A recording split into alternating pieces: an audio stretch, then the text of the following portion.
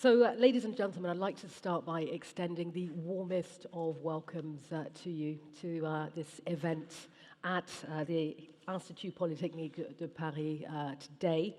As you know, over the next 2 days, we're going to be looking at what can be described as a groundbreaking summit for a number of reasons. That summit then entitled AI, Science and Society, Connections, Collectives and Collaborations for Good Reason. Now, the event is, of course, dedicated to scientific inquiry and forms part of the AI Action Summit, which many of you know will be taking place in Paris on the 10th and the 11th of February. That, of course, organized by the French government. And at that event, you can expect some high-level discussions, notably with policymakers, innovators, and, of course, industry pioneers, not to forget top researchers who've flown in for that event from all over the world. But back to this event today, AI, Science and Society. This conference then aimed at exploring the life-changing impact of AI, of course in terms of scientific inquiry and technological innovation, but also in terms of the impact on society. So two of the key questions that we'll be running through, or will be a universal thread, if you like, through these 2 days of conferences here at the Institut de Polytechnique. How can an AI-driven future meet our societal needs? And of course, what are the drawbacks? Because there are also drawbacks, and we will be fleshing those out with you today and, of course, tomorrow at this key summit. So what can you expect from today and tomorrow? Well, you can expect to gain a better understanding of the cutting-edge technological advances that have been using.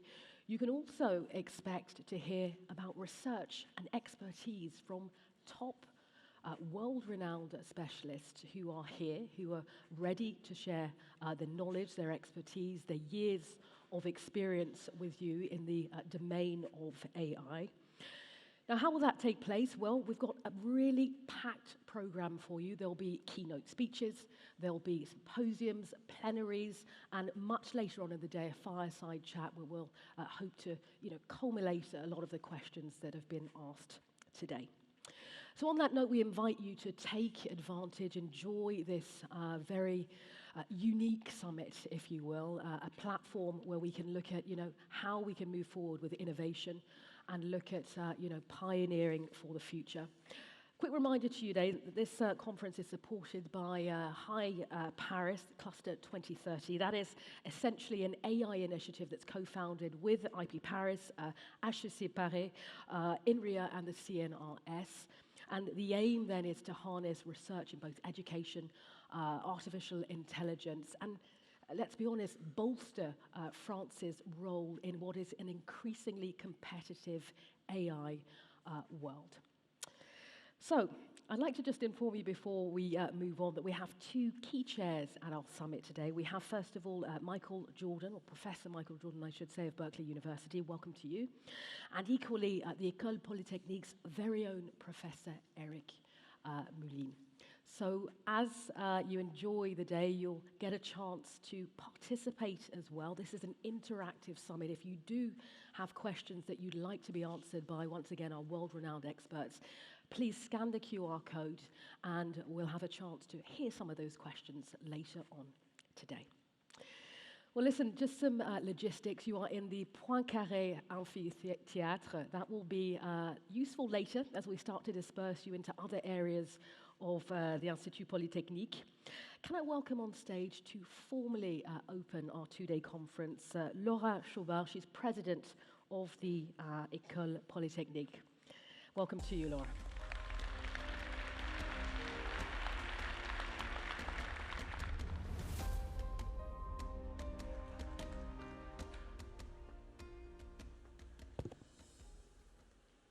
Ladies and gentlemen, dear colleagues, dear students, dear friends, welcome to École Polytechnique. It is a great pleasure to welcome you all in this auditorium Poincaré for the opening of the AI, Science and Society Conference as part of the AI Action Summit. Over the next 2 days, we will have a magnificent program and a unique opportunity to reflect on one of the most transformative forces of our time, artificial intelligence. The summit brings together brilliant minds from research, industry, and policy making to explore the impact of AI on our world, and I am thrilled to see such an esteemed audience gathered here today. I won't be long, because I'm sure you can't wait for our fabulous plenary speakers to take the stage, but let me tell you an anecdote. Recently, I was meeting with one of our distinguished alumni in Palo Alto, a potential major donor for our school, who has spent 40 years in Silicon Valley working on tech and AI. He had invited me very kindly to his home, and I have to say he had really gone out of his way to make me feel welcome. He had prepared a nice French-style breakfast with fresh croissant, homemade jam, the whole thing.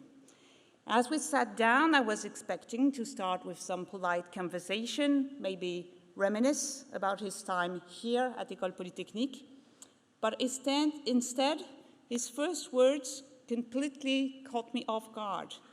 "So nice to meet you, Mrs. Chaubard. However, regarding your fundraising efforts, bad timing, I must say, since universities will disappear within 3 years, given the current pace of AI development."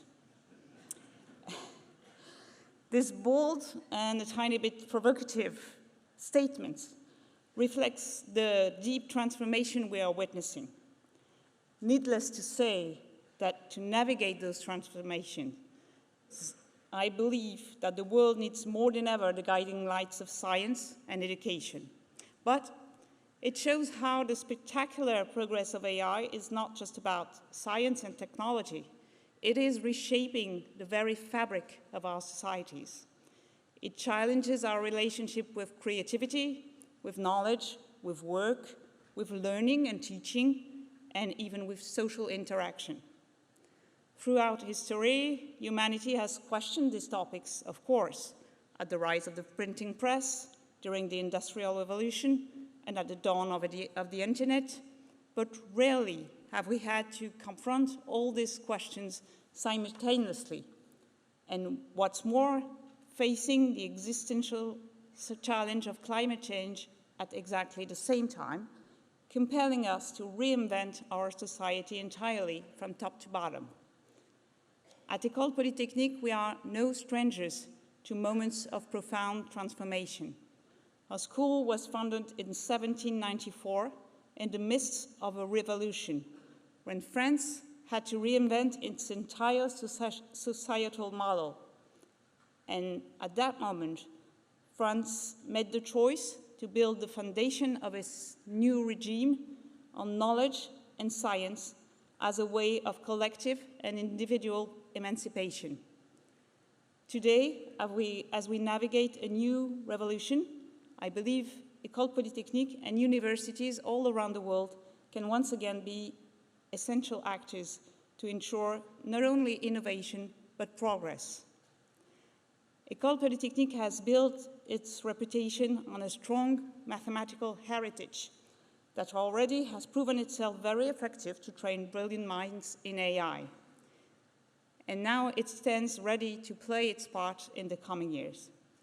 More than ever, we remain committed to upholding and transmitting the core values of the scientific approach: curiosity, integrity, rigor, and excellence. These principles are essential to ensuring that AI develops in a way that is truly beneficial to society. Before we begin, I would like to take a moment to express my deep gratitude to all of those who made this summit possible. Organizing such an event in kind of a record time is no small feat, and I want to warmly thank the teams of Institut Polytechnique de Paris and École Polytechnique who worked tirelessly to bring us all together today. A special thank to the scientific committee chaired by Professor Michael Jordan for shaping an outstanding program, and of course to Professor Eric Moulin, the man behind the scene, whose dedication and vision have been instrumental in making this event a reality. This summit is an opportunity to foster new ideas, build meaningful collaborations, and engage in a thoughtful debate. I can't wait to listen to all the participants and speakers. Once again, welcome to École Polytechnique. I wish you all an inspiring and productive conference. Thank you.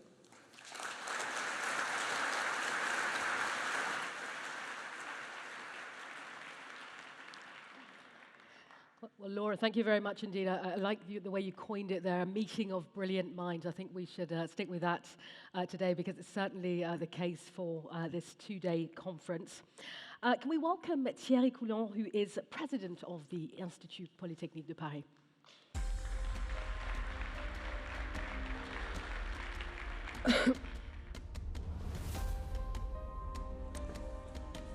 Thank you, Laura, for welcoming us. Ladies and gentlemen, esteemed colleagues, distinguished guests, dear Anne, Monsieur le député, Mesdames et Messieurs les élus, chers collègues, chers amis. It is both an honor and a great pleasure to welcome you today to the École Polytechnique, member school of the Institut Polytechnique de Paris, for this conference dedicated to a subject of immense importance, artificial intelligence. This is not simply a topic of the moment. It is one of the cornerstones of our future. We are living through what is undoubtedly one of the greatest technological revolutions in human history. Artificial intelligence is not merely another tool in our technological arsenal. It represents a profound disruption, transforming the way we think, work, communicate, and even perceive what it means to be human. It holds incredible promise, from revolutionizing healthcare to driving significant gains in energy efficiency, and creating personalized educational tools. However, it also brings with it critical challenges: the risk of bias, the potential loss of control, and the growing dependency on technology. It is a cognitive, scientific, and societal revolution, reshaping the boundaries between humans and machines and redefining the space where automated decision-making meets human responsibility. It's also reshaping how we conduct science, altering our methodologies, accelerating research, and opening new interdisciplinary avenues. This conference today perfectly reflects the scale and complexity of these issues. With over 4,000 registrants, including 60% from the research community, PhD candidates, students, educators, and researchers from across France, particularly from institutions involved in the 9 AI clusters of France 2030, and of course from all over the world. This gathering demonstrates the depth of interest in AI. We are also proud to welcome representatives from nearly 200 companies, including numerous startups, all of which contribute to the vibrant and rapidly growing innovation ecosystem that we are committed to nurturing. At the core of the mission of IP Paris lies the connection between research and innovation. Each year, we support nearly 100 deep tech startups, and it is gratifying to see so many of our alumni thriving in some of the most innovative companies in the AI sector. This conference is also a testament to France's dedication to training a new generation of talents. These young women and men, full of dynamism, creativity, and potential, will lead tomorrow's breakthroughs in AI and technology, driving the transformation of our societies.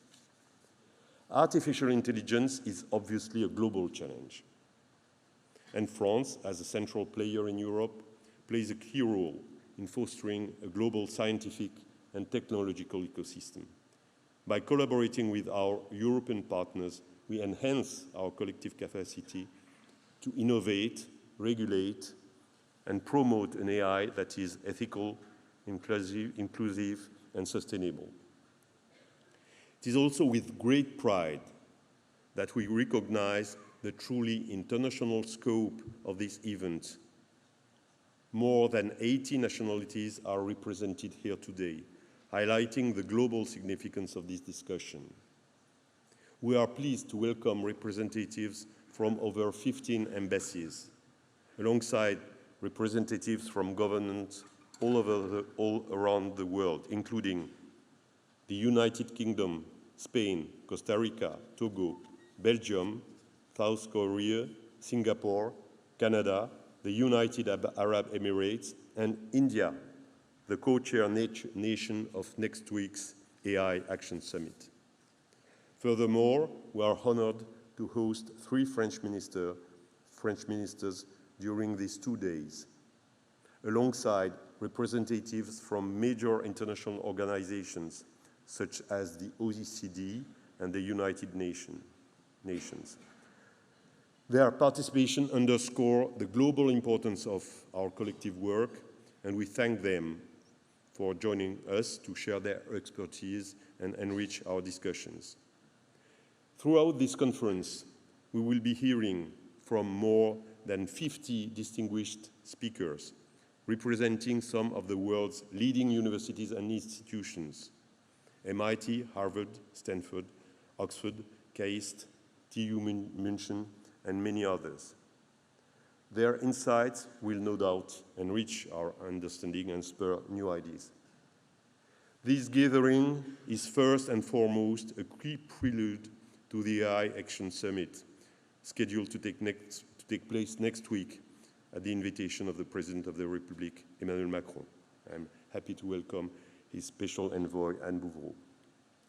This summit aims to weave artificial intelligence into a global conversation, addressing not just technological and economic challenges, but also the profound ethical and political question it raises.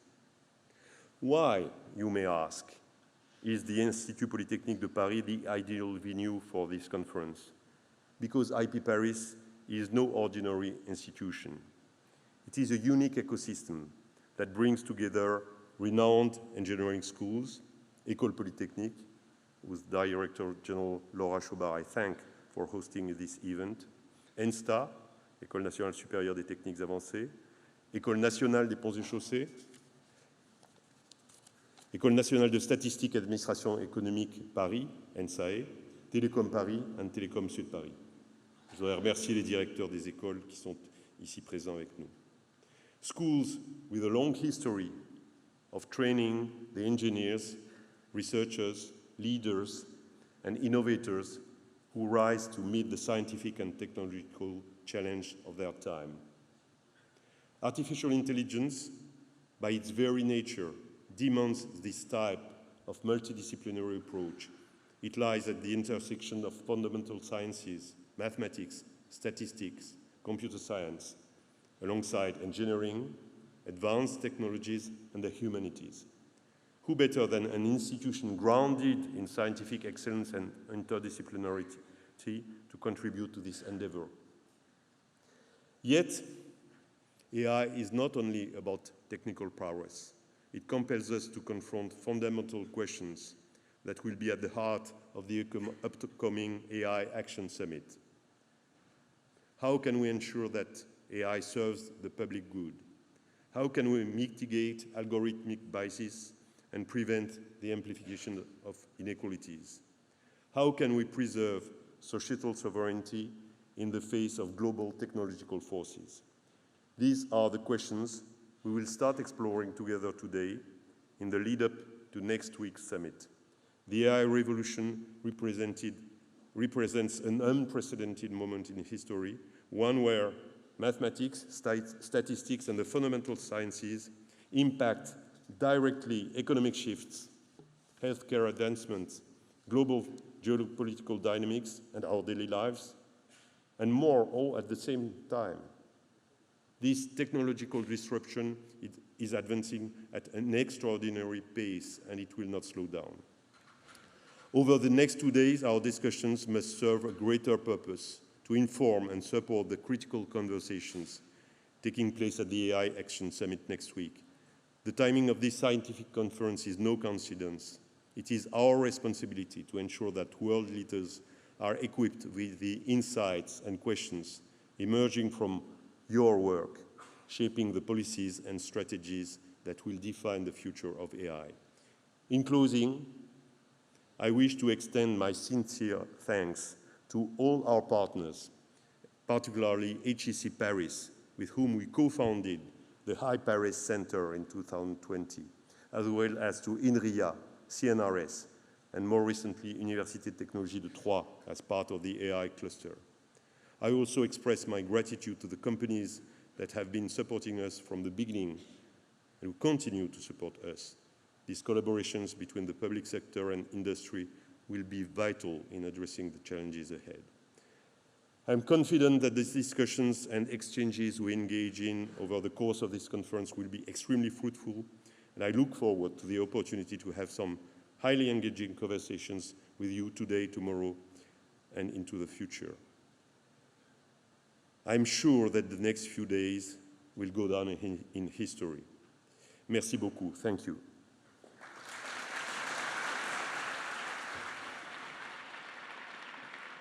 And I leave the floor to Anne Bouverot, Special Envoy of the President of the Republic for the AI Summit.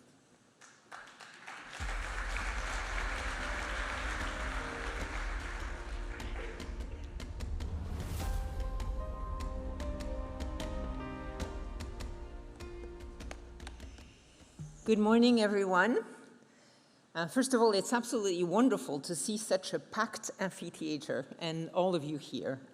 This is really great. I'd like to thank, first of all, Laura and Thierry for organizing this, and of course the whole team. As we started planning for the AI Action Summit about a year ago, we came up with this idea, which now is reality, which is that we need to start the conversation with science.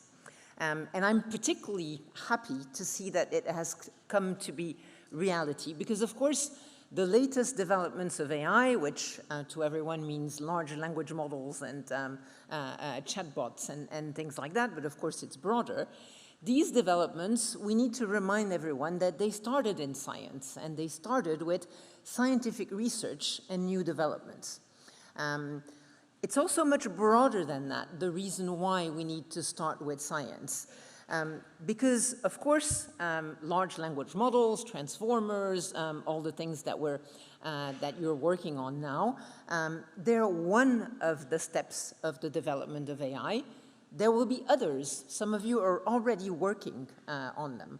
And it's really important that you continue to do that, and that we don't just think that AI will be forever defined by what we're seeing now. It's also important that we start with science for a number of the areas where science can help us think through this revolution. Science can help understand the impact on work, for example, which is one of the most pressing questions that people have when they think about AI and what it will mean for them. Science can help find solutions and cures in medicine, in health, and that's one of the broadest hopes that people have from AI.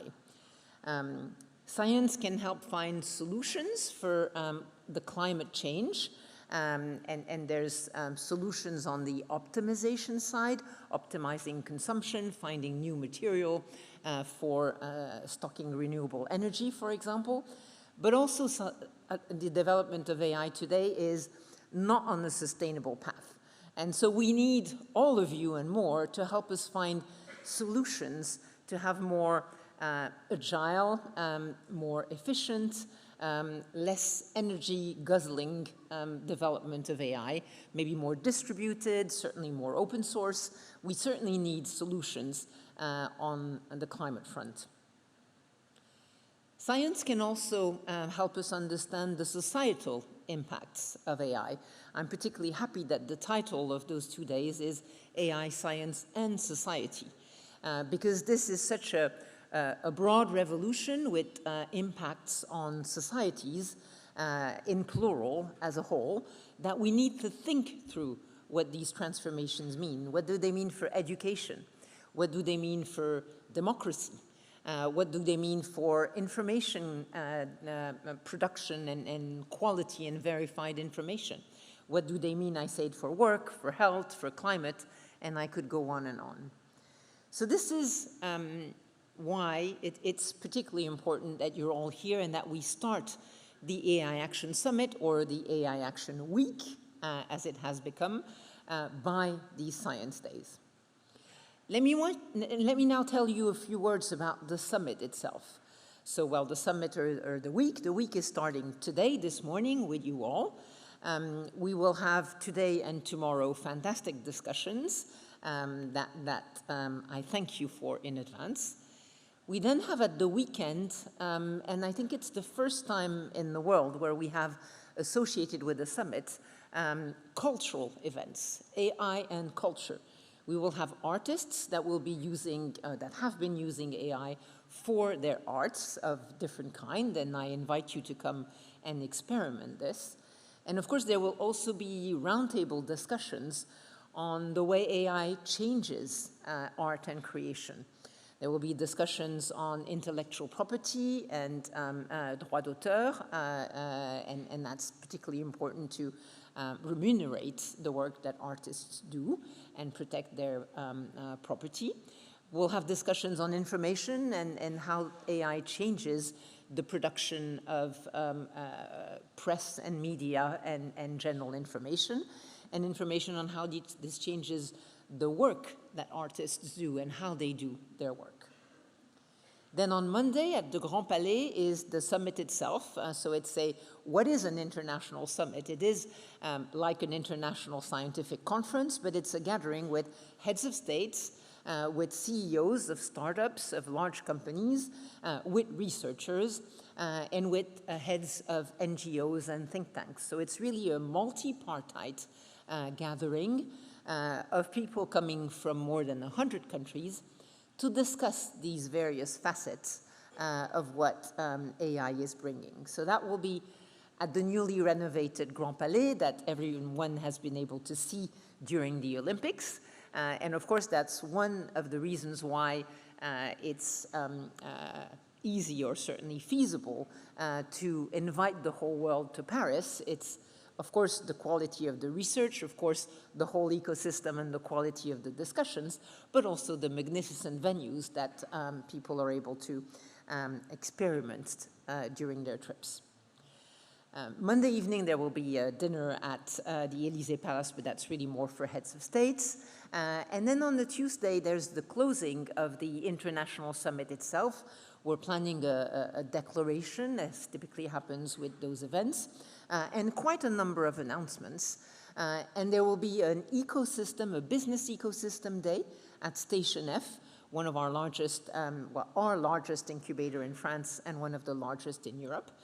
And a number of other side events. There's an event on AI and climate on Tuesday as well. There's AI and the city at École Normale Supérieure. And really, there's 100 events throughout the week, not as big as this one for many of them.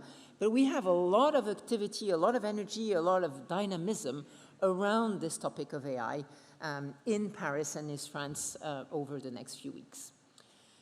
This is important for the world. This is also particularly important for France and Europe. The recent announcements in a little bit of a battle of titans between the Stargate announcement in the US and then the DeepSeek sort of response, even if it's not a response from China, they show us that the field is still very open in terms of global competition. And there is a route for other countries, France, Europe, countries in the Middle East, in Asia, in Africa, to chart the course of their local, regional AI ecosystems and solutions. What we need for that is talent. We, of course, also need some compute, we need some data, we need a number of things, but first and foremost, we need talent. And I'll probably conclude on this. This is why it's so important that you're all gathered here and that we're launching this week with you all. So again, thank you all. Enjoy the 2 days. They will be fantastic. and I'm so proud of you. Thank you.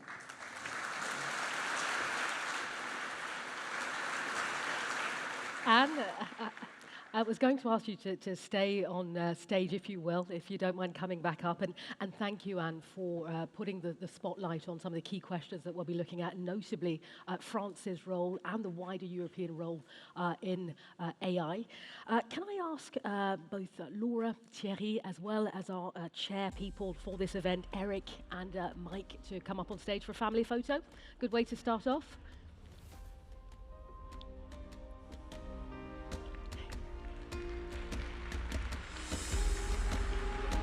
Yeah, family photo.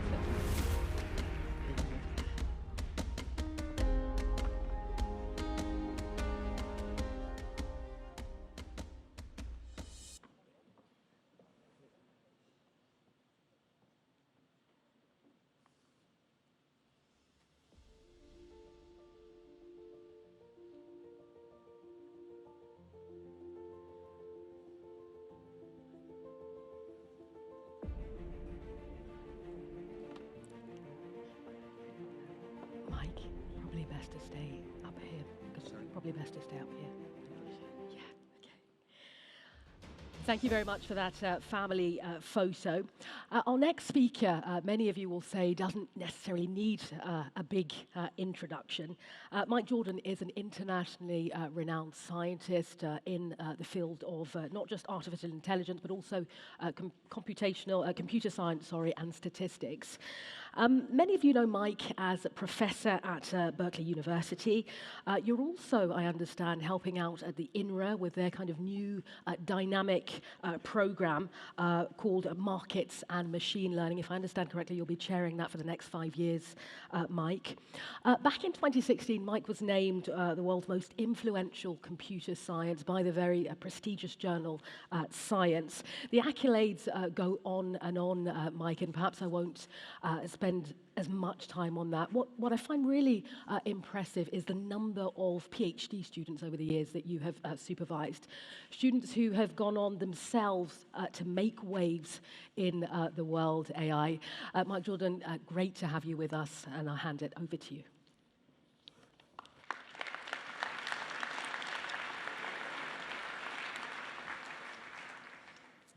All right, it's a pleasure to be here and to kick this off. I hope I will have some slides. Good. I don't think there's ever been an era in human history where a new field of technology has arisen where there was so much hype and hysteria around it. I think maybe electrical engineering came close, electrons were going to set fire to the world and all. It's amazing to me that data and inference and connections and all that is leading to such hype and hysteria. So I think one of the reasons for that is because we have some technology that's developed, but we also don't have a really good vision of what to use it for. The visions we have are the ones from the 1950s. We haven't updated. The ones from the 1950s, that was McCarthy really imitating the human. How can a computer imitate a human? And there was cybernetics, how do we kind of imitate animals who can, do all these amazing things, climb through trees and stuff like that. That's it. That's our visions. And now we're debating about the implications for that. Are there business models behind that, and so on and so forth. All right, so on this slide, I'm going to propose something which is different, and that word collectivist hopefully will intrigue you what I mean by that. Let me just say up front, it kind of means microeconomics. And, whenever we hear all these fields that are involved and all that, we never hear the word economics. So I hope there's some economists in the room, because you guys got to stand up. It's time to have a role here. That's what's missing. Okay, so here's your standard prehistory that you will see. Here's how it all came about, which is I don't believe, but I'm going to put it up there anyway. Phrase AI was coined in Dartmouth, 1956. They didn't really know what they meant by intelligence, so they didn't define it, but it was something that humans do. All right? Focus was on a single intelligent entity, be that like a human-like entity or a program, but it was this one thing that did this amazing stuff. How do you do that? Now, I don't want to dismiss the excitement of posing such a question and the importance of posing it, the philosophical implications and so on, but it's not really what happened in technology. It's not the case that that event triggered a wave of technological development that we're now seeing. okay? Mostly that triggered programming languages, operating systems. It did a lot for computer science, and it kind of failed mostly otherwise in terms of its goals. What happened in the meantime is this field called machine learning arose, mostly not in AI, mostly not with AI people, mostly operations research, statisticians, control theorists, signal processors, and so on. And gradient-based algorithms emerged, and eventually it became all focused on scalability and started to work. Dave Brummelhart there was my advisor. He was one of the developers of backpropagation. He reinvented it, but then he showed it really worked. And his name gets often missed in a lot of these discussions. He should have gotten the Nobel Prize, frankly, because he's the one who made it really happen. And he died young of Pick's disease. It was very sad. The other person I have up there is Leo Breiman, who did random forests. And random forests were a highly scalable architecture, different from neural nets, but had their advantages and disadvantages, gradient-based. They powered Amazon's logistics chains models, which made Amazon into a company that, went everywhere. And they powered many other companies around 1990 through 2000. Okay, so ML deployments were just these big, large bags of data and gradients and architectural stuff. There was no talk of AI. There was no agent. There was no, intelligent. It was just doing stuff. It was engineering, and it really had a huge impact on the world, huge productivity. A lot of companies were based on machine learning starting around 2000. Every company by 2010 was using machine learning in one way or another. No one was calling it AI. Okay, so then came LLMs. Oh my God. It's the same architect. It's bigger, more stuff. It's human language that's coming off the internet. And it looks human, so the phrase AI got retrieved and promoted. And that's led to all this hype and hysteria, the damn phrase AI. If we'd kept calling it machine learning, it would have been a much more sober conversation about what's the business model for that? How do you build it? How do you scale it? How do you make sure it's safe and so on? All right, now I don't think that LLMs are like the old dream. It's not a single entity, really, an LLM.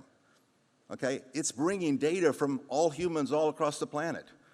It's like a lot of little experts that kind of respond to little pieces of things. And if a couple of experts agree on something, they thought about it the same way, the machine kind of finds that and uses that as an abstraction.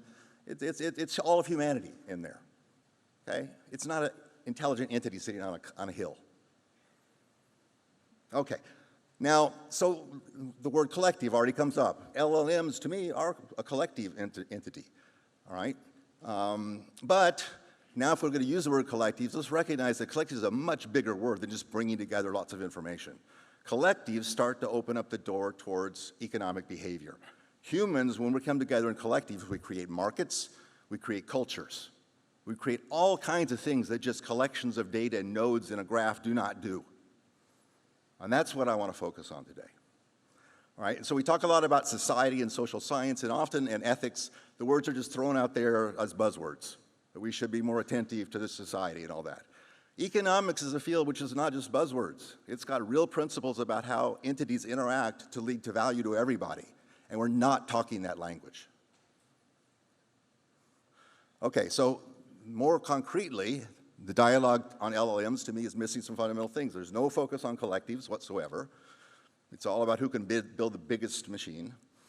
There's no focus on certainty, or very bad focus on uncertainty. And there's no focus on incentives. Why should people want to play this game? Why should they want to be involved in this whole thing? Just because they're being told to by their boss? And these three things are linked. Okay, so microeconomics talks about all three of them and links them in interesting ways. Now, microeconomics does not solve all the problems. It's got to be refurbished, brought out from its origins, and made more data aware, more learning aware, and so on. It's a huge intellectual agenda for the next 10, 20 years, to me, in doing that. It's a complementary kind of intelligence. When you create a market with a collective, you don't create it. No person designed it. It emerges, and it's happened throughout history all the time. Very interesting, different kind of markets have arisen in very many different kinds of things. That market is an intelligent entity. It brings food into the city of Paris every day, the right amount, not too much, not too little, if it's raining or shining, and whatever the size of Paris over the years. You know, Zola wrote about les Halles, where, you know, the food that comes into Paris and the whole machine that does that. That's an intelligent entity. Now, when you say the phrase AGI, which I particularly hate, is that market and form of AGI? Well, no one talks that language. They seem to apply that AGI is everything, but it doesn't seem to have anything to do with markets, so I don't get it. As you can see, I have opinions. I'm old. Okay, now uncertainty. We have a bunch of statisticians in the room. I really am a statistician, just to say, number one. That's, to me, the mother field. That's where it all, how do we know what's in the world? Okay, statistics. All right, if you ask ChatGPT, how sure are you about what you just wrote, it will say something, and I think I've tried it a bunch of times. It'll say, yeah, I'm very, very sure, and here's why, and blah, blah, blah, blah, blah, blah. And you'll say, but wait a minute, there's this other way to think, and it'll say, oh yeah, that's right, and it changes its mind completely. Now it's very sure about something else, all right? It's almost always very, very sure. Okay, it's not doing uncertainty, reasoning, quantification at all. What it's doing is taking some stuff from the past where someone asked, how sure are you? And there was a response, and it's kind of using that. All right? You would not want a doctor that once they give you a diagnosis, and then you say, but what about this? They change completely their opinion. Okay? It's not doing uncertainty. Now, uncertainty goes together with markets. All right? And so we want to kind of think about this. So how do we cope? How do humans cope with uncertainty? I'm running out. I need a little water. I worked very hard to get that picture there. I want to let you have a moment to stare at that picture.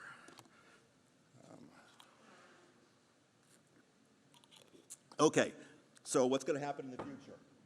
We don't know, and it's really amazing how much uncertainty there is in our lives. Really amazing. We are not just sitting there reasoning our way through like math problems. We are living in the world of uncertainty. I don't know what's going to happen to me later today, tomorrow, next year. There's all kinds of things. But we do well somehow. All right? Now, in statistics, we know how to talk about some amount of uncertainty. You know, you got that data that implies that there's this, you know, error bar and so on and so forth. But uncertainty is much broader than that. Uncertainty has to do with what you know that I don't know, and how much, you know, when we're in groups of people, where is the uncertainty? It also has to do with provenance. Did that data point come from yesterday or last year or 10 years ago? If it came from 10 years ago, there should be more uncertainty from the timing of the data. There's all kinds of issues and uncertainty. There will be a talk, a plenary by Manuel Candes later this morning. He is, like me, a statistician, very interested in uncertainty, and I'd encourage you to attend that talk. Now, I would argue that individual humans are not so good at coping with uncertainty just by themselves. You put us on a desert island, you know, we kind of make a mess of things. But when you put us in collectives, right, we're really good. And so if I don't know how long it takes to get from here to INRIA, which is on Rue Barreau, I can ask, let's see, Eric Moulin. He knows. He used to work there. So I ask him, and I get a good estimate. We do this all the time among each other. We don't know something. We ask somebody. They give us an answer. We can tell by the way they answer the question how sure they are. We infer things. We build cultures that mitigate uncertainty. It's one of the things we do really, really well, so that we can start to build and plan and feel good. All right, so collectives are really important. Now, collectives also provide context by what we mean by uncertainty. Here's a duck who is a statistician. The duck has gotten a very good estimate that on the left side of this lake, there's a certain amount of food to be had. On average, you know, that amount of food. And on the right, maybe a little less, okay? And the duck has got nice quantified conformal prediction error bars on this, and then, you know, duck is kind of ready to make a decision now.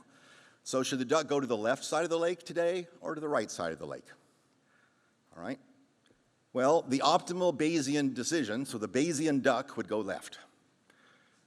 All right? Because there's more food to be had there. The Bayesian duck says, where do I maximize my utility? Well, it's to go left. All right? Now, if you do experiments with this, ducks don't do that. Ducks are not Bayesian. Ducks probability match.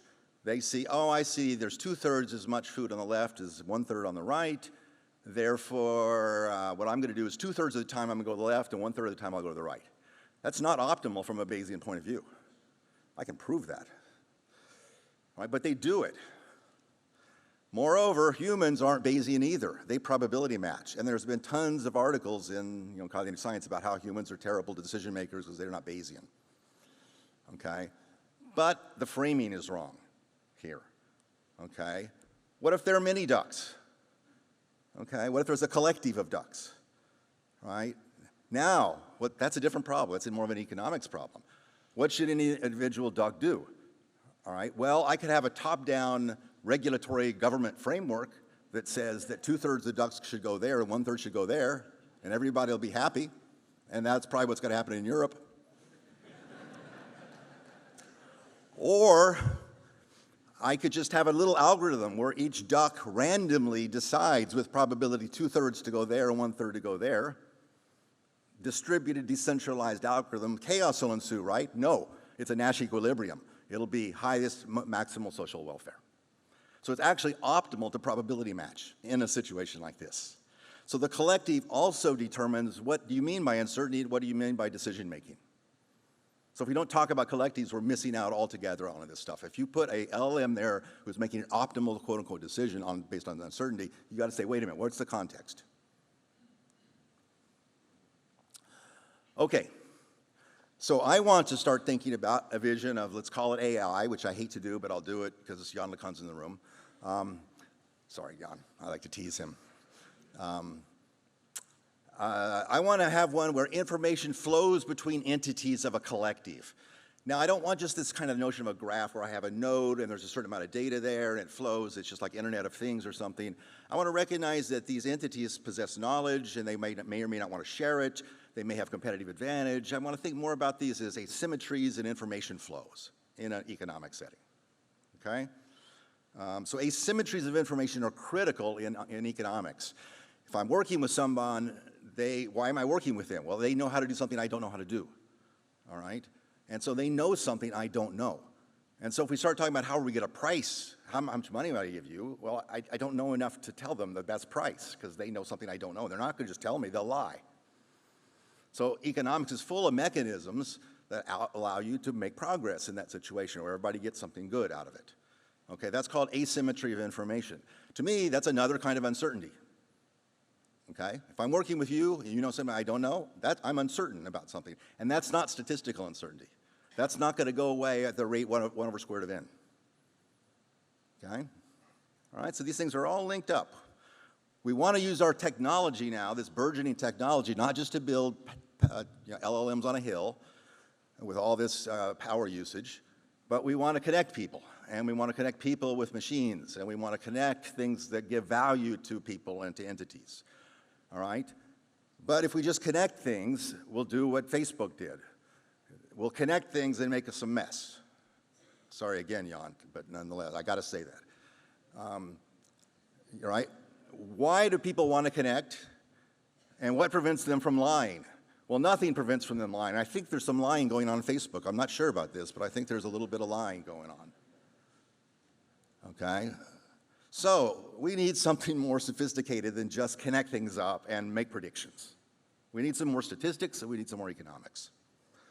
All right, so just one last slide on kind of, provocative statements here. But here's what I think Sam Altman has in mind, or Elon Musk or whatever, is I take all of humanity's knowledge that they're producing on the internet that I just take for free, grab it, and I create this super AGI thing that can answer any question.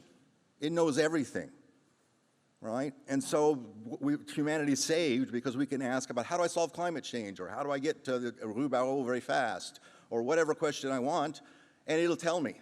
Now, we'll spend huge billions and trillions of dollars to get that thing, but once we have it, we've saved humanity. All right, this is nonsense. This is nonsense. I don't want something up there telling me what to do. It doesn't know my current situation, doesn't know my current context, doesn't know what I might want in the moment. I want to be like in a market where I get to kind of look around and think and interact and be a human being.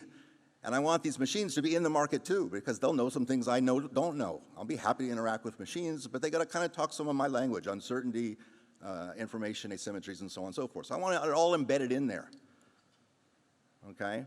So I really think this model of, build the biggest thing on the hill that knows everything is not feasible. It's going to ruin us.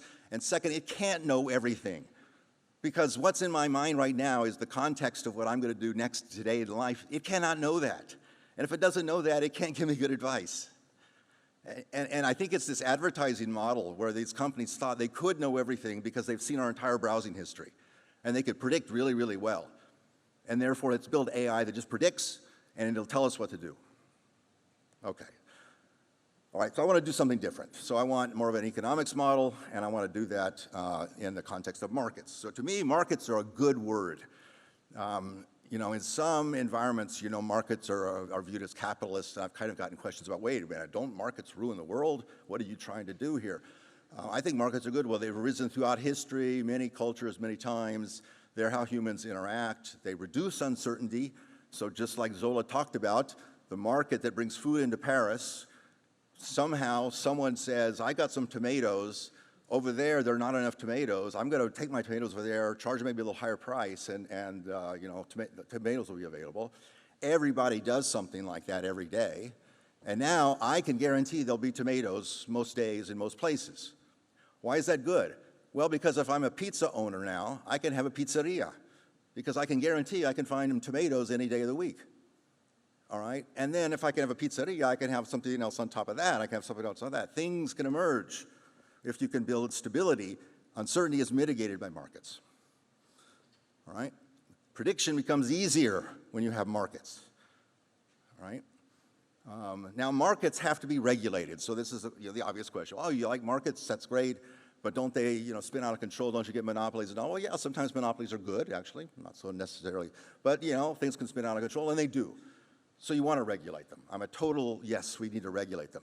But you don't regulate the individual algorithm, the individual mechanism. You will create unintended consequences, no doubt about it. You regulate the equilibria of the system. And to find the equilibria, you've got to be more like an economist and study what are the equilibria and how do they change. So I'm going to give examples of that. Okay, so I've been involved in a company for about 10 years now called United Masters. The CEO is a friend of mine, Steve Stout down there. He's a legendary hip-hop producer in the United States. Everyone knows him. And this is a three-way market. So you don't usually study three-way matching market. You don't really study this in economics very much, but so what it is that there are lots of young people, you know, 16 to 25-year-olds who create music on their laptops, and they're really good at it. And they put it up on the internet, and that's the music that other young kids listen to. So 90% of the songs that are being listened to every day, at least in the US, 90% are songs you never heard of, the artists you've never heard of, and they were written in the last 6 months. So it sounds like great, a thriving market exists. No, they're not making any money. No money is being exchanged. Everybody takes everything for free. And a few big companies find a way to make some money off of subscriptions. All right, so this is a different model. What it does is we've got musicians here who are making music. We've got listeners sitting over there as another side, leg of the triangle. And now critically, there are brands involved here. Brands have money, and they have goals. All right, so in particular, the NBA has signed on with United Masters. What's that mean? If you go to the NBA website and you watch a little clip, often there's music behind it, okay? And it used to be that the NBA paid Beyonce or whatever a vast sum of money for that music. Now they go to the United Masters and they say, give me some music. United Masters is a very good recommendation system. They can say, oh, for that kind of purpose, that kind of audience and demographic, here's a good kind of music. They stream it. The musician gets paid in that moment, all right? Then there's other brands involved as well. They watch all of this, it's an open market, and they say, oh, that artist seems to be popular on the NBA website. That's my demographic. I'm gonna reach out to that artist and work with them too. This has been now happening for 5 years. There are 3 million musicians who are making money off of this platform right now. Okay, this is an up and running company that is really, really working. And it is getting people paid for creative acts. All right? And it's critical that it's a three-way market. If it's a two-way market, you got something more like Spotify, which is that some artists make some music, it gets streamed out there, and where's the money come from? There are no brands, there's no one willing to pay anything. Well, okay, I'll try to make a little money with subscriptions and I'll throw a little bit of change back at these few artists. But it's not a real market, okay? And so that doesn't work, and moreover, that incentivizes Spotify to get rid of those artists. Why don't I put Gen AI in there to make the music? Because I can get that for free. It incentivizes that kind of activity. It's damaging to the human species. Three-way markets actually really help. They are a good platform for starting to build this. Now, where's the AI in all that? Well, you know, behind the scenes, so I was involved in this, in designing this system. There's a great deal of data flow. It's a matching market with adaptive, you know, who listened to what and what kind of music is it. There's also market design principles. There's mechanism design here. Okay? There's contract theory and mechanism design brought together with machine learning, and it just works. All right. I think there's lots of companies that you could do this throughout the world. It's not being done in Europe that I'm aware of, You could do this with print journalism and not just music or in other kinds of art. There's all kinds of new markets which you can start to think about creating if you think about AI in this way, instead of put all the knowledge in a big super AGI and somehow money is a consideration only for the wealthy. All right, let me just say, I really want to emphasize this. Money is going to 16-year-olds here who do have a creative act. And that money is being given to them not just because some rich person just throws it at them, it's because they're being incentivized in a market to pay. There's all kinds of other markets you can start to think about if you put your mind to it that really haven't been studied in economics, but machine learning drives you to study them. So 3-layer data markets. This is work with Ali Reza Fallah, postdoc with me, and who was with Asu, Ostaglar, who's here. So here's a system we were studying where there's users, platforms, and data buyers. All right, so users are people like you and me. We come in, like say to a credit card platform. We want to get a service, which is financial service. So by using the service, data flows to them. They get the data, they improve their models, and I get a better service. That's kind of nice, right? But it's often the case that those companies don't make enough money off of the service, the little fee they charge. A lot of downward pressure on that. So what they then do is take the data and they sell that to third-party buyers. This happens all the time. There's nothing wrong or weird about this. It happens all the time. Now, why do the data buyers buy the data? They're not trying to compete with building better models, compete with the platforms. What they want is to use the data to do like market research. You know, I want to have a new Thai restaurant in the 13th arrondissement. Let's look at what kind of data, what are people talking about, what's missing for restaurants, so I can buy data and learn about that. And it happens all the time. All right, now, you've got to say though, but what are the users, don't the users have a little concern about this? They're losing privacy. Their data is getting shipped off to some anonymous third-party buyer. They've lost something. Maybe they don't want to play this game. Why should they do it? Okay, and it's a perfectly good question. You can't just assume they're going to do it. So we got to think about the incentives. All right, and so here's the way to think about this with Ali Reza, is that the platforms have got to give some kind of guarantee of privacy, okay? And what's that mean? Well, we have differential privacy. It's a pretty good framework. So they can do differential privacy, which adds some control about a noise to the data.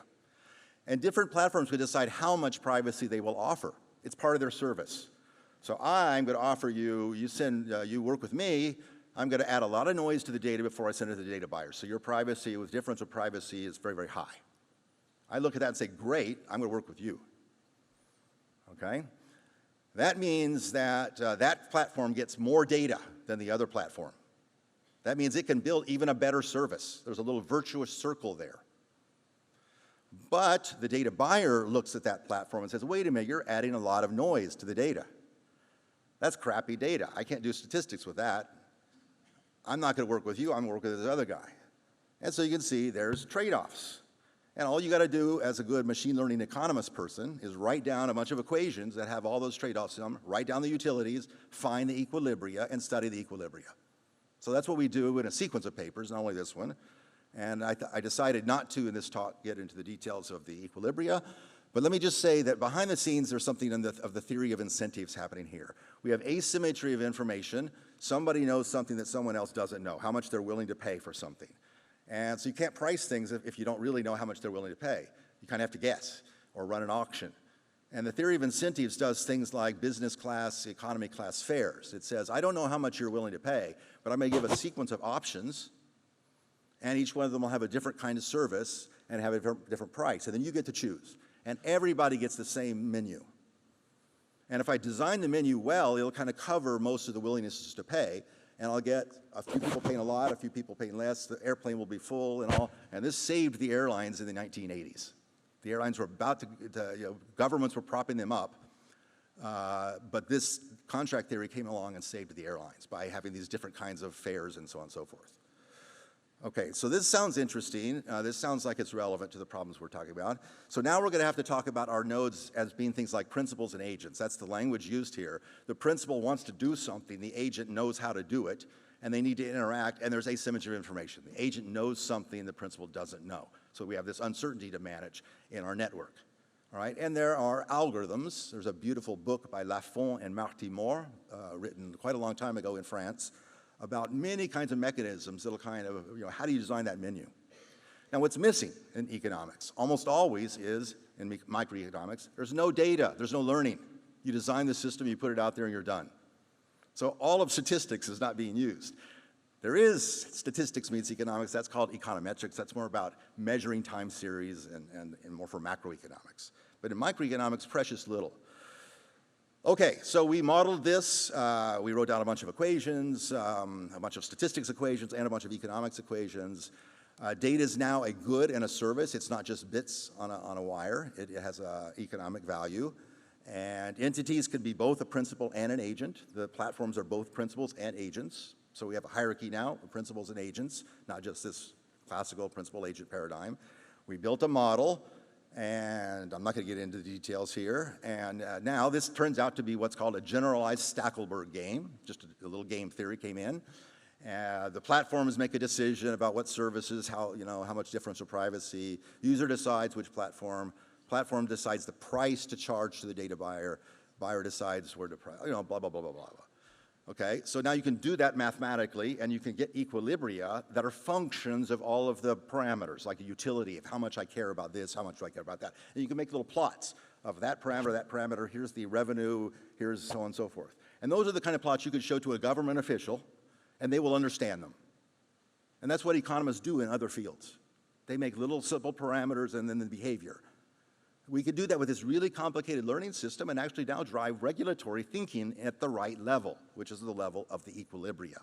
Okay, so we did that in this paper. We actually showed how there's trade-off between the amount of privacy you offer and the various aspects of the market behavior. And we were able to show there's a way to get higher user utility than just kind of blindly insisting that you don't send data or that you add a certain level of noise to everything. And I think the GDPR is just kind of blind. It was not designed with economic thinking in mind. And the GDPR is known to actually hurt small to medium businesses, okay? And the mechanism we're proposing here would not, okay? I won't say it's going to fix all problems, but it is based on economic thinking. Last little part before I finish, I'm going to dig a little bit more into contract theory. So remember airlines, business class, economy class, and so on. This is work with colleagues Stephen, Michael, and Jake. And we're going to bring statistics into economics now in a real fundamental way. So the statistics is going to bring the control of errors in an uncertain environment, and the economics is going to bring the incentives. If you put two together, you can start to solve some real problems. Here's a real problem. Clinical trials are run in every country at vast cost, millions and millions, tens of millions of euros or dollars for all these therapeutic areas. Clinical trial is that I go get 15,000 people and give them the drug, and 15,000 people don't get the drug, and I do it randomly, and then I compare and see if the drug works. It costs a lot of money to do those kind of things. If you don't do the clinical trial, you're going to do bad science and do bad medicine. All right, so we think about this. This is not the way the FDA thinks about this. FDA is the American regulatory agency. We think of this as a principal-agent problem. The FDA is a principal that only has partial knowledge. Here's a new drug being proposed. I can look at that protein and say, well, maybe that'll act on this kind of, cell, maybe that'll help. I can guess, but I don't know very much. And I'd like to decide whether it goes to market or not. So I have to do a clinical trial if I'm the FDA. All right, and what's the FDA trying to do? Well, they're trying to be a good statistician. They want to control statistical errors. False positives and false negatives. False positives is I put a bad drug on the market. That would be bad. False negatives, I failed to put a good drug on the market. That would be bad. FDA is very good at trying to control those errors. They're statisticians. But the problem is that the proposed hypotheses they're getting, here's a good protein to look at, is not just coming out of nature or out of science, it's coming from self-interested agents, which are the pharmaceutical companies, all right? And the pharmaceutical companies know things about whether the protein is likely to work or not that they don't tell the FDA. All right, so now, if the pharmaceutical company knows the FDA is using some statistical procedure to control errors, it can game the system. It can say, oh, given that procedure, I'm going to use my internal knowledge to decide that this set of proteins I'm going to go ahead and send in because there's a chance that even if they don't really work, they'll pass the false positive barrier and they'll get onto market at least for a year or two until everybody realizes they're no good. And companies do this all the time. Okay? All right, so I have a slide here which I'm going to skip, but for want of time. But here's an actual, some numbers that show you how pharmaceutical companies can game the system. And so the top part of it is the statisticians, Neyman Pearson testing, doing it right, controlling errors. And the bottom part is the economics, which is that if a small profit is to be made, the CEO can reason in one way, and if a large profit is to be made, the CEO can reason in a different way, and she can figure out whether I should incentivize my people to send in lots of proteins or not so many. And in the one case, she will lose money if she does it wrong, so she doesn't. In the other case, she'll just make money for free because the false positive rate is low enough that she could just send things in. So you can game the system, just a long story short. And this happens all the time. There are plenty of drugs on the market which are not effective. So we have a new theory. We call it statistical contract theory. Again, I won't get into details here, but I just want to show you a little algorithm. This is a contract in contract theory. An agent, which is now a pharmaceutical company, is given an opt-in protocol. If you want to send in a drug candidate, you either can walk away when you look at this protocol, or you can pay a reservation price R, like $2 million, and now you get to choose a payout function from a menu of payout functions. Payout functions are like licensing terms, how long you can do it for, what kind of strata, all the details. Now, it's like business class, economy class. I can look at that and I say, well, that one is good for me because I happen to know that my protein is actually pretty good and very likely to pass. So I'm going to take a little risk and go for those licensing terms. And some other company says, I don't know much about my protein, I'll take the different one. So we have now mechanisms for designing that menu. And I'm going to show a theorem, because this is a science conference, and I was told we could actually show a theorem. We have a theorem which says that a contract is incentive aligned, okay? Meaning that the right thing to do is to send in the good drugs, not the bad drugs. So a contract is incentive aligned if all the payoff functions are what are called E-values. If you know about P-values from statistics, those are tail probabilities under the null distribution, and E-values are non-negative super martingales under the null distribution. So it's a different way to quantify uncertainty, and it turns out if and only if. Contract theory is incentive aligned if and only if the statistics part is using non-negative super martingales. Okay, I'm going to finish with 2 slides. Okay, so here is jumping up 5 levels. Okay, my personal view on this whole AI thing is that it's not AGI, it's not finding, the secrets of human intelligence. That'll happen someday. I don't say it won't. But humans are way smarter than our machines right now, just way smarter. Okay, I mean, they're smarter in some ways. Like a computer can already calculate all the digits of pi. I can't do that, all right? But there are ways that we are smarter, and we will be for quite some time.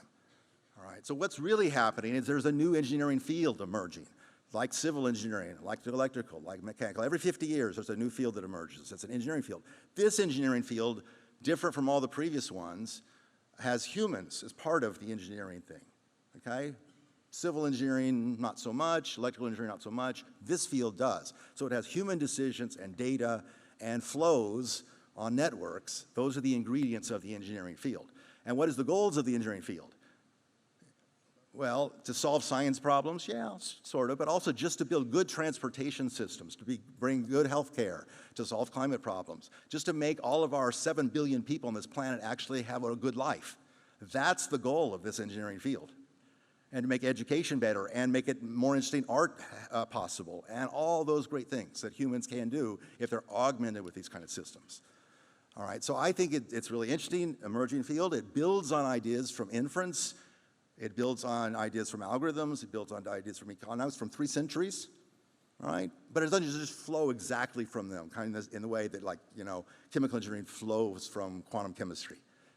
There's a little bit more of a gap. So we're kind of making it up more as we go along.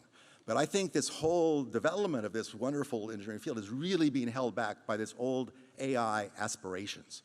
Build a super robot that takes over or helps you for all your tasks at home and all these kind of things. All right, so just last slide, that was all about kind of the, what is this technology and what's it mean for society and all that.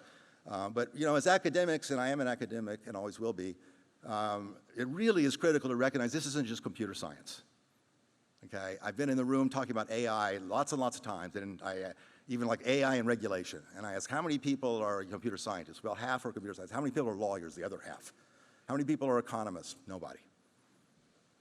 All right, that's just dead wrong. And so these three ways of thinking, let's not even call them fields, but computer science is kind of algorithmic thinking.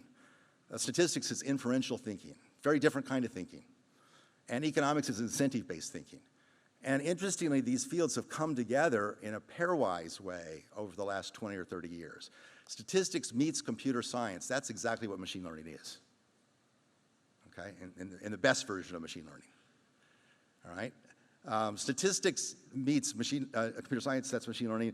Machine learning doesn't have much economics in it, as I've been stressing. Statistics meets economics, that's econometrics, but that's mostly about analyzing time series and helping macroeconomists, okay? Not much algorithmic mechanism kind of stuff in econometrics. Economics meets computer science, that's a field too. It's called algorithmic game theory. It helps design new kinds of combinatorial auctions and so on and so forth. It has no statistics in it. It doesn't learn. You don't get learning auctions, all right? And the point about it is that green place is the place to be. So if you're at a real company designing real systems that really use data and make decisions for large numbers of people, you will be in the green area. You'll be in the middle. You'll be using all these ideas in a blend. And the students in the room learn all three of those fields and then endeavor to work in the middle in the green area. Thank you.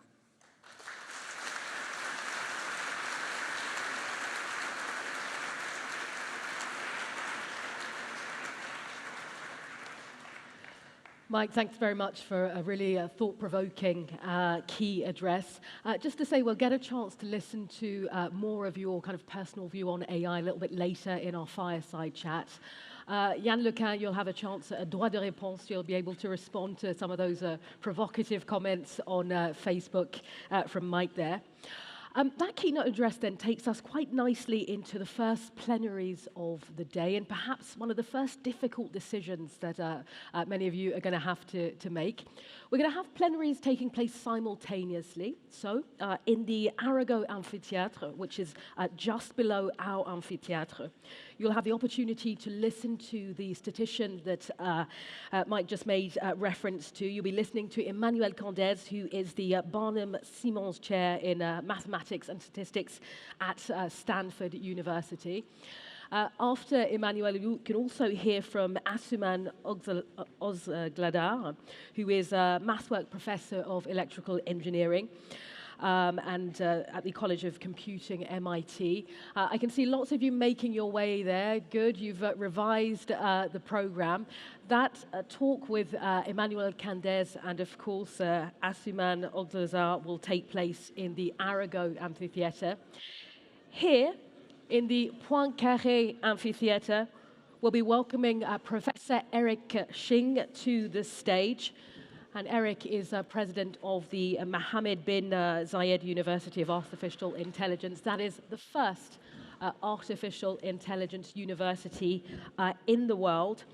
He's also professor of computer science at the Carnegie Mellon University and co-founder and chief scientist at the Gen Bio AI. So what I propose we do is give a few of you just a couple of minutes to choose which amphitheatre you're going to be in, either here in the Poincaré or also in the Arago, and we will start our first plenary here in the Poincaré with Eric Xing once the movements have been made. Okay. You can come on.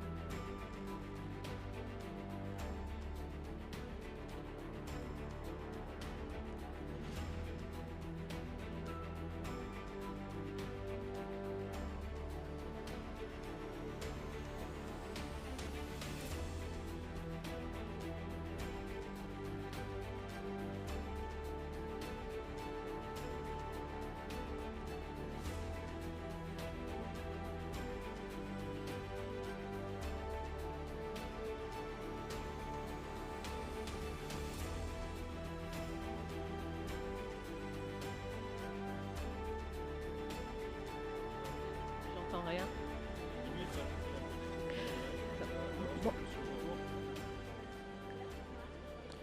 Est-ce qu'il peut allumer? Ah, super, c'est là, OK. Ladies and gentlemen, just a couple more minutes for you to take your seats here in the Poincaré Amphitheatre. Good to see that it's such a full house, ultimately.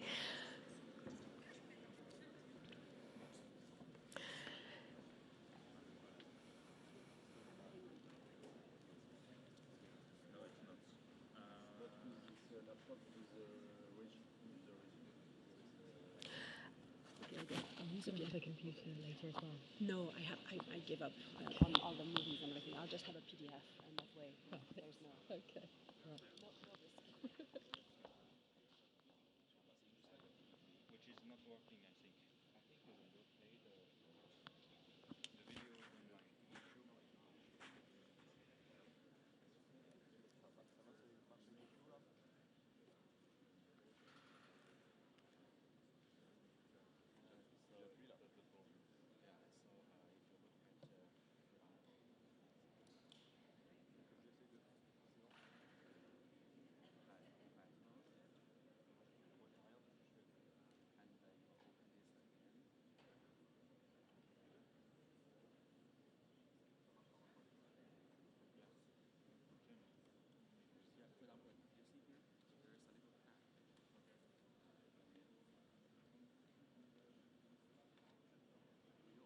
Just one more minute to allow you to find your seats.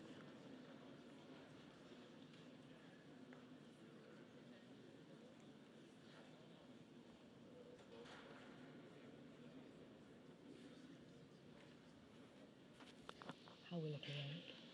Looking good? Should be good.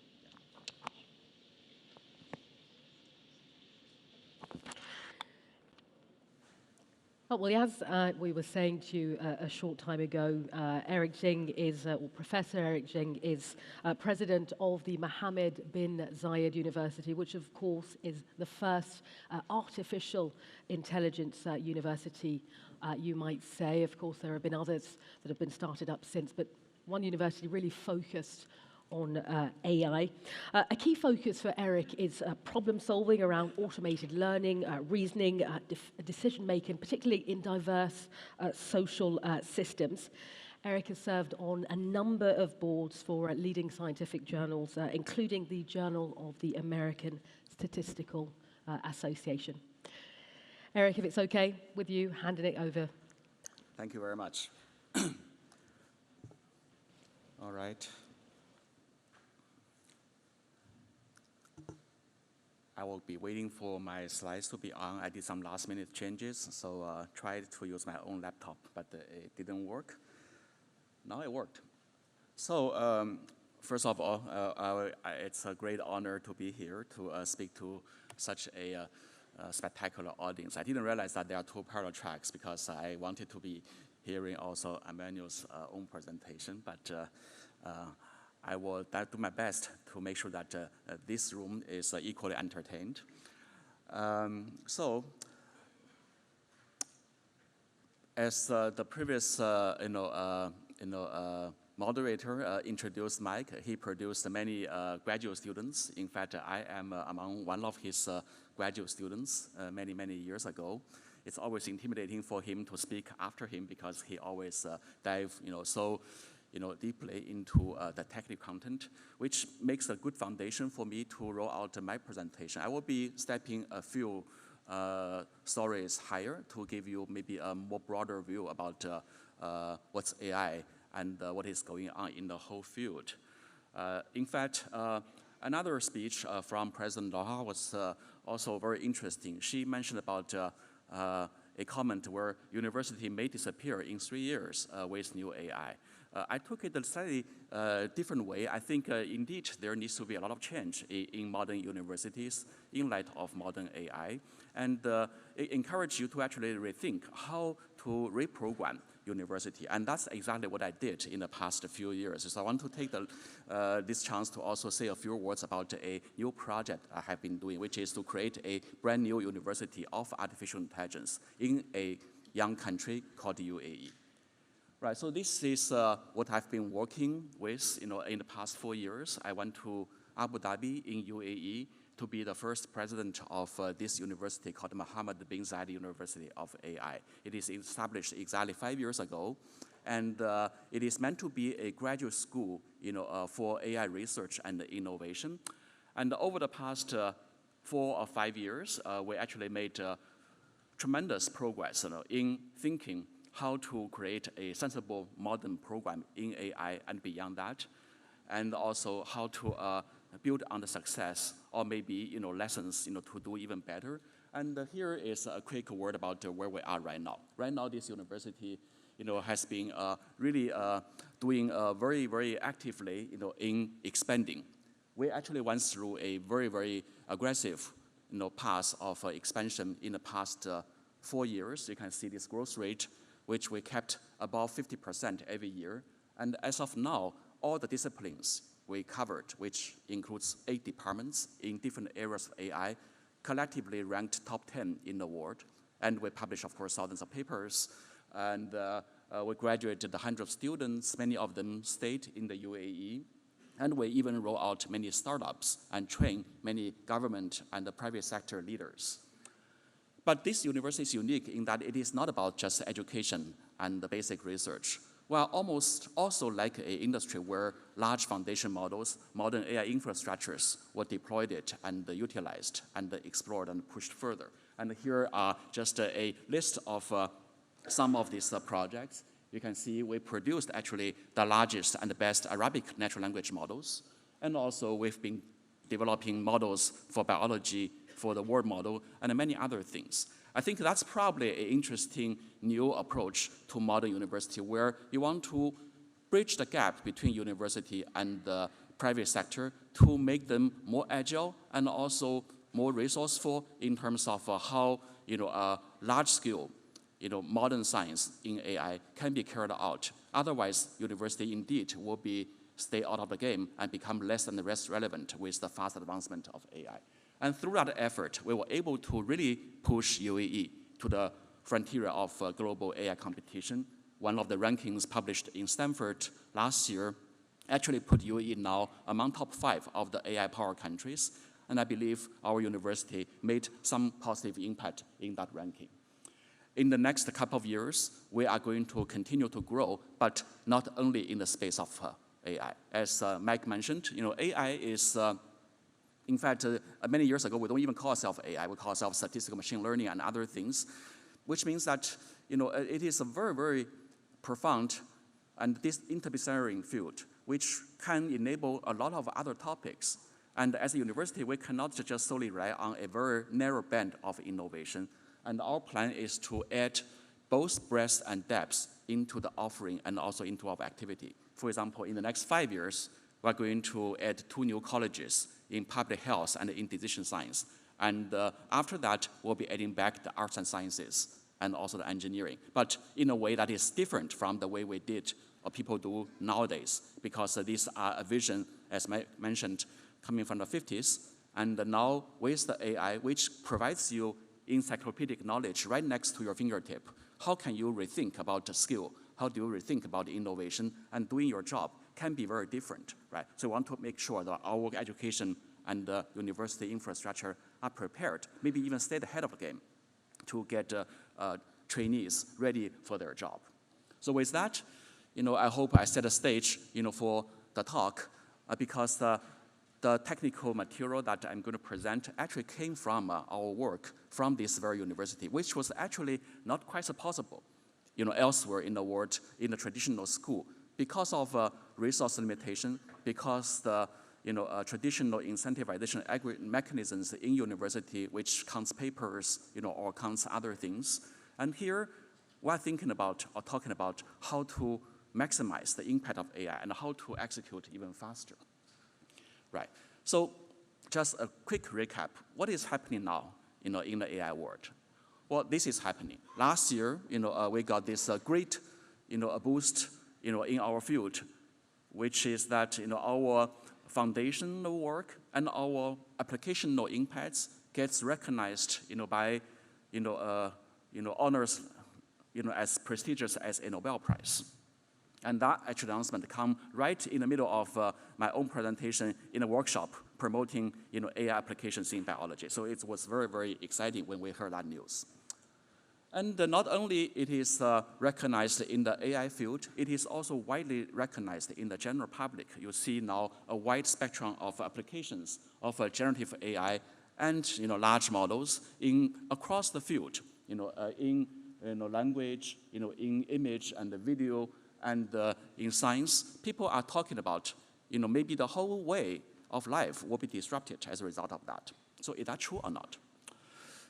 There are obviously a lot of debates, as we already just heard, right? There are, disagreements on what is the AI definition itself, how we do AI, and also how we extrapolate into the future. Some people are very optimistic about AI. They were talking about AI really, leveling up, over the course of development very quickly, in fact, to the point that they may be able to, generate a new civilization, enable organizations, or be, a propeller or catalyst of new organizations down the road through these multiple levels of advancement. Other people, including my colleague sitting right here, were less optimistic because, it is, very, very true that there are a lot of limitations in what we see in the current AI systems, not alone, some of the fundamental flaws in the design and in the implementation. And others, maybe are taking the middle ground. So I want to make this presentation a little bit outside of this debate because we can go on and on without a finishing line.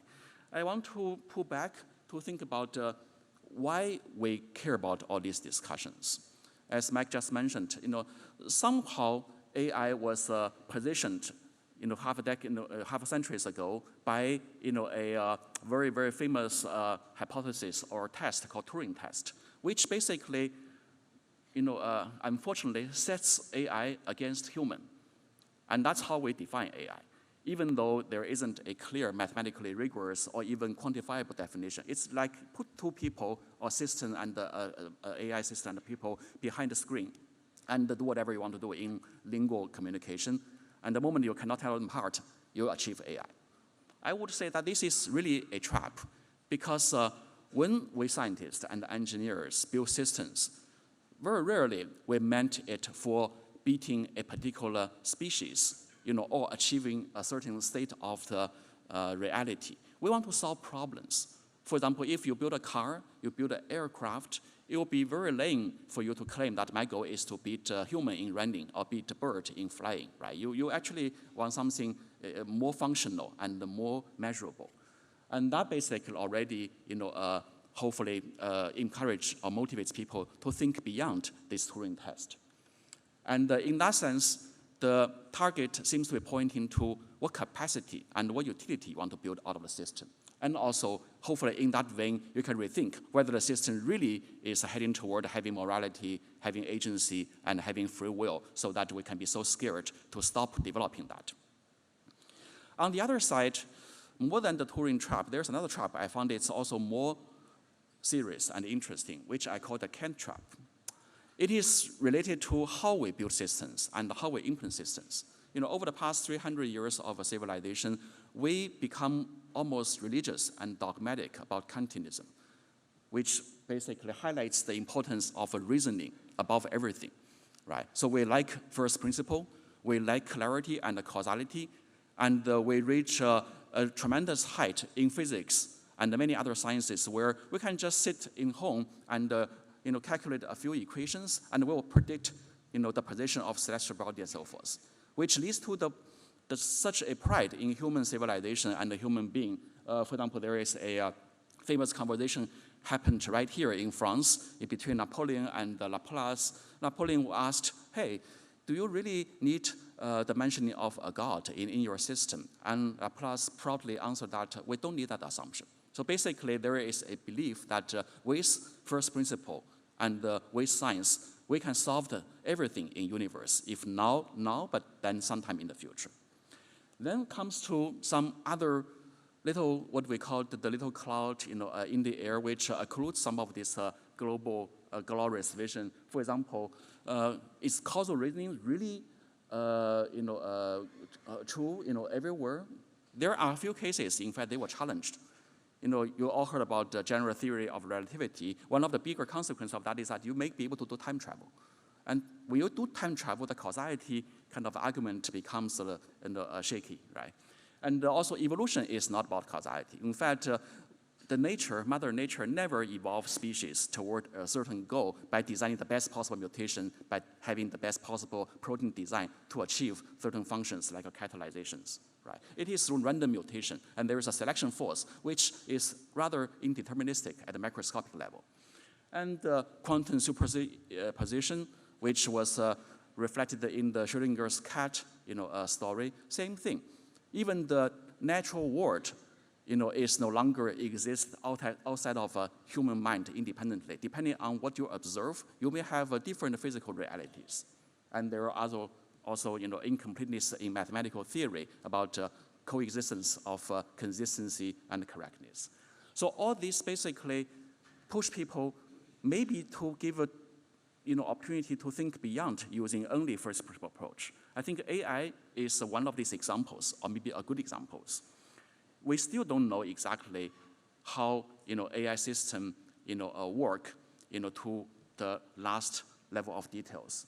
All we can say is that there are certain principles being followed, such as using large models and large data, which was missing from this older version of the slides. Self-supervised learning has been pervasively used, and it is building task-agnostic representations. That's very important. AI systems nowadays is not built toward a single task, but a whole collection of different capabilities, and so on and so forth. In the theory side, we actually don't have a clear idea about what is happening. They may learn a manifold, which relies on geometric theories. They may learn a distribution of the data and the phenomenon, which of course draws in probability theories. They may do compression using information theoretic operations. We don't actually know for sure, right? But without knowing this, can we make progress? What the goal is, the answer is yes. People actually set goals for building systems and were able to make tremendous progress even before we know all the details. And that's very unique in AI, unlike what we see in physics and other science. Talking about the goal. Setting the goal itself is actually a very interesting problem in AI, and which actually helps people hopefully to demystify a little bit what is LLM doing and what it cannot do. We all have goals in our life, and you can translate them into executable goals for systems. And here you can even write down into tiers in the form or in the level of difficulties. And here is my pyramid of capabilities, starting from read and write, and then do some reasoning, do some planning, and acting in the real world, and so forth, right? You can define tasks to now make all these capabilities measurable. And that's how engineer came down to the problem, rather than from the first principle and from the theory. And that leads you to start building solutions in the form of what we call models. And that's where you see actually where LLM stands. LLM is actually at the bottom of my task list. They do very well in writing and reading, and maybe also speaking. But the question is that can they go even above? Or can we assume that they naturally already achieve everything above? Okay?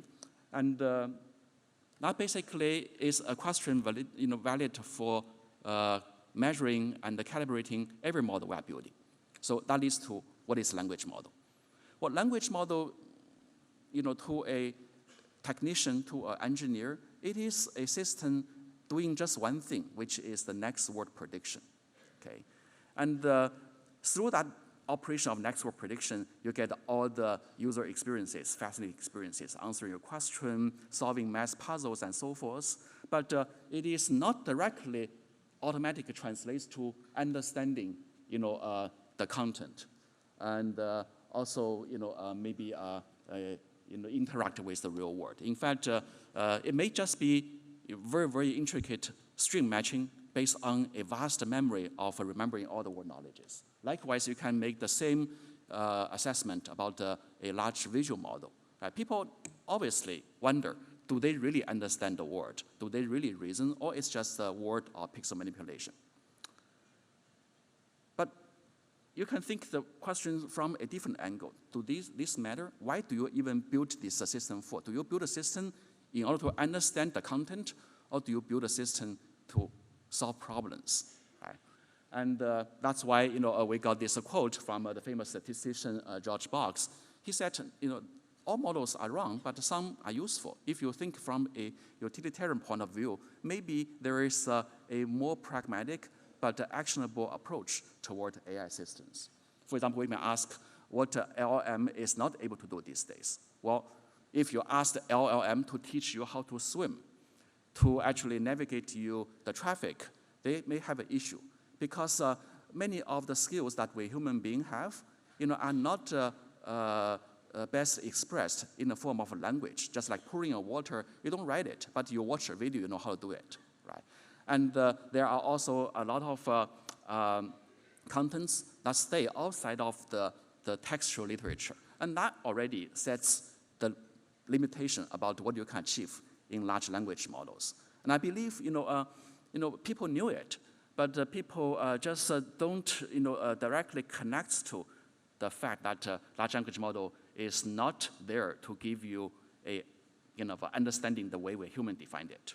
Right? In fact, the space where large language models, are doing their work is a very small one in our universe of possibilities and reasoning. And here you can see what's remaining, right? For example, we have, the space of real time and space, and the multi-agency with other people, and the law of natures. All these, don't be surprised that they may not be handled by large language models. But we don't call large language model stupid because they cannot do it, because they were not even made to do that. Right? So in that sense, I want to continue with two examples about what I see to be the future of this AI movement in terms of exploring more space of possibilities. The first one is a agent and a word model, which can help us simulate a cognitive and behavioral activities in the real world. What is a word model? Well, the word model, there are many definitions. One famously defined from Professor Yann Le Cun in his seminal articles. And here is my definition. It's a simulator of both the physical world, the emotional world, embodied experience, social experience, and all that. That's basically making up the world you are living in. And imagine that you have a model that can produce contents in all these. Then you literally have a word at your fingertip in the digital form. And how to make that is a technical design, which I'm going to browse away, but they involves, of course, ability to process sensory data, long memory, and ability to persistent memory, and also carry out objective-driven architectures and so forth. Right? But the biggest value of having a word model is to allow you really do reasoning among a bigger space of possibilities. There are, a different way of defining reasoning. We thought that our reasoning is about finding the shortest path toward our goal, or finding the optimal solution to a task. But every one of us probably, from time to time, do something called a thought experiment, which means hypothetical thinking. You just simulate outcomes of potential solutions, and you pick the best one. Right? And that's actually, a very intuitive way of thinking about reasoning, which is less, elegant and mathematically rigorous, but it works. And here is what a word model can enable you. It defines you, a oracle which simulates the next state of the word, given the previous state and the action. And this little equation, if you just expand the scope of the possibility and the content, can help you do a lot of things. For example, you can set up your goal, and then you can just do forward simulation by drawing samples, from this distribution or this generative model. And then you have multiple pathways toward the goal. One of them probably is hitting your goal. Others are getting closer or further. And then you can choose the one that is best for your fit or in your budget. In fact, the AlphaGo is an implementation of this idea. It is simulating multiple moves from a particular board position, and then using a Monte Carlo tree search to find the optimal one, and then execute it. Right? You can imagine that now my situation is not the board position, but real-world problems like a traffic in autonomous driving, like a battleground configurations, or maybe something you never experienced before, like how to colonize on Mars and so forth. And you can use the same idea of simulative reasoning to solve many problems. And that's actually what the world model is about. I'm not sure this video is playing. Oh, it is playing. Well, this basically is a video showing you how we might be able to qualify even the quality of the world model by measuring or testing its steerability. Because the word understanding is not very well defined. It is a very subjective opinion or maybe capability for human. But how a word model understands the world? Well, what if you can tell the word model to do things you like, steering the car and moving the objects and real-time instructing a particular behavior, and then the word model execute? That probably gives you a hint about how word model can understand the real world. Right? You can also put the agent into the word model because many word models these days are being equivalent to generating videos or generating 3D contents. But that's not really all the possibilities in the world. The real world contains people. Therefore, agency and our agents can be another content inside the world, and then they collectively generate signals into your artificial brain. And then over there, you can have a thought space, doing hierarchical embedding and putting back the responses, making recommendations of actions and so forth. Right. So this is a direction we see to be highly promising and important for the AI to go beyond large language models. And here is a sketchy of a potential architecture design down the road where the word model, which is a bigger version of the large language model built on multimodal data, can be itself a module inside an agent model, along with other representations like the goal, the belief, and also the plans, and also interface with the external tools and other things. You can even build a community, as Mike mentioned, or a collective group of agents, which gives you this more collective behavior in an abstracted way. Then you have a super agents which can make macroeconomical or societal decisions based on the situations. Right. So again, I couldn't play this movie, I guess. And what is happening here is that I want you to imagine what a agentic and a physical world look like. Oh, it is playing, right? It is actually not what you see in Sora and in Gemini 2, a Genie 2, where you see cool, visual effects and the cool, movies and the 3D renditions of the reality. Agentic world is a world that you experience in real life, where this particular guy, you can see that he is running, he actually is interacting, with the object, inside the world. Imagine that when you drive, if you treat the coming car as an object versus you treat the car as an agent, which has its own plan, its own intention, I bet your behavior will be very different. You may run away from it, you may stop, you may just go head on. Who knows? But if it's an object, you don't actually feel that complicated to avoid traffic, right? So that's basically what I see to be a promising direction, an important one down the road for the AI system to go beyond LLMs. I want to have a word about whether we should be afraid of this or not. There are a lot of discussions and speculations about the AI system become so powerful that it come after people and kill people. Well, this is more than just a sci-fi. In fact, I didn't see people seriously establish hypotheses and proof or evidences of substantiating that statement. And here, I want to add my thoughts. I think when we talk about agency, free will, moral, and drive, it is a different space than having a task and solving it. It is not very clear yet, our current architecture even have room to accommodate this kind of capability, and also what kind of data, what kind of task, can be used to attain that kind of capability. So I think maybe it's not impossible, but we're not so close to reaching that state yet.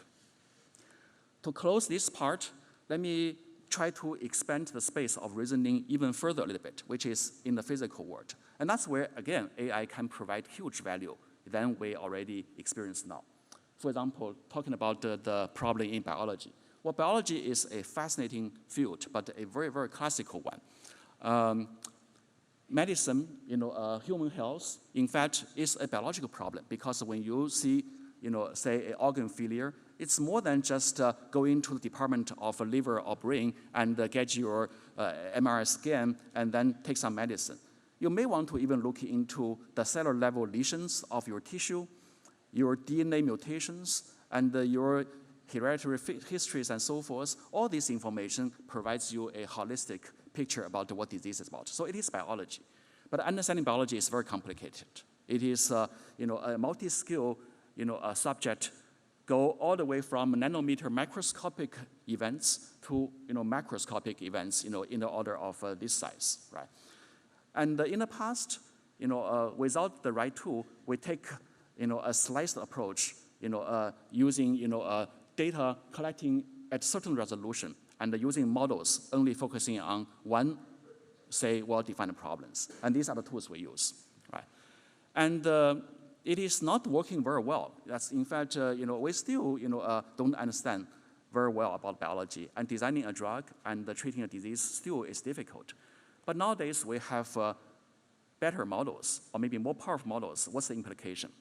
For example, we see one implication already, right? You can now solve this puzzle of protein structure like we never did before in a very, very efficient and accurate fashion and very fast. And it's important to remember that AlphaFold 2 does not understand the law of physics. Okay, it is a purely data-driven approach that gives you a input-output mapping between the sequence and the structure by training on many collection of large data. And it's a very different approach, an empirical one, an empiricist one, against the first principle one in solving a big piece of puzzle in science. And it is recognized by a Nobel Prize. And these two contrasts is very, very important to recognize because first principle approach, however elegant it sounds, it gives you uncertainty of quantification of uncertainty, clarity, explainability, but it is not scalable to many of the problems we want to solve even now. Whereas the AI foundation models gives you that capability in terms of the outcome, even though it is not quite satisfying all the scientific curiosity and also the clarity and the causality. But I think there is a middle ground that we can live up with both and let the two approach to naturally merge rather than waiting with each other. So in that vein, there has been a lot of amazing developments in the past several months, in fact, using foundation models in biology. And this is one effort I want to highlight, which is called an AI-driven digital organism, which is not about just building one model for one type of data, but building a cluster or system of models that covers different aspects of biological data, from DNA to RNA to protein to cell to tissue and to phenotype. Why this is possible? Well, because we see similar things are happening already, in our cognitive space with language model merged with a visual model, now with audio models and so forth. So multimodality is no longer a hurdle. The fun part is, of course, is to find the right representation architecture for unique biological data that is different from the human language and the visual. But this is an ongoing research which I believe to be very, very rewarding and interesting. And our approach is to take a divide-and-conquer approach to build smaller models from ground up, and then try to really connect them together through, for example, hierarchical embedding, through cascading of information, and the conditional generation and so forth. They have all sorts of techniques being developed and to be developed to make use of the models in a collective way. And then you can harmonize them, hopefully, to achieve higher predictive goals, which can simultaneously, for example, predict interesting queries from all different levels, all the way from drug design to simulation of cellular environment and the treatment effects. I think this vision is going to be disrupting the science of biology in a tremendous way. Right now, the field of biology are still primarily relying on wet lab, physical experiments, and trial to make the discovery, to confirm the discovery, which is a very expensive thing. And with imagine a digital organism which can simulate all possibilities of biological world, what you will probably do is to use the simulator, the AI system, to first do the exploration, right? To weed off the low probable hypothesis, and only output the most probable ones, so that you can do only a few wet lab experiments, to validate. And this is getting the biological science closer to what we do in other places, where such as power plant design, chip design, relying heavily on simulation and computing instead of trying a physical production to explore all possibilities. So I think there is a potential for such a AI-driven digital organism to be a new paradigm for in silico biological research, just like what we do in other disciplines and science. So here are just two examples I want to share with the audience about how AI may evolve and develop in the next couple of years. And I want to close by making the following remark. Scientists are supposed to be open and also undogmatic. But it turns out that in the past several decades, we scientists ourselves become rather dogmatic about the approach we take. We become less skeptical about the science itself, right? And this is actually, probably a side product unexpected from Kantianism, because reasoning and the first principle makes you feel so powerful and so satisfying, whereas humanists, who rely on empirical evidences, and having skepticisms, for almost everything, makes people less confident, makes people feel unsafe. But I think with the advancement of AI, which builds on large model, the progress and the outcomes, the engineering products are maybe for the first time in history dramatically outpace our ability to understand every fact and every theory behind the finding. So should we stop and wait for the theory to catch up, or should we carry forward the experimentation, to advance the science, and at the same time, doing the understanding simultaneously? This is a good question we should all face as scientists. So I want to conclude by one example, which again comes out of France. Dr. Pasteur, who invented the vaccine. Can you call them a Kantianist or a humanist? I don't know. But one thing I know is that by the time he invented the vaccine, we don't have knowledge about DNA. We don't have knowledge about protein. We have very little knowledge about the cell, right? Therefore, that discovery of a vaccine getting people, immune to infectious diseases is a pure empirical finding, and it was adopted and accepted through very rigorous tests. And that ended up saving millions of lives. I think we are at the same moment right now in AI, where great inventions and great capabilities are being presented. It is us to decide, how to mitigate the risk, but also how to balance, the speed of innovation in that direction versus, being cautious and being risk avert to impose strict regulations about what we are doing.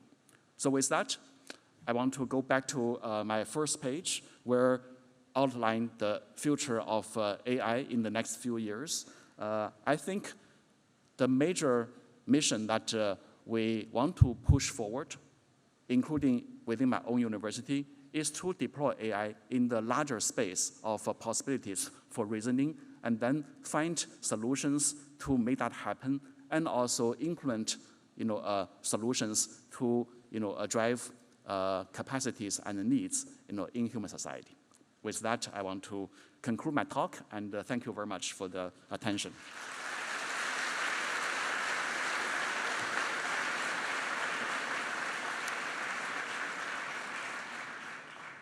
Eric, thank you very much indeed for that. Again, another insightful talk for us. A really good note to leave us on what next in terms of responsible AI. Just want to let you know that Eric will participate in our roundtables that will take place just after this section of the program. Again, your opportunity to make this an interactive event. If there are questions that have spiked your interest during that plenary, please feel free to scan the QR codes that are at the entrance to the amphitheatre, and you'll have a chance perhaps to hear your question asked live on stage shortly. All right, next, for our second plenary, we're going to hear from Joëlle Barral. She's a Senior Director of Research and Engineering at Google DeepMind. Joëlle's research interest includes theoretical and empirical aspects of frontier models, as well as early-stage research in artificial intelligence, and as well as the early life sciences. She oversees a team of researchers Europe-wide and as well in North America. She was previously the software lead at Verily, and in 2019, some of you may know that she was the proud recipient of the very prestigious Pierre IV Prize. Joëlle, over to you.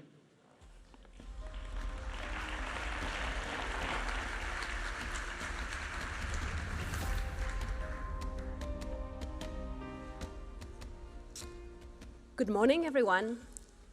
It's a real honor to be here today to share how we're accelerating scientific discovery with AI.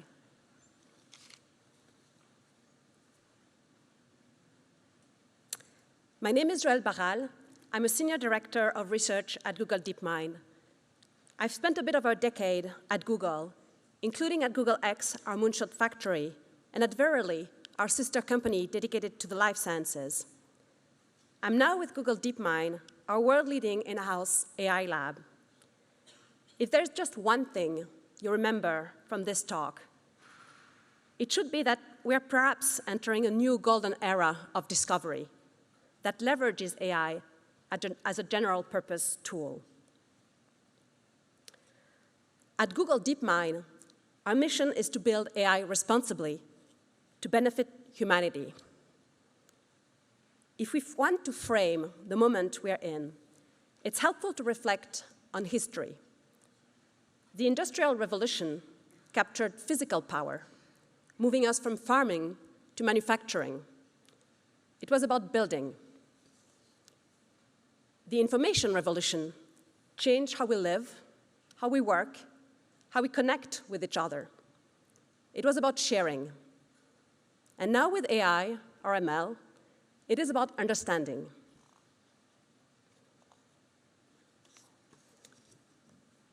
We believe that AI will power a fundamental social and economic transformation in the world, and it will do so through the sciences. So you're probably wondering, what does a scientific revolution from AI look like? And I'd like to start with a very concrete example in molecular biology that Eric already alluded to, AlphaFold. Proteins are frequently called the building blocks of life because almost all biological processes in every living thing depend on proteins, from the twitching of your muscle fibers to the firing of your neurons. In 1949, Frédéric Sanger correctly determined the amino acid sequence of insulin, one particular protein. Think of that amino acid sequence as a string of beads, where each bead is one among 20 letters. Frédéric got the Nobel Prize in 1958 for that discovery. And that discovery also started molecular biology as a field. Scientists in molecular biology were then keen to determine the shape of a protein, its 3D structure. Knowing that structure matters if you want to understand, control, or modify a protein's function. For example, if you want to predict what molecules bind to that protein and understand various biological interactions, if you want to discover new drugs. Finding a computational solution to that problem is far from trivial. It's known as Levinthal's paradox. There are about 10 to the power 300 conformations that a typical protein can take. Enumerating all possibilities would take longer than the age of the universe. And yet somehow in nature, proteins fold spontaneously within milliseconds. Protein three-dimensional structures are obtained using two popular experimental techniques, either X-ray crystallography or nuclear magnetic resonance NMR spectroscopy. You can use one or the other depending on the size of the protein, whether it can be crystallized, or whether you want to study it in its native solution environment. And that's actually quite difficult. X-ray crystallography requires a synchrotron, which is really big. once you have an image, you mathematically solve the inverse problem to get to the protein structure. And after decades of experimental work, about 170,000 structures had been determined and collated in the Protein Data Bank, PDB, which is an incredible resource, and I'll get back to that.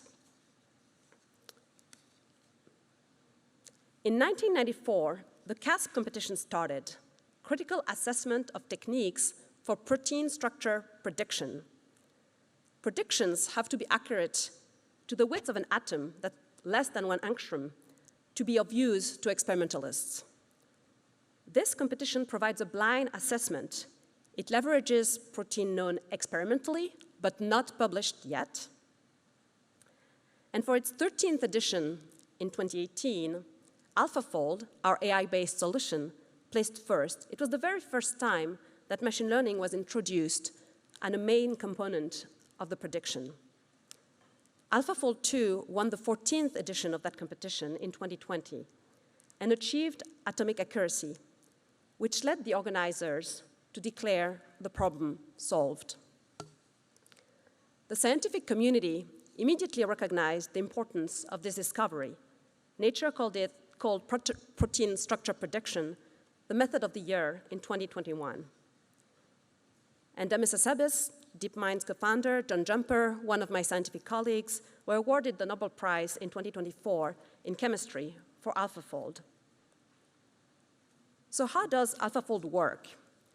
The Protein Data Bank, which I mentioned earlier, was used as the starting point to train AlphaFold. You feed raw data to the model. Here, the particular sequence, S, I, F, S, Y, I'm not going to read it all, represents a protein known as T1049, also identified as 6Y4F. Ultimately, AlphaFold predicts the structure of this protein, which is an adenosine tip protein, crucial for bacterial attachment. The central diagram outlines what AlphaFold does, and Eric also had a beautiful one in his presentation. Evolutionary and physical constraints were built into the architecture, along with the learning. And in the full end-to-end system, there's a recycling stage that iteratively refines the structure prediction. On the right, you see the final product, a visual representation of the predicted 3D structure. This ribbon diagram shows the protein's backbone folding into its functional shape. The 93.5 GDT indicates the high confidence in the accuracy of this prediction. GDT stands for Global Distance Test. It's a measure of similarity between the predicted and the experimentally determined protein structure. AI models like AlphaFold can predict protein structures, but how do we know that those predictions are accurate? And this is something we heard earlier this morning as well. How can we be confident in the prediction of those models? This slide highlights the crucial ability here of the models to assess their own confidence, giving us a measure of reliability for different parts of a predicted protein. On the left, you see a protein structure with segments that are color-coded by confidence level. Dark blue means very high confidence. The model is quite certain about the structure in those regions. Lighter shades of blue, yellow, orange show decreasing confidence. Notice that some parts are consistently dark blue, likely representing well-defined structures like helices. Other segments, for example loops, show lower confidence, suggesting that these regions are more flexible and harder to predict. And on the right, you see a contact map, which provides further insight. It shows predicted interactions between amino acids. Stronger interactions mean closer proximity. The blue square highlights a confident domain, a region with lots of strong interactions, matching the high confidence of the structure. And the red rectangle shows a potentially disordered region. The interactions are weaker, less frequent, reflecting the flexibility and uncertainty of the structure. There's more wiggle room, if you wish. So the key here is that the models aren't just giving structures, they're giving us a sense of how reliable the structures are. High confidence regions are more trustworthy, and low confidence ones might need further investigation. This information is crucial for researchers that allow them to focus their efforts and interpret the results more effectively. AlphaFold has now allowed us to map over 200 million proteins. That's pretty much every protein known to science. So we then consulted with experts in biosecurity and ethics to assess the risks and develop guidelines for AlphaFold's use. It was released in phases, starting with a limited release to researchers and gradually expanding access while monitoring for potential misuse. We open sourced the AlphaFold code and created a database of protein structure predictions that are enabling researchers worldwide to use and build upon the technology. And you can actually very easily use it. If you search for AlphaFold server, you can type your own favorite amino acid sequence and get a beautiful protein. So I encourage you all to just try it. It's now been leveraged by more than 2 million scientists worldwide, and it's become a standard tool in the biology toolkit. I'd like to share a couple of examples. We all know that plastic pollution is a threat to the environment. AlphaFold has helped researchers to make breakthroughs that could help solve this problem. A particular team in the UK was able to screen 100 candidate enzymes in 2 days, supporting their work to potentially engineer faster, more stable, cheaper plastic recycling enzymes. In the race against drug-resistant bacteria, bacteria have evolved the ability to defeat modern antibiotics, and that's quickly becoming a global problem. With new antibiotics thin on the ground, scientists are looking for a different approach. Can we actually target the resistance mechanism of bacteria? Blocking the mechanisms, which is controlled by enzymes, should allow existing antibiotics to continue to function. But understanding the structure of these enzymes have proven incredibly challenging with purely experimental methods. So AlphaFold has helped researchers reveal structures within the resistance mechanism. This is accelerating their work on possible solutions to that problem of antimicrobial resistance. One last example. As you might know, malaria is second only to TB, tuberculosis, in terms of its devastating global impact. It killed roughly 600,000 people in 2020, mostly children under the age of 5. And existing vaccines only target the first stage of the parasite's life, and that has limited efficacy. So a vaccine effective at every stage of the life cycle would help prevent the transmission of the disease, as well as protecting those exposed. AlphaFold has helped researchers understand the full-length structure of a critical protein related to the disease. And that breakthrough marked a turning point in their work, enabling further research into a transmission-blocking vaccine to help combat malaria. What's important in all of those examples is that AlphaFold is a tool in the toolbox. It's not enough, but it's critically accelerating a lot of the work. Now, AlphaFold 3 has moved beyond proteins and can predict the structure and the interactions of almost all of life's molecules. You can think of AlphaFold 2 as solving the static picture of a protein. And AlphaFold 3 is taking the first steps towards modeling the interactions and the dynamics. It can model interactions between proteins, but also between proteins and other biomolecules. So now that I've taken you through a journey through the wonders of biology, I'd like to take a step back. Because you might wonder, why was a company like Google DeepMind interested in protein folding in the first place? And what does it tell us about AI-assisted scientific discovery more broadly?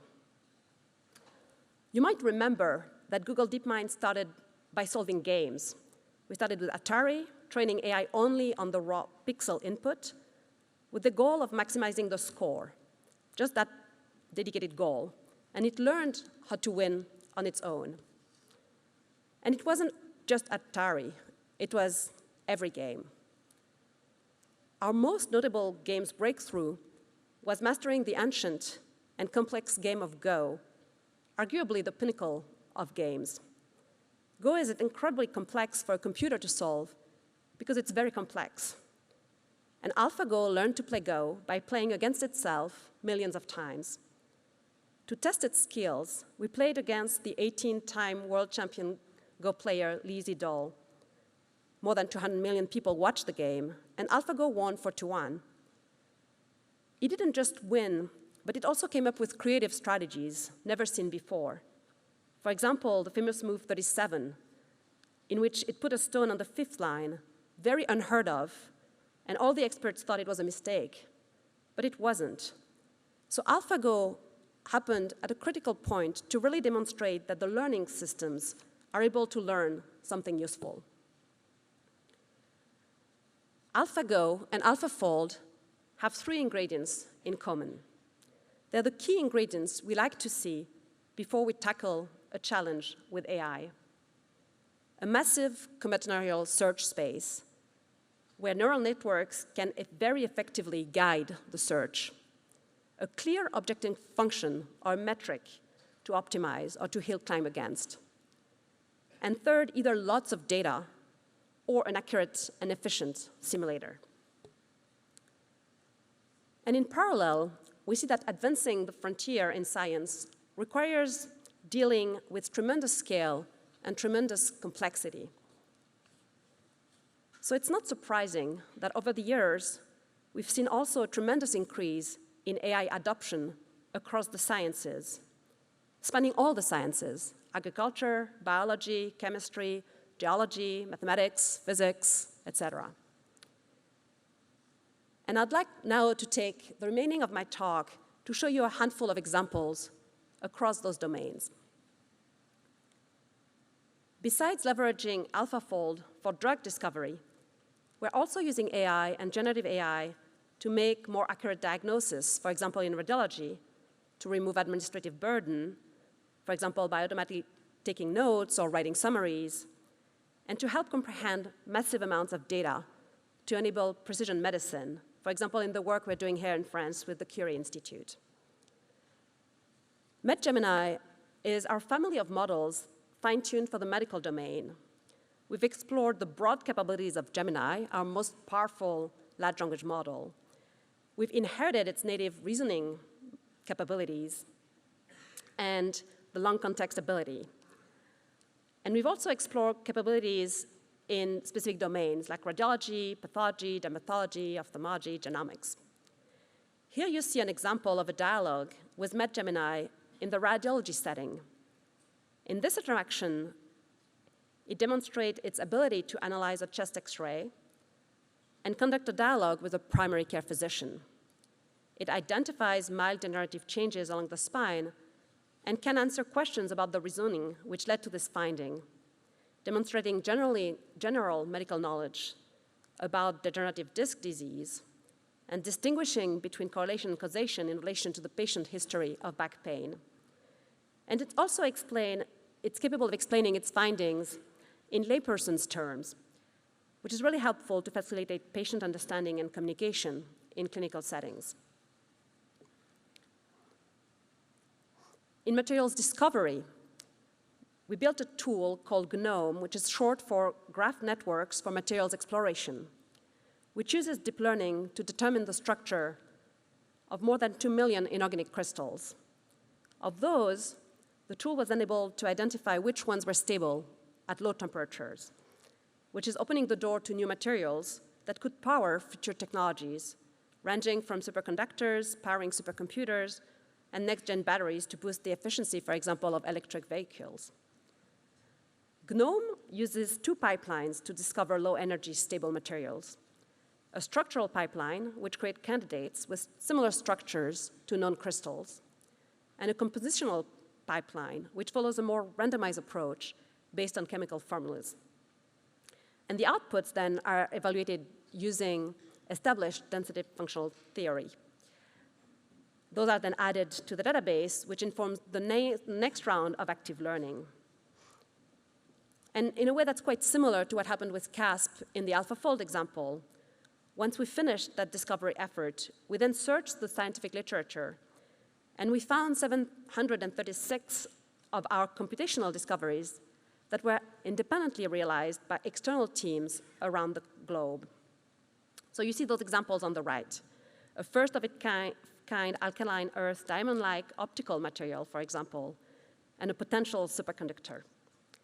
We've released that database of newly discovered crystals to the research community. It is giving scientists a catalog of promising recipes for new candidates, and we hope it will help them test and potentially make the best ones.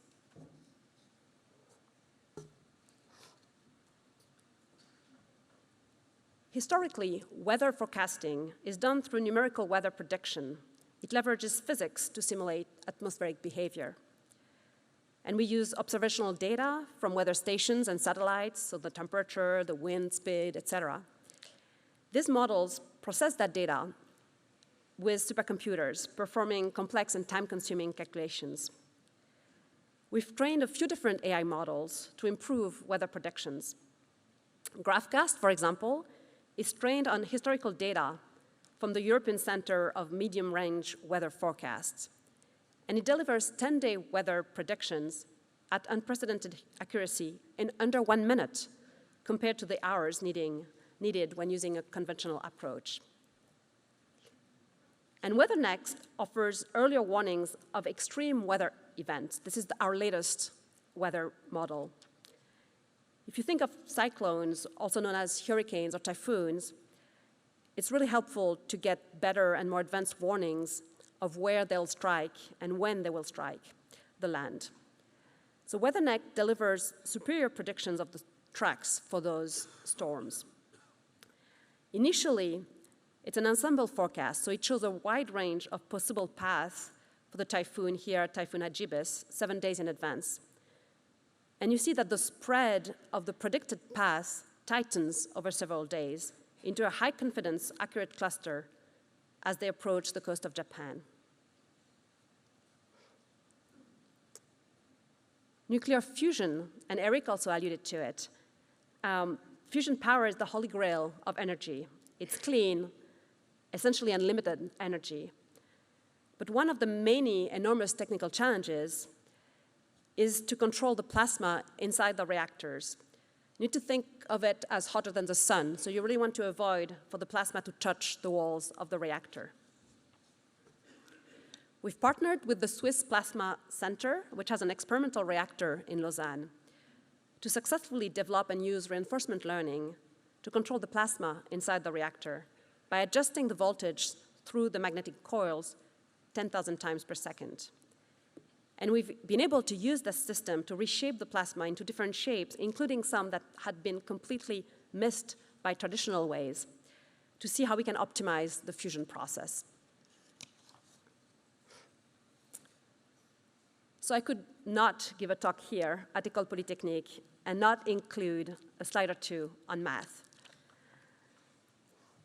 We're leveraging AI to solve mathematical problems, and we tested them against some of the mathematical Olympiad problems last summer at the IMO 2024. AlphaProof has demonstrated capabilities that are approaching gold medal level at the Olympiads. It's a system that trains itself to prove mathematical statements in the formal language Lean. AlphaGeometry is an AI system that solves complex geometry problems, and were applied here to problem 4, for example, in that competition. Remember Move 37 for AlphaGo? What I find most fascinating is to hear how mathematicians leverage these tools to wander into uncharted territory and build new intuition. Through vision language action models, robots are able to figure out how to do things that they were never explicitly programmed to do, which was impossible just a few years ago. If you were to see the video, you could see, but I hope you can picture how robots can learn complex two-armed tasks from human demonstrations or simulations. And here's another example that leverages Gemini 2.0, our most capable and advanced model. There's a lot of potential to harness this for robotics. So we're experimenting with agents that can help in the physical world by applying Gemini's spatial reasoning capabilities to robotics.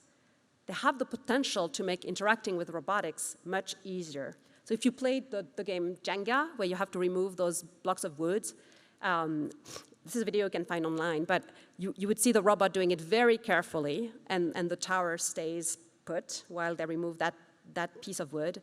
and a human comes in and destroys the tower just to demonstrate that it wasn't glued and it's actually a real Jenga tower. Robotics is both a scientific and an engineering discipline. That's why it's not the focus of a keynote this morning, but it could be. It really deserves a lot of time and consideration. I encourage everyone to pay attention. A lot is going to happen in robotics in the coming years. So in the same way that AlphaFold has revolutionized biology, we believe that we're entering a new golden era of discovery, where many scientific fields will be revolutionized by AI. This is science at digital speed. It is therefore critical that we train the next generation of scientists accordingly, and that we bring diverse perspectives to ensure that AI benefits everyone. I thank you for your attention.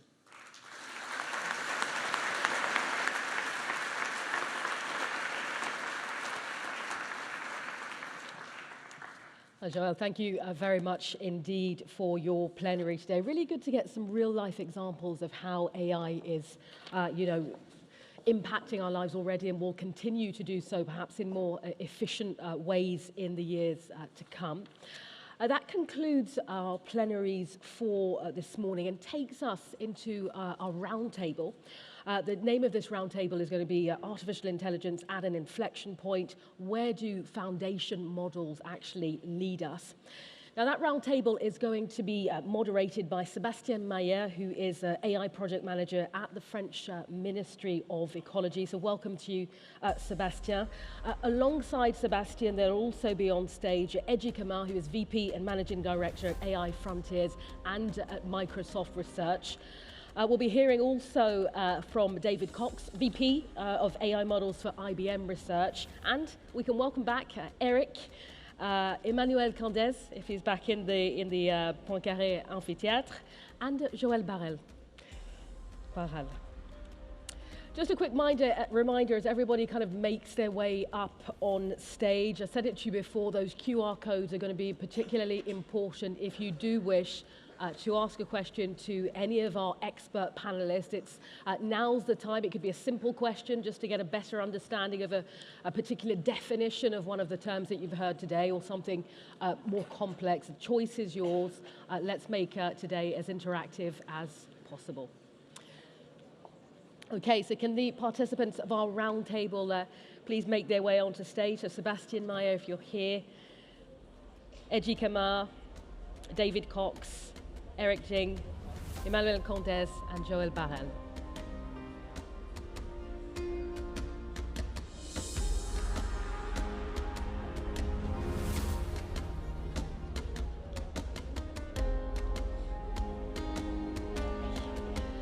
Guys, we're still waiting. Is Sébastien?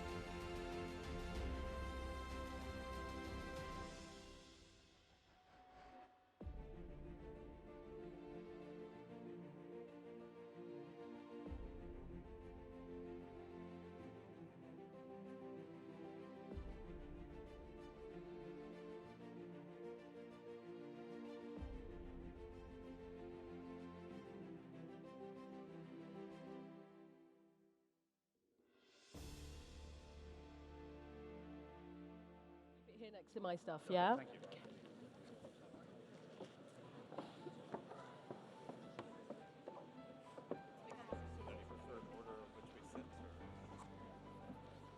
Fine for you to do that there. Yeah, yeah.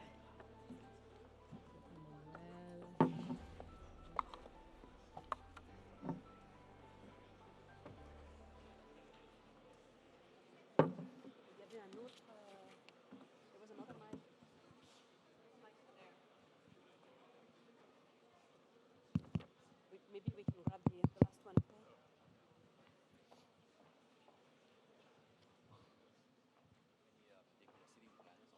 I don't know which one is working, so.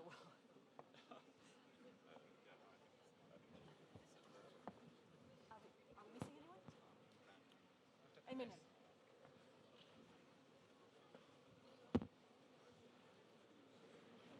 Du coup, on a combien de temps, Sébastien? On garde le temps ou on raccourcit un peu? 40 minutes, d'accord.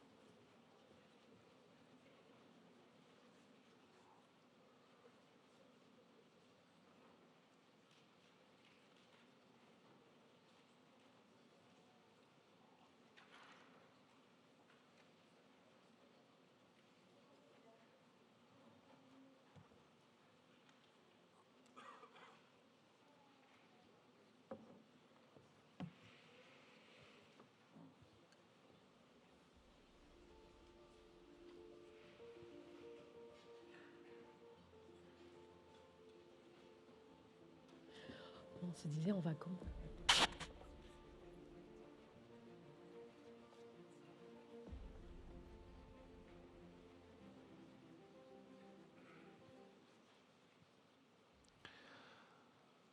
Ladies and gentlemen, welcome to the very first roundtable of the event AI, Science and Society, hosted by the Institut Polytechnique de Paris.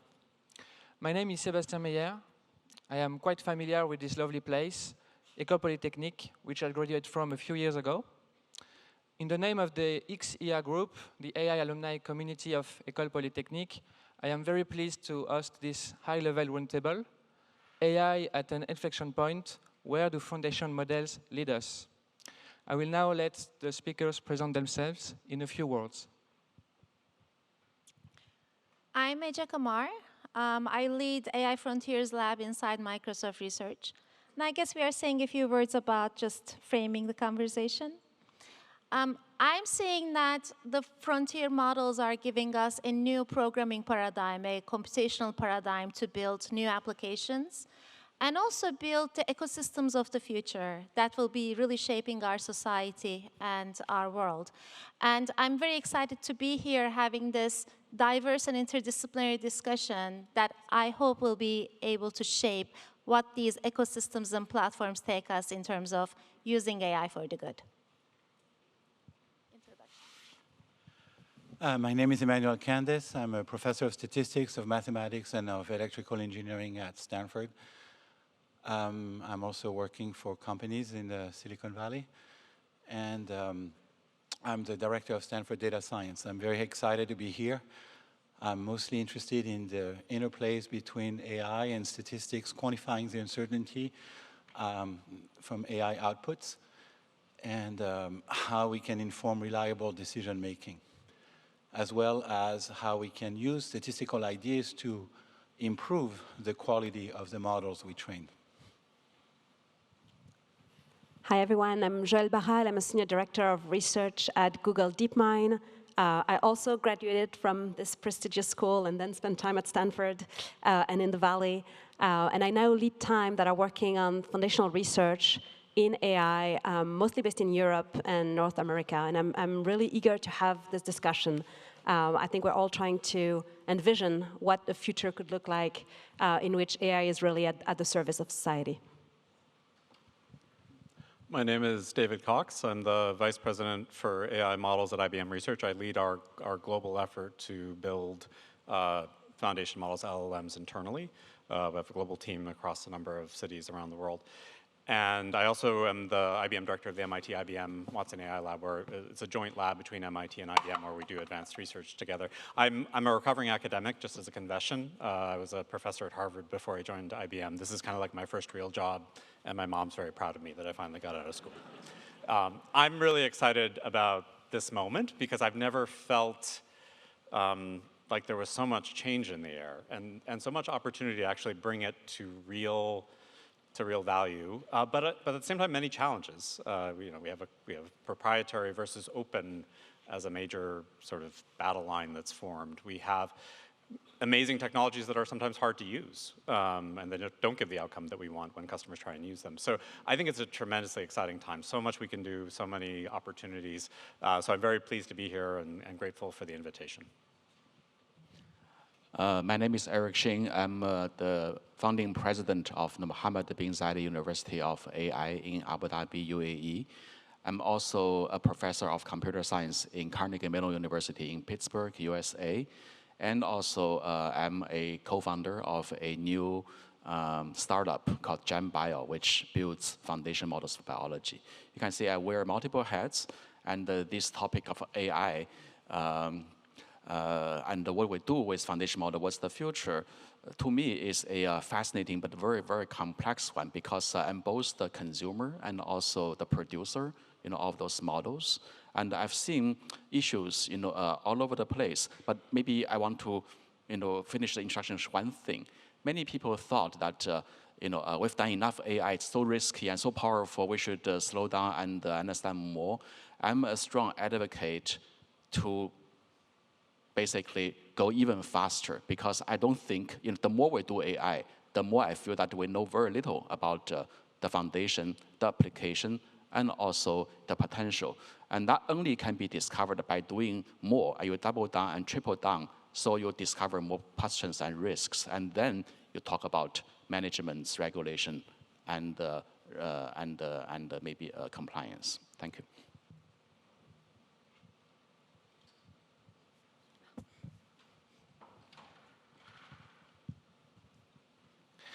Thank you very much. Let's deep dive into one of our topics. Many current foundation models excel in language processing, but struggle to integrate other modalities like vision, audio, or biological sequences.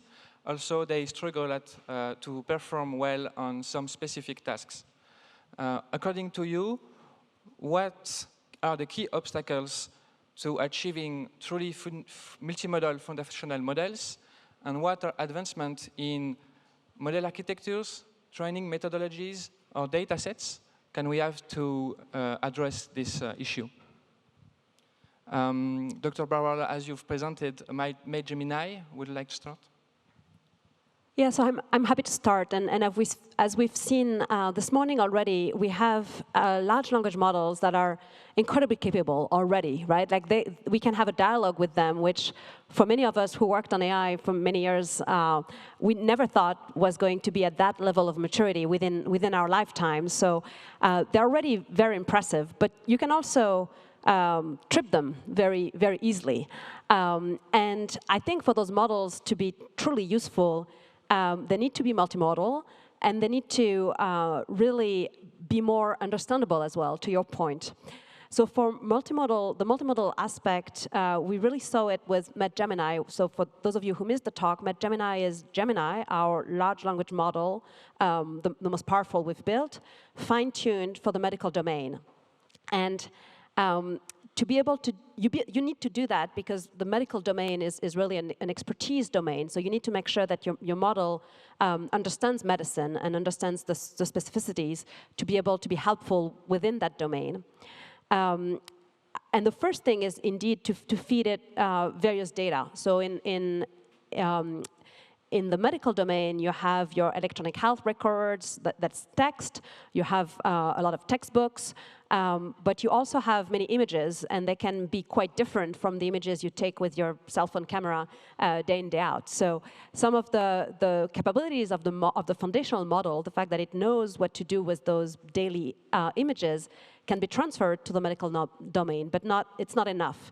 When you think about digital pathology, those are humongous slides. So that presents specific challenges in terms of just the infrastructure to be able to train those models. And then you have a wide variety of types of data.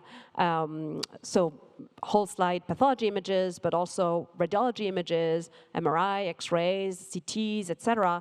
You have your genomics information, which is an incredible source of information, but also quite idiosyncratic in terms of the format and the structure of the data. And so you need to really factor that in. You also have data that is very often not in the same abundance as you can have with, again, your dogs and cats and things that everyone takes pictures of every single day. So that requires you to think a bit differently in the ways you're training your models. But you ask about the challenges, and I think the biggest challenge for anything we do, especially in healthcare, is how we evaluate our models. Like, what are the benchmarks? What are the multimodal benchmarks that are going to allow us to be confident that our models are getting better and that they're getting to the level that they can really be helpful? So in the MedGemini work, we pushed a particular benchmark, which is called MedQA, which has been an academic benchmark that various groups have hill climbed against. I mentioned in my talk how it's important to have an objective. So that was our objective, really, to show good performance on that benchmark. But then we also demonstrated that we had saturated it, meaning the remaining couple of % were not really something meaningful that we could continue to improve against, because the nature of the questions were, those questions were ambiguous. They don't necessarily had a definite answer. And in medicine, this is something we've learned over the years. Even in the previous phase of AI with narrow AI, we did a lot of work in diabetic retinopathy. And when we did that work to be able to establish the ground truth, we worked with many ophthalmologists to ask them to label the same data again and again and again. So either themselves doing it a few times with some time in between, or having different experts do it. And then we compared. And it's really hard to establish a ground truth in medicine very often. For that example, we ended up having a beautiful visual representation of the discrepancy between physicians. And they were all board certified, so very, nothing against them, like very capable physicians, but it's just really hard for a human to judge the images. And we even made a t-shirt out of that metrics because it was so telling that it's hard to establish a ground truth. And so I think that difficulty is even more amplified in generative AI, where really establishing those benchmarks is tricky and is also very specific to a particular context. So in the US, for example, the field is quite advanced, so many different groups have started on that journey. But in many countries of the world, people haven't really started to think of the ways they will want to evaluate those models.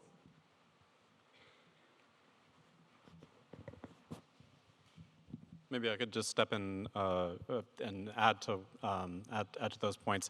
I mean, I think one challenge that we sometimes see across domains is that the volume of data that we have available for text isn't available in other domains. It can be harder to get any data. It can be hard, like there are cases where that amount of data doesn't exist in the world. Humans haven't even produced that much for certain kinds of things. So there's an interesting mismatch there that I think sometimes companies, for instance, will struggle with, where they want to do the AI thing, but they actually have relatively small volumes of data. But then at the same time, there's something really interesting about how almost every domain and modality we have can be mapped into language to some extent. And it's sort of wild that we can just sort of project images, time series, whatever we want to project, you just project it into the space of this language model. And I think it's actually saying something kind of profound about our ability to express lots of different things, including kind of out-of-domain modalities with language. But it's going to require development. It's going to require additional applications. I think traditionally, things like computer vision have been, obviously the computer vision community wanted to come along and participate, and we have vision transformers, and we have multimodal vision language models. But then there are other domains like time series, which are actually quite like classical in some sense, and super important for business where there's been relatively less attention. And you know, these are some of the things we're working on. We're actually finding that you can build pretty good time series models, but we're just getting started and then thinking about how that mixes together. So it's an interesting example of pulling together different disciplines, sometimes older disciplines, bringing them back and combining them, and not necessarily accepting the sort of narrative that people sometimes do, that it's just one model will just sort of organically do everything. I think bringing those different disciplines together is actually really important and enriches both sides. Maybe I can also add to the excellent discussions so far. I want to maybe raise two additional challenges, one technical one and another cultural one. The technical one is that, you know, we've seen success of large language models. And with many people, you know, believe that, you know, that lays out a very good technical roadmap. You just make model bigger, you replace language data with other data, and then you go the same routine, and hopefully you get something amazing.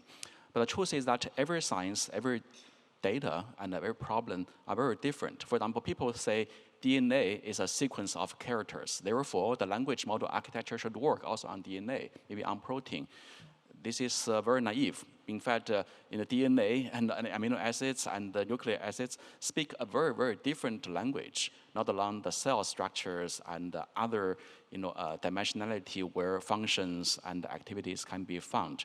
So there is a lack of, how shall I say this, enthusiasm or daring spirit of exploring new architectures, including new representations, new tokenization, and the new algorithms, new loss functions, you know, in the architecture. I think this space is owned by a small amount of very, very core people with the resource and with maybe the right data, but the community is not big enough. And that's why, as a whole, we see, you know, academia and maybe even, you know, researchers industry by and large as simply practitioners and followers of a given prescription and try to make instances of it.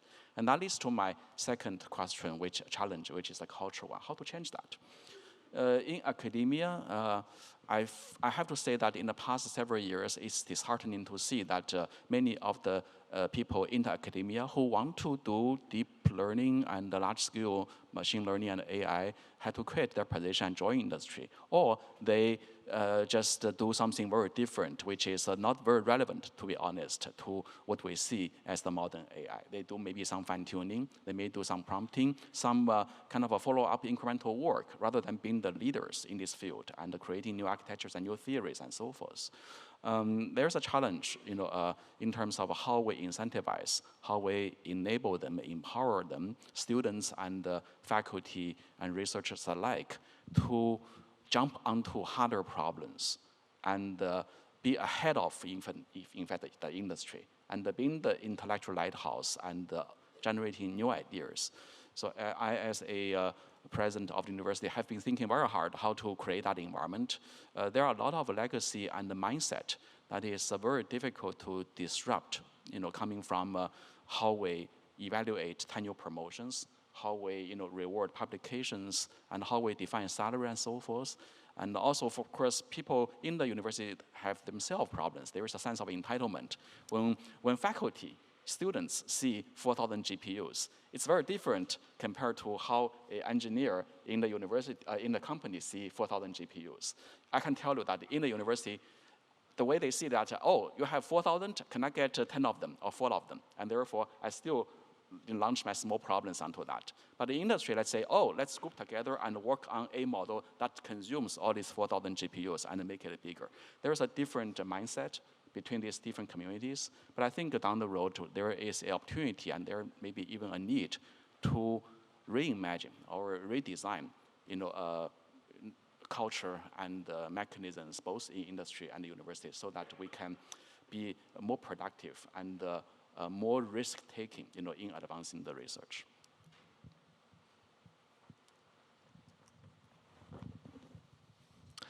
As a follow-up to the question of evaluating multimodal foundation models, I would also like to have your point of view, Dr. Candace, as you also presented earlier, confidence-driven inference, your work on this topic. Would you have a... Yeah, I think more generally, I think wherever you go work in industry, we're seeing AI systems as being linked in enormous pipelines. And for example, I work in a big financial company, and then there's this issue of compliance. Compliance, what happens is that you have a legal document that needs to be translated into a set of rules that a portfolio manager needs to obey as to not make, well, otherwise you become uncompliant and the company becomes extraordinarily liable. So we want to automate these tasks. You know, this is a business of hundreds of millions of dollars. Of course, we think that AI could automate these tasks, but the question is, how do we know that it did it correctly? Because if the AI actually encoded the wrong set of rules or just made one mistake, this can have disastrous consequences. And likewise, I think you all have experience with interacting with ChatGPT. You might ask ChatGPT some medical questions that will actually decide how you treat yourself, whether you go and see a doctor or not. How do you know that what is actually being passed on to you is correct? So that's why, you know, some people are actually questioning the whole enterprise, which is that if we need reliable systems in the end, and they depend on so many components that are so reliable, how do we make sure that the whole thing is reliable? So we're working on this. I think I should say that this issue of what I want to call statistical quality control has what basically fueled the progress in manufacturing in Japan, for example, in the 1950s. But I think what we're working on is to say, okay, is it possible to assess from data? So, you know, perhaps I have a human actually score whether AI did something correctly or not. And is it actually possible to score a task that an AI did? And so a high score would be, you know, 99%. And that means informally that 99% of the time, I say 99%, the thing is done correctly. And so I'm not saying a human should not look at it. I'm saying that, you know, maybe I can present 2, 3 options to a human. The human will say, yep, that's a correct one. And that saves an enormous amount of time. Think about my compliance example where I would present a menu of options and you click on the right thing. If I say 20%, then that needs a lot of review. And I think it's only by sort of coupling, at least in these high stakes problems where reliability is essential, that we need statistical ideas to be able to quantify how certain we are that an AI automated a task correctly. At Stanford, we released a paper not long ago that basically takes answers that ChatGPT gives you when you prompt ChatGPT and would actually parse the answer into a series of claims. We'll filter out claims that we believe are incorrect. We'll keep a certain of claims, and they'll say, you know, with probably 80%, Emmanuel, I think this biography of Joëlle is correct. And so what I have to understand with this is that whenever our system says 80%, and I look at all biographies, and I will say that 80% they're indeed correct. If the biography of Joëlle is 20% correct, and you are about to submit it, then you have to be a bit careful about what you're about to submit. So I think it's extremely important to augment AI systems with these notions of statistical control that have improved manufacturing so much, and that I think will improve engineering enormously in years to come. You talked about statistics complementing the AI systems we are building. What I want to say is that there's also a lot of ideas from systems all the way to human-AI interaction that plays a part in terms of putting these AI systems into the world in reliable ways. So when we look into the systems that are built at Microsoft, for example, yes, at the core of it, we have the foundation models, small models, specialized models, all stack of models that become the base layer of this infrastructure. But these systems are no way just prompting a model and getting an answer and providing that answer in the simplest way to the user. It actually takes a lot of different technology pieces coming together to make sure that these systems, these models are being complemented by a set of techniques to reach the level of complexity, capability, and reliability needed by the real-world applications. For example, when we look into extending the capabilities, detecting hallucinations, fixing those hallucinations, we go to the path of multi-agent orchestration and look into different models complementing each other in its execution with the right workflows, and that becomes a really capable way of putting these systems into the world. But the other part is there are a lot of ideas from verification, from systems point of view, checking the correctness of solutions that really hasn't been incorporated into the LLM execution yet. But what I'm seeing is that many ideas of decades of research from AI, systems, statistics, and human AI interaction and collaboration will make its way into the stack that we are building right now. So what I see at the end, I don't think it's just going to be the evolution of the models and advances on the models, but it's going to be the whole set of ideas from different disciplines in computer science and beyond coming together to make these systems happen. Yeah, I want to just wholeheartedly agree with that idea that people kind of focus on the models as being, everything's about the model. And they forget that there's a system that this is built in. And that system is also a software system, and it's also it's a socio-technical system as well. Like there's people, there's processes, there's rules.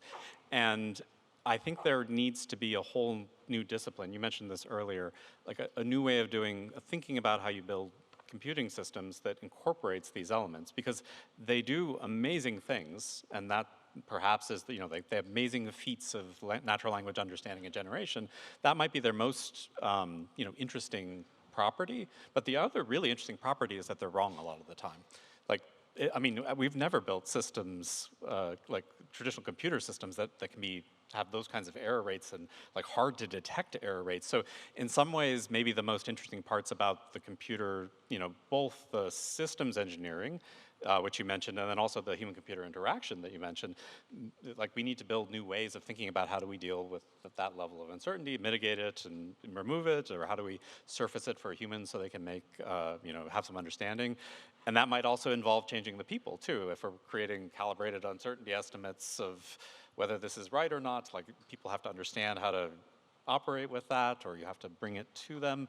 So I think there's actually just a whole world of really interesting computer science around the model, like the kinds of cross-disciplinary work that's been going on in computer science for a long time. But in some ways, maybe the models have sort of taken some of the air out of the room, which is paradoxically,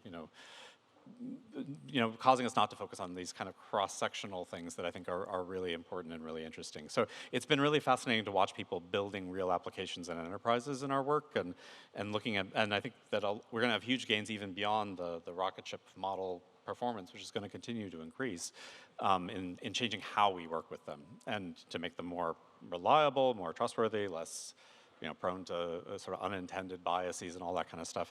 I think that's going to be, really define how this field evolves over the next few years. I think when you talk about the evaluation in AI system foundation models, it's more than a technical problem. It's also a social problem because the people are so deeply involved. Probably people heard about the Tesla story, right? So the electric car, the self-driving car, actually are safer, okay, than the human driver if you measure the statistics. But every time, when Tesla commit an accident, it's a big news in the headline. And people forgot about how badly we are as a driver, right? So in a sense, that number, is not just a code number. There are emotions, other things, human factors into that. So that part is, for me, very hard to quantify. Another example is AI's output is solving maybe too hard a problem under a too high expectation. We forgot that, in fact, we are not seeing generative results and the computation results just from AI for the first time. If you look at a picture of the black hole from telescope, or you look at the picture of an electron from an electron microscope, people forgot that they are actually computational results. These are not what you see. Okay, these are literally computed from some signals they picked up. But why people rarely challenge that? Somehow you feel like you see it, and it's easier to believe. But the AI is producing a much more intricate and complex outcome, which is a language, a narrative, and maybe a solution, which makes them feel like you are part of the person to judge it and to actually even push back. It gives you this more intimate dynamics between the outcome and people. I think right now, when we design the validation, we suddenly push back and say, oh, it's like evaluating a microscope. But it's been not fair because we put a lot of other elements into the evaluation. And I think one of the future open topic is how to quantify that part of the variables and uncertainties, in addition to the outcome created by the system. Many foundation models are increasingly performing well in tasks different from image classification or text generation. We could tell that they start to have emerging agentic behaviors, and we will see this more and more in the future. So building on top of what you just said, how can we design these systems to be robust, reliable, and align with human values and goals? Dr. Kama, as you worked on autogen, would you like to start? My lab has a big focus on agentic AI, but it's also a coincidence that my PhD thesis many years ago was on AI agents. And it's another example of past work coming into our world right now, and the translation work that needs to happen to take those past ideas and past techniques and ask the question of how do they look like in this new world with the foundation models in the picture? And how do we make them work in a world where the foundation layer is stochastic and sometimes unpredictable? So I want to talk about a few things, a few reasons why you might be hearing a lot of interest in AI agents. First of all, AI agents is really about providing value to users in the sense that when we are talking about an LLM, we are only looking at language as the output, and the value of just producing language has a limit when we get into many use cases in the world. Whereas when we are talking about AI agents, we are talking about autonomous or semi-autonomous entities that can understand and conceive a high-level goal and decompose it into actions to be able to carry them out with either supervision of the person or autonomously. And this very much correlates with a lot of the domains that we actually need an autonomous entity to carry out tasks so that we don't have to oversee every single thing that's being done or carry out the actions ourselves. The second thing that's happening in the agent space is that we are having agents taking actions in the world, which is both changing the value we get, but also the risks. So you asked the question about how do we build these agents in a reliable way. I want to give an example of what I'm seeing from my lab. So with any changing AI technology, as the capabilities are improving, there is also a question of increasing risks. Sometimes those risks are about the adversarial use, somebody not meaning well to take an AI tool, an agent, or an LLM, and use it for a purpose that is not really well for our society. But sometimes it is really about unintended consequences. And one of the things that's happening with the AI agents right now is that the advances in the AI agents are also very much coupled with what's happening in reasoning and planning capabilities. And with models like O1, R1, O3 coming out and being able to take complex tasks and being able to decompose them into actionable steps, we are seeing that these agents are becoming more creative in terms of how they are taking actions. And they may actually start acting beyond our expectations or the operational boundaries that we haven't really yet defined for these autonomous systems. So a few weeks ago, we built agents, we built agent teams and agent orchestration platforms like AutoGen, Magentic One, and such. And I have given one of my agents a very simple task. I said, can you go to New York Times crossword page and complete the crossword puzzle for me and just submit it? which is something I cannot do because I'm not a native English speaker. I always get stuck in some of the questions on that page. And what interesting thing that happened with these agents is that the agent goes into, now they can take actions, arbitrary actions on web pages and online sources. So it found its way onto the, the search engine and the New York Times site. And then there was just a pop-up that asked for the password to be able to enter the New York Times site. So at that point, you can look into the reasoning patterns of these agents, and the agent saw a link there for resetting the password. It doesn't know my password, but it can enter my email address, and it can go to my email account. It has those capabilities. And the agent just figured out a way of resetting my password. So those are the boundaries that we are entering right now in terms of a number of different AI capabilities coming together to power entities that are taking actions in the world.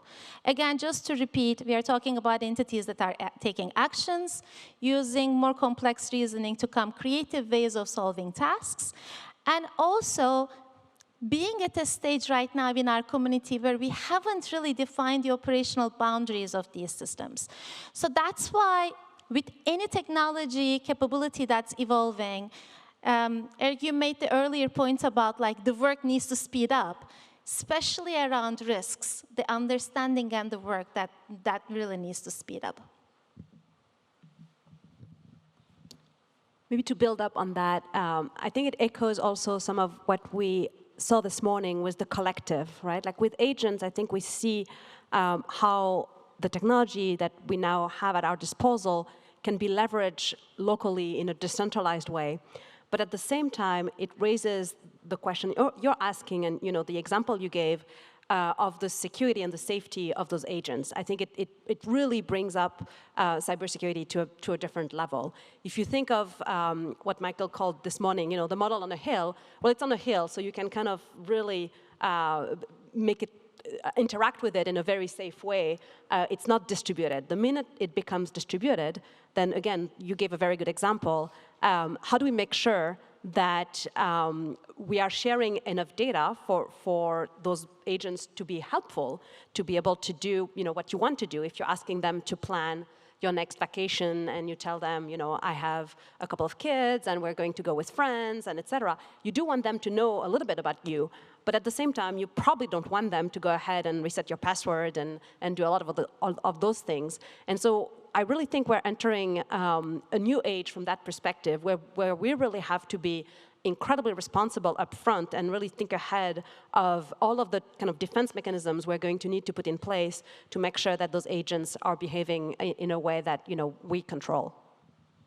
Yeah, just say a few words about agents. I mean, it's one of those things where everything is now an agent. You just say agentic a lot sometimes in the field, and they call that. So I think we don't have a great definition of what it is, but if we mean like doing actions, I think we all agree that's a good thing. Maybe we want to have affordances around how to check.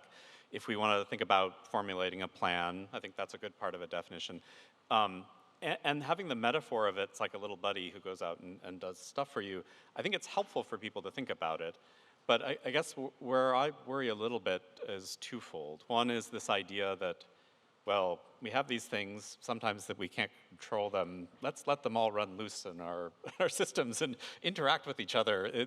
It feels like, well, that seems like the wrong solution to that problem. So I do think there's going to have to be a re-reckoning of all of the security and enterprise thinking that we have in our current systems. You're not allowed to deploy systems that have private data in them if you don't comply with these things. So that's going to have to all come on top of these agents.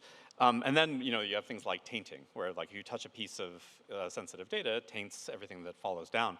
I mean, LLMs, transformers with regular softmax attention, they taint their entire cache, but like the KV cache everywhere. So it's a really interesting new set of challenges where these things, can you have new kinds of vulnerabilities where an agent touches a HR database to get a particular number, and now that number is potentially can be gotten by somebody else querying something with the same, history there.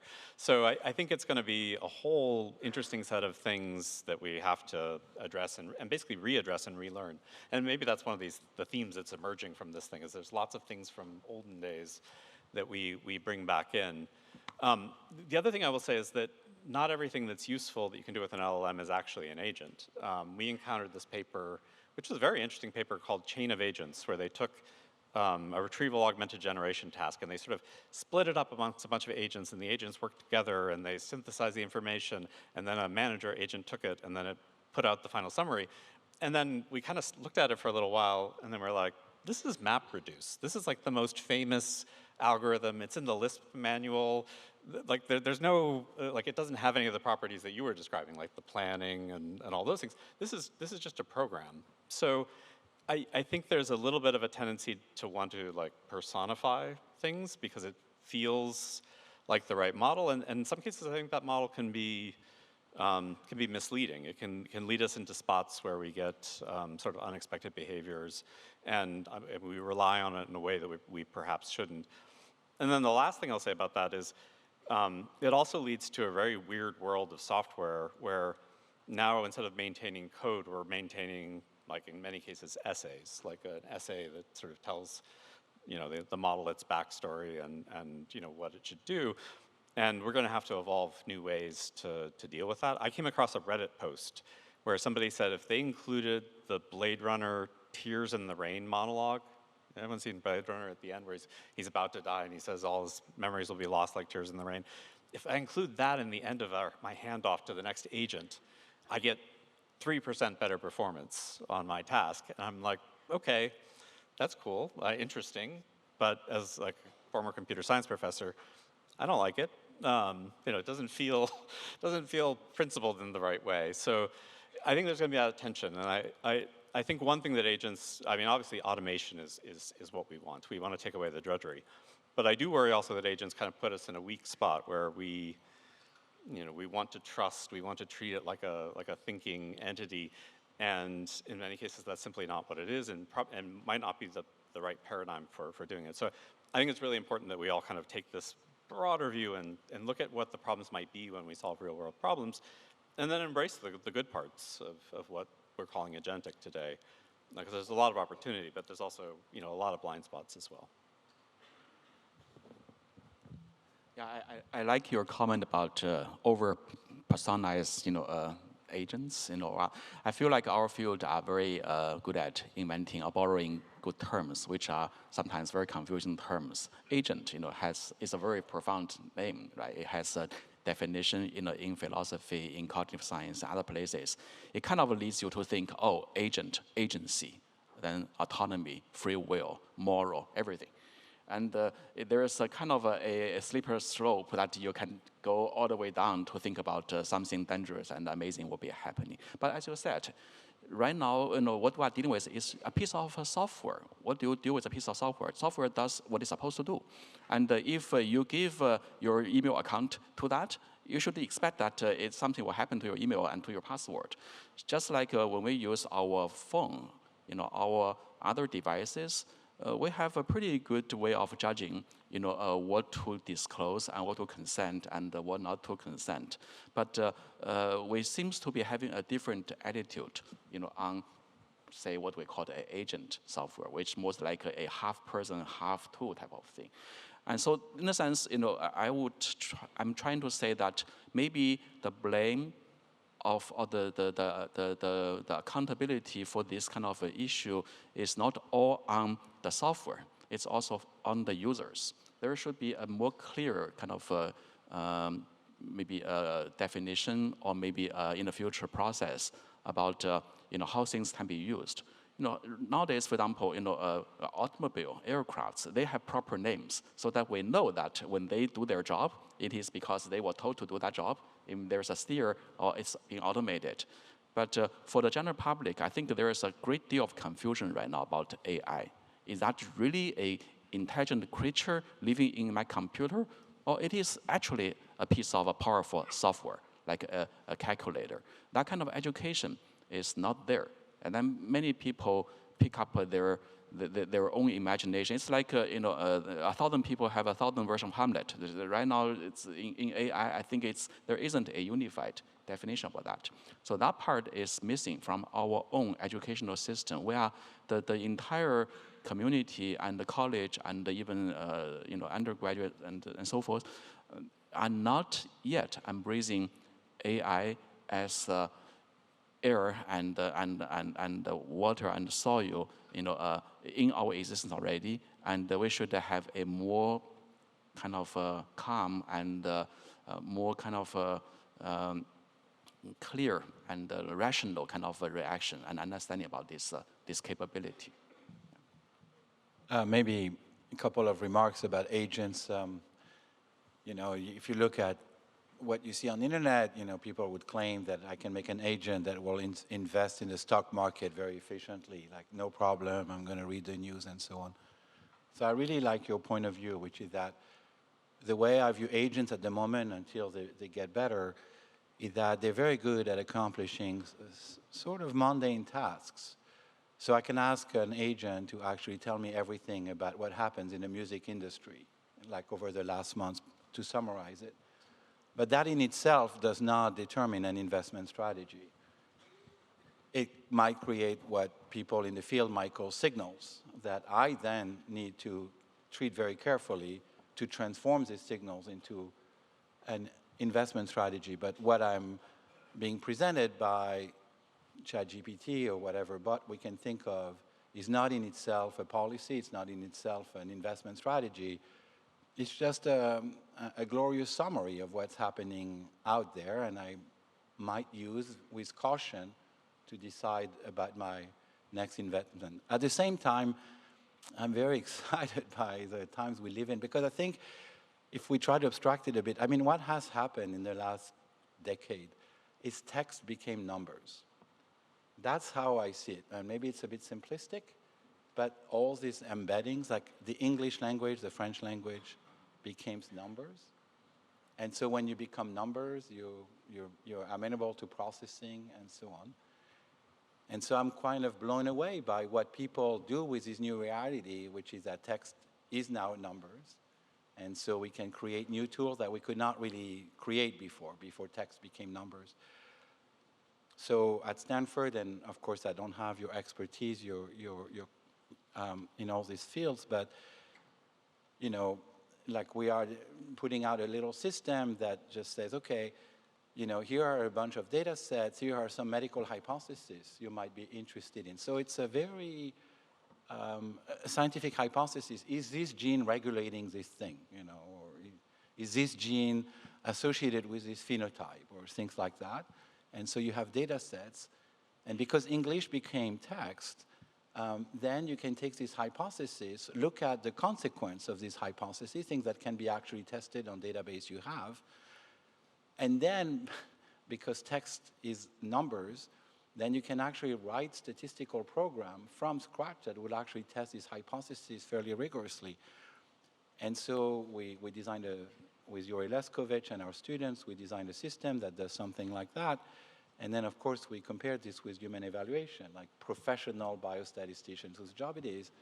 And because these tasks are sufficiently mundane, then we can see that, the system does actually well. And I think it's very useful because as now the universe of things that we need to explore is getting larger and larger, there's no way we're going to be able to have humans explore all corners of neuroscience or biology. And so when these things are simple enough to be automated, I think but I think, again, I'm going to mark my point, which is that I'm really blown away by the fact that text became basically big vectors.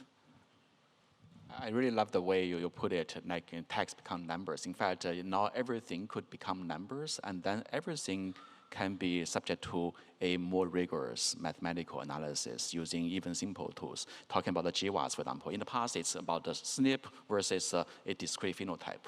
But now you can basically put everything as the input to call it a association analysis to not just a genome, maybe a whole gene, a whole protein structure, maybe even a cell lesion and so forth, as maybe effectors, or causal elements into what you see on the phenotype. I think, yeah, as you said, if we view AI models no more than just an encoder to turn our discrete signals or complex signals into some kind of actionable embedding, that alone is already a quite, amazing contribution to the science. I find the analogy to just like, it's just numbers, both interesting and a bit dangerous, in the sense that I think it is super useful to think about a unifying framework where the same techniques and tools can be applied to different modalities and applications. But language is more than numbers in the sense that they carry meaning, values, societal concerns. And then the application of these technologies to different domains needs to think about the different risks, concerns, and domain expertise that different domains bring. So I like that we are kind of unifying at a framework and technology level, but I also think that numbers do not represent the complexity of the society, the socio-technical issues, and the values that are encoded in those numbers. Yeah, I was actually going to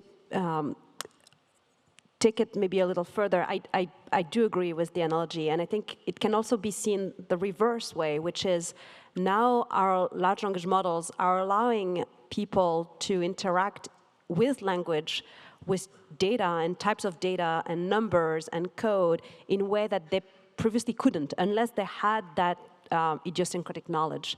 So I showed an example earlier of a chest X-ray, and then you're having a dialogue with that chest X-ray. The example I gave was a physician having that dialogue, but you can also, picture us in this room right now having data that previously we couldn't really understand because we weren't physicians or we weren't cardiologists, and we really have no idea what this thing means.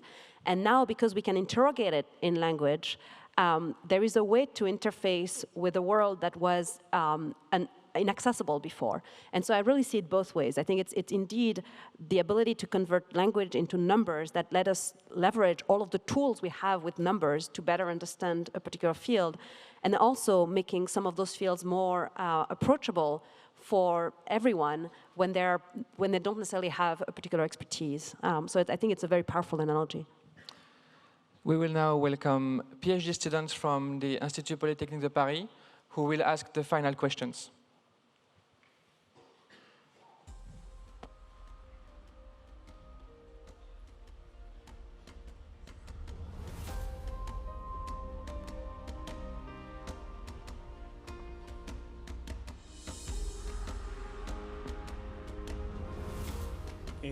Okay, good afternoon, everyone. Nice to meet you and nice to be here. You just mentioned the risk and the importance of regulations such as the AI models. So what do you think, or what is the role of the open source models nowadays in this galaxy of foundational models and generative AI? Thank you. So was the question specifically about risk in open source? Yeah, what is the role of these open source models? Yep. But I think, obviously the concern, just to sort of state it, is like you have an open source model, once it's out, it's out. The horse has left the barn, you can't get it back. I do think that there will come a day when we want to be very careful, and we are very careful about everything we release, that you obviously wouldn't want to release something that was dangerous. I think the issue, though, is this idea of some correlation of size of the model or the number of flops that went into it versus whether it's dangerous or not. There are lots of ways you could build a relatively small deep learning model that could, be really good for, like an old-style GAN for generating poisons or something. Like there's lots of ways you could. It's not really a correlation with size, and I think there's a little bit, potentially, a little bit of an attempt to sort of, hype the AI to make it seem like, oh, it's so powerful it might be dangerous. So I don't think we're there. I think we're not at that level of capability. And I think the other thing that's really important about open is that every time we've had a revolution in software where open, open generally wins, first of all, But there was an idea that, oh, open source software will be less secure because people can go in and find the vulnerabilities. And the reality, and we've seen this play out over and over again, proprietary software is what's actually not safe because you know, you can't have the eyes in there to see what's happening. And I think if we're honest with ourselves, we're so early in this game that the idea that we'd be able to even build these sort of existentially dangerous systems, we're not really there, but we are in the phase where academia, where the community can see what's happening, to be a part of it, to help develop the safeguards, to help develop those technologies. So I think there's a real danger in saying like, okay, you know, there are people in various countries and people lobbying to say like, oh, we should shut down open source sharing of models. And I think honestly that'll have the exact opposite effect. Yeah, to echo what you're saying, and I think for us, I presented AlphaFold earlier, and the availability of the protein data bank was absolutely instrumental in being able to get to something like AlphaFold. And when we released AlphaFold, we did it in stages, right? To monitor and make sure and consult it with the external community.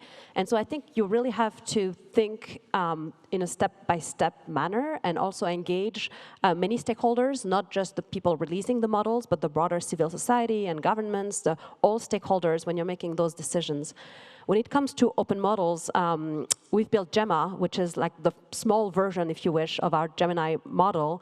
And I need to mention it here because it's actually partially built by people in Paris, so we're very, very proud of that. And it's a very capable model, which was, when we made it available to developers, we, in parallel, made available a responsible toolkit. And I think it's also very important to give people the tools to then, you know, build upon those foundational models, but know what to expect, know what type of threat modeling you need to do so that you can then protect yourself and the, you know, what you're going to build on top of that model against misuse. And so it's I think not enough to just say, oh, I'm throwing something over the fence and people will do whatever they want, right? You have to monitor, you have to engage with society, and you have to provide also all the tools needed to then use that model responsibly. Yeah, I do want to add a few words. Thank you for this question, because I've been very, very adamant advocate about open models. As a university leader, I feel we actually have not just a need, but also a responsibility to create a platform for opening the model. One of the projects we did actually at MBCI is to train Llama compatible or even Super Llama type of large language model, but then open up not just the weights, but also the code, the data, the checkpoints, and so forth. So why we do that?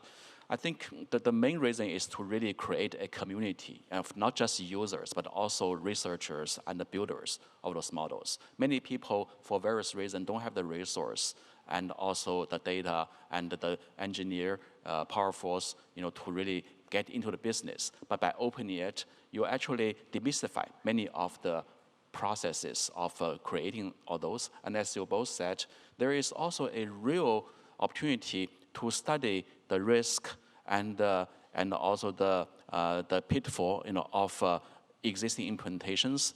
I don't believe that prepared software offers that kind of opportunity to be safe. But if you have more users and also more players in the field, I think it's made the whole kind of a program safer and also make this community even safer. Right? So it's really about creating the larger community of working on AI. The other benefit I'll add is that bringing more scientists, more diverse communities into the decision-making and the discussion about AI. We are all here in Paris because we believe it's an inflection point, as stated in the title of the panel. But I think there's an important fork on the road where do we rely on a few selected people under some close organizations making decisions about the development, deployment, and the impact of this technology on the society? Or are we having an open discussion where we can see the data, see the models, look into both the benefits and the cost of the technology, and have an open discussion? I think having the open source models, and we do release open source models too, like the Phi models, is the first step of opening the work to the larger community to have a deep discussion about AI. Hello everyone, thank you very much for the amazing discussions. My question is about data contamination. Due to the widespread adoption of AI, both LLMs and image generation and in many other fields, AI-generated content is becoming extremely frequent, both online but also in professional practice. And it is known that AI-generated content can minimize the performance of AI when trained on AI-generated content. How can we deal with this threat, avoiding contamination of the data, ensure the traceability of the data, and make sure that future AI can be trained on good content? Thanks. Please don't quote me on the exact statistics, but Gartner did an estimate of this effect, like the world's being overtaken by generative AI content, and they estimated that it would be, I think it was 95% by the year 2030, and 99% of internet content would be AI generated. So it is kind of interesting that we're just going to be swimming in the backwash of the AI process. And in fact, it reminds me of there's something called low background steel, where when they did the nuclear tests of, the tests of the first atomic bomb, back in the last century, all the world's steel production was lightly contaminated, not dangerous radiation, but enough that if you had to build an instrument for detecting radiation, you couldn't use that steel. So what they would do is they'd dig up old warships that had been sunk deep in the ocean that hadn't been contaminated, and then they build your sensitive, scientific instrument for radiation detection out of that. And I feel like the old internet is going to be like low background steel for AI. Like, we'll treasure these old little pockets of data that haven't been just sort of regurgitated and remixed and rewashed. I also think we're going to treasure the data within companies, right? Because that data is actually sort of, in many cases, that's the real data. That's your own data if you're running a business, and that'll have a different sort of importance and significance. But there is definitely a sense that like the game might be over at some point soon, where like there just won't be sources of public data anymore that we can't be sure they aren't generated. But at the same time, I feel like the data game was already starting to get over for language. Like there's just less of a pressure to get more and more data, and more sort of trying to get the right data. But certainly it's an interesting trend. The other thing too, to bring back the evaluation point, is those evaluation data sets are all littered around, and some people don't know it's there when they train. Some people don't want to know it's there when they train, and that's also making everything very complicated. The so-called generated data is simply data. I think it's part of the universe we have to live with. I'm not too concerned about being overwhelmed or swimming in the data like this, because it's only going to stimulate creativities from people to do something even more fascinating. Imagine the invention of photography. It may be making the painters feeling like there are too many photographs here, and I'm going to swim in that. But they figure out to do something very different then, a new form of arts and new ways of generating contents and so forth, right? So I think we should probably assume that human civilization thrive, with this competition and with this alternative source of contents and productivity. People talk about, for example, fake news and misinformation and so forth. This is just like bugs and viruses and so forth, in real life. If you put someone from birth, into a clean room, never seeing any virus and bugs, you will make that guy very unhealthy and very, very vulnerable. But people, are very, very good at adapting, to a complex environment with diverse challenges of that. I think, the day, just like 2 years ago when ChatGPT just come out, people were in a panic. Everybody was talking about that. After a few months, people are unimpressed because they found that this is, after all, not very, very smart. I think the same trend will actually continue, and maybe even faster. People will be more quickly unimpressed with the so-called AI innovation and AI-generated data, and move on with new ideas and new needs. So I would stay cool and censor, or not censor, but regulate only those very, very proven high-risk elements, which I don't think is overwhelming at this point yet. And then think about how to educate our people, in fact, to better handle this new norm or new environment. I hope you are right, and I hope your optimism turns out to be the case. At the same time, when I go back to some of the technology developments and their effect on the society, like social media, I go back thinking, were there any things that could be done at the introduction of this technology to the society that could minimize some of the negative effects we are seeing from social media today? And I just want to make sure that now we are getting into a much bigger transformation. We go to it with open eyes, and maybe the risks from fake news or AI-generated content could be minimal, but I also see that we should have open eyes and learn from the mistakes or the experiences of the past to think about, can things be better this time around? Yeah, and I think the word open that you said is actually a big important piece of this. If we don't know what model is in the data, how do we even evaluate whether it's a problem that there's all this AI-generated content? I mean, from a cybersecurity standpoint, it's a really weird attack surface that if you can just post something on the public internet and it might end up in the model, that's a very easy entry point.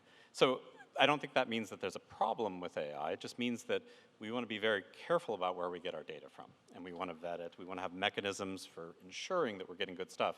And I think we're broadly past the era where everyone would just slurp up everything and just reuse it unintended. But if you can't know, because you can't see, and I think, again, this gets to your point as well, that if we can all see and we can all participate, then we can be saying, hey, look, there's this weird data that's been generated that surely someone is doing it in an adversarial way to bias your model towards a particular kind of outcome. It requires different care, and I think it requires different transparency. And I think those are things that we'd want to have anyway. So to that point, I agree with you that, maybe not a threat, just requires a certain kind of care that we probably always should have had.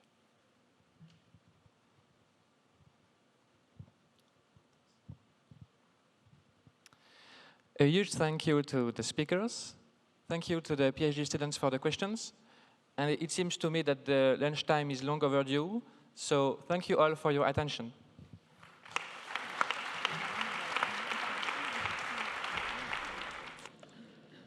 Welcome back to you all. It's good to have you back with us this afternoon at a moment that I think you'll agree has been a particularly poignant first half of our conference. And as we've heard several times today, it's no coincidence. This is happening at a pivotal time when it comes to AI and how it's impacting our society. This afternoon, we're going to be continuing with a number of dedicated sessions, dedicated symposiums where you can go and listen in, ask questions to our world-renowned researchers who have joined us today.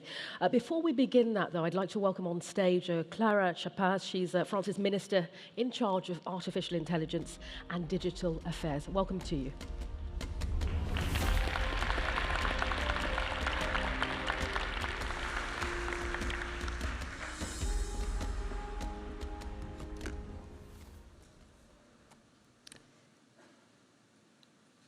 Good afternoon, everyone. It's an incredible privilege to stand by you today.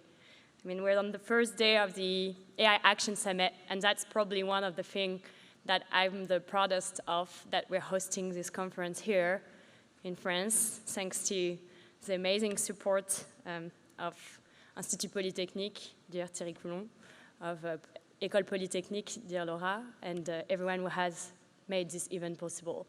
The number of people who have come together at the top of their field when it comes to AI is absolutely incredible. And the fact that this is happening here in France is a very strong sign on how important, how critical this conference about AI will be, and the ambition and level of ambition that we want to put on this technology. So thanks for taking the time to help us think through this technology, because this is only with such conversations that our governments, our companies, our citizens can really get at the top of the field and really ask themselves the right questions. I'm not a scientist, and I won't be able to go as much into the technical aspects of the technology as some of the brightest minds on the planet when it comes to AI have been doing the whole day. But it was very important for me to be able to share a few words with you because this is an incredible moment for France and an incredible moment for AI. The presence of such outstanding researchers and experts here today is a testament to the vitality of AI research and its immense potential to shape our future. I would like, obviously, to thank as well Pérez and all the work that has been done in making this conference possible. It's a unique opportunity for us, I think for all of us, to explore the scientific, technological, societal challenges of AI. To share ideas on how this technology will evolve, to confront ideas that sometimes are not necessarily the same on the evolution of the technical aspect of the technology, on the cutting-edge advancements in foundation models, on human and AI collaboration, on ethics, on the impact of AI on science, on business, and governance. You can hear how much fields this technology is transforming today. Those themes are at the core of the global AI evolution. Addressing them together, academics, policymakers, industry leaders, civil society, is absolutely crucial to ensure AI is developed responsibly and inclusively. At the heart of AI's evolution is research and science. France has always believed that the key to unlocking AI's full potential lies in fundamental and applied research. This is why we've made AI a national priority since 2018 under the leadership of our President Emmanuel Macron, investing in academic research, investing in academic excellence. We're here in one of the top schools worldwide when it comes to AI and mathematics and excellence. Interdisciplinary research, ambitious projects led by institutions such as the Institut Polytechnique de Paris, INRIA, CNRS, or CEA. Yet, we also recognize that research alone is not enough. AI must transition from research labs to real-world applications. For AI to truly serve society, we need strong connections between academia, industry, and entrepreneurship. And this is exactly why we're here for, and why so many people are gathering in France today, but also over the course of the next few days. We must ensure that the latest breakthroughs are rapidly translated into solutions that benefit businesses, healthcare, energy, and society as a whole, leaving no one behind. This is why France is committed to fostering collaboration between researchers and companies, ensuring that innovation does not stay confined within academic circles, but becomes a driving force for economic growth, global competitiveness, and inclusion. AI is not just a field of study, it is an engine for transformation. As AI accelerates, talent is by far the most valuable asset. And today, I want to send a clear message. France welcomes this talent, welcomes all AI researchers and innovators from all around the world. Through France's national AI strategy, we've built a thriving ecosystem for AI research with world-class universities, cutting-edge AI labs, dynamic startups, and strong public and private investments. Our ambition is clear: to make France one of the most attractive destinations for AI researchers, engineers, and entrepreneurs. If you're looking for a country that values scientific excellence, fosters innovation, supports responsible AI development, France is the place to be. We're ready to work with you, support your ideas, provide the resources needed to push the boundaries of AI, with values, European values, French values, that we feel are necessary more than ever in the race for this technology. Ladies and gentlemen, the future of AI is a shared mission. It is up to all of you, all of us, scientists, engineers, policymakers, business leaders, to ensure that AI serves humanity, drives progress, and creates opportunities for all. I encourage each and one of you to engage in meaningful discussions, explore new collaborations, and help shape an AI revolution that is ethical, inclusive, and transformative. I wish you all an inspiring and productive rest of the day. I think this afternoon and tomorrow you'll unveil a lot of discoveries when it comes to AI, and I'm absolutely amazed, proud that this is happening here in France today. Thank you.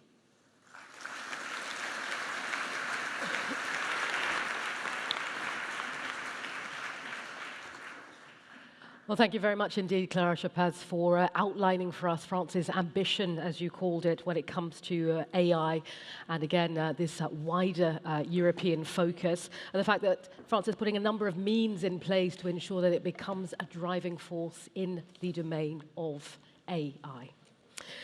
So look, let's get stuck into our afternoon program. Let's have a look at those dedicated sessions. Once again, we're in the Poincaré Amphitheatre. I'd like to start off, though, by talking about what's happening underneath. It is in the Arago Amphitheatre. There you'll have a session entitled Frontiers in Generative AI. Now, that workshop will explore how modern generative AI is using cutting-edge methods to, well, such as transformers, diffusion processes. Underpinning that discussion will also be the foundations of mathematics and the question of scalability. So once again, that is taking place in the Arago Amphitheatre.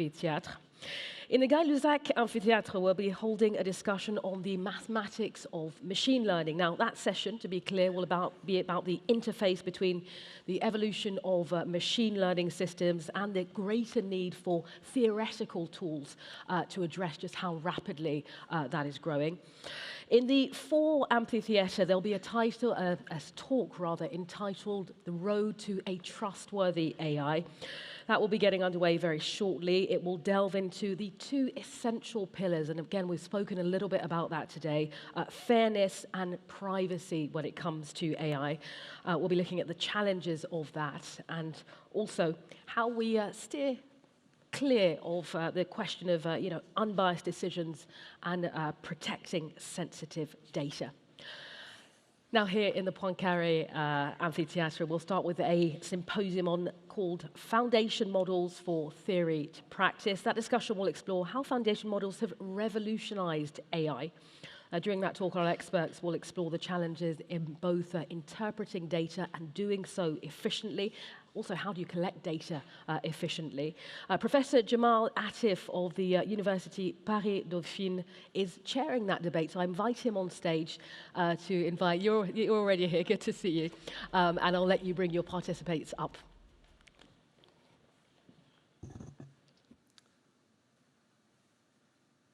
Okay, thank you so much. Well, it's my great pleasure to welcome you to this session around foundation models from theory to practice. I'm not going to be that long because we are already running out of time. So let me just introduce you the panel that we gathered today. So we have with us Patrick Pérez, CEO of QTI. I hope that I'm pronouncing it correctly, Patrick. We will have David Cox, Vice President for AI at IBM. Karim Beguir, co-founder and CEO of InstaDeep. Jean-Philippe Vert, Chief R&D at Oken, R&D officer, at Oken, and co-founder of BioOptimus. And finally, Michal Valko, entrepreneur, well, ex-Meta, ex-Google, ex-Inria, a star in reinforcement learning. Okay, so yeah, each presentation will last something like around 55, well, not 25 minutes, followed by 5 minutes of question and answers. And, well, we will have a very tight schedule. I hope that all the speakers will respect the time, please. And with that, I invite you to welcome with me our first speaker, Patrick Pérez, and I hope that...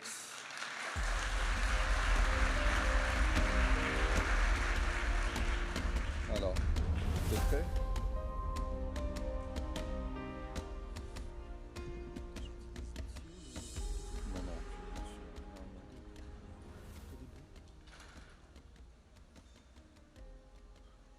Okay, floor is yours. Okay, thank you very much for the invitation. Happy to be here and to open this session. should be fairly technical, by the way.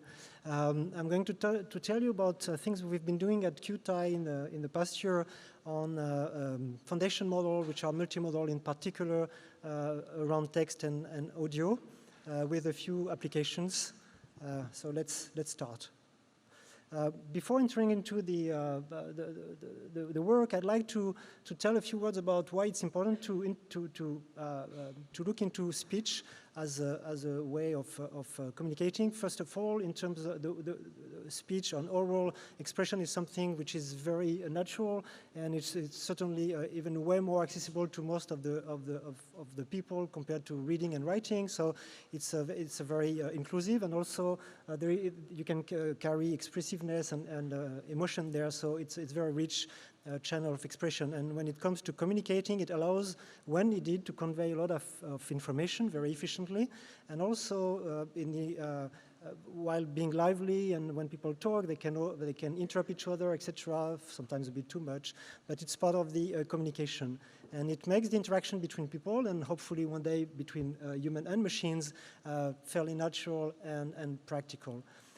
When you look at the technology angle to these questions of speech and voice technology, there are different use cases. One is spoken dialogue, which will be the main focus of the presentation, but there are other tasks which are related. One is transcription of the speech, one is the generation of speech, and the last one is translation, but there are other tasks that you might think of.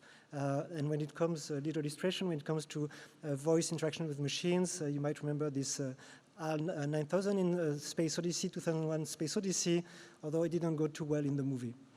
But the voice technology is pretty good. Okay, so it's very important to try and get this naturalness in the interaction with machines through speech, but it's fairly difficult, and my slides are completely broken now. I'm sorry to discover that on the spot. So we'll see how it goes. It wasn't meant this way, the writing. So anyway, one of the difficulties that the current system works usually this way. The user speaks, there is a voice activity detection which determines whether the user is speaking, and if so, the speech it's transcribed into text with an automatic speech recognition system. It goes into an LLM, a language model, and the answer, which is text, is turned into audio with TTS, which is text-to-speech generation system. So that's fine, but it works pretty well in many cases. One of the difficulties is that it can take a few seconds, so the latency is not so good for the interaction, which is not necessarily a big problem, but there are two more fundamental limitations. One is the fact that you lose the nonverbal aspect of the expression of the user, so the paralinguistic of the user, the emotion, the accent in my case, but also you have to impose speech turns between the machine and the user, which make the experience very poor and very limited. So these are the things that we wanted to tackle in our first project when we started the lab. And regarding this last point, which is about the fact that you have to impose or not speaker turns, let me give a few more explanation of that. Again, sorry, all the writing in my slide is completely messed up in this version. So in blue you have the user, and if you have to impose, and in green the AI, if you have to impose the turns, then it means that essentially you have the same experience as talking through a walkie-talkie system, so useful but not ideal for interaction. What we would like ideally to get is something where, like when you talk on the phone or even face-to-face, there is no speaker turn, and the speech can overlap, and there is back channeling, etc., etc. So that's what we aim at, and maybe one starting point for that is to see whether we can, owing to the fantastic progress of text language models, to see whether we can do the same with speech. After all, speech is a sequence of spoken words, where text is a sequence of written words. And then going from text to audio language model. So if you, with the same tools as we have for LLMs. So the first problem with that is that there is a very complicated computational bottleneck here. Take this sentence: QTI is an AI lab based in Paris, which is the case. It's a 3-second sentence with a few words, actually 8 words. And if the audio of this sentence is classically sampled at 72 kilohertz, then you have, 24 kilohertz, then you have 72,000 samples to feed into your model, which is just unbearable. When you think in terms of tokens, it's 10,000 more tokens than the word tokens, and in terms of the complexity of the so-called attention, which is quadratic, you end up with something which is 100 million times more computationally complex, which is not feasible. So the first thing you have to do is to turn this waveform, this audio signal, into something which is amenable, which is way slower, so at a much lower frame rate, but still retaining the richness of the original audio. And this is something that you can do with a codec. I'm going to show that in a minute. And then if you have that, you can train an actual language model the same way you train a text model to do continuation. And this is actually what we did. So the name is actually Mimi, not what is written on the slide. It's a bit hard on the figure.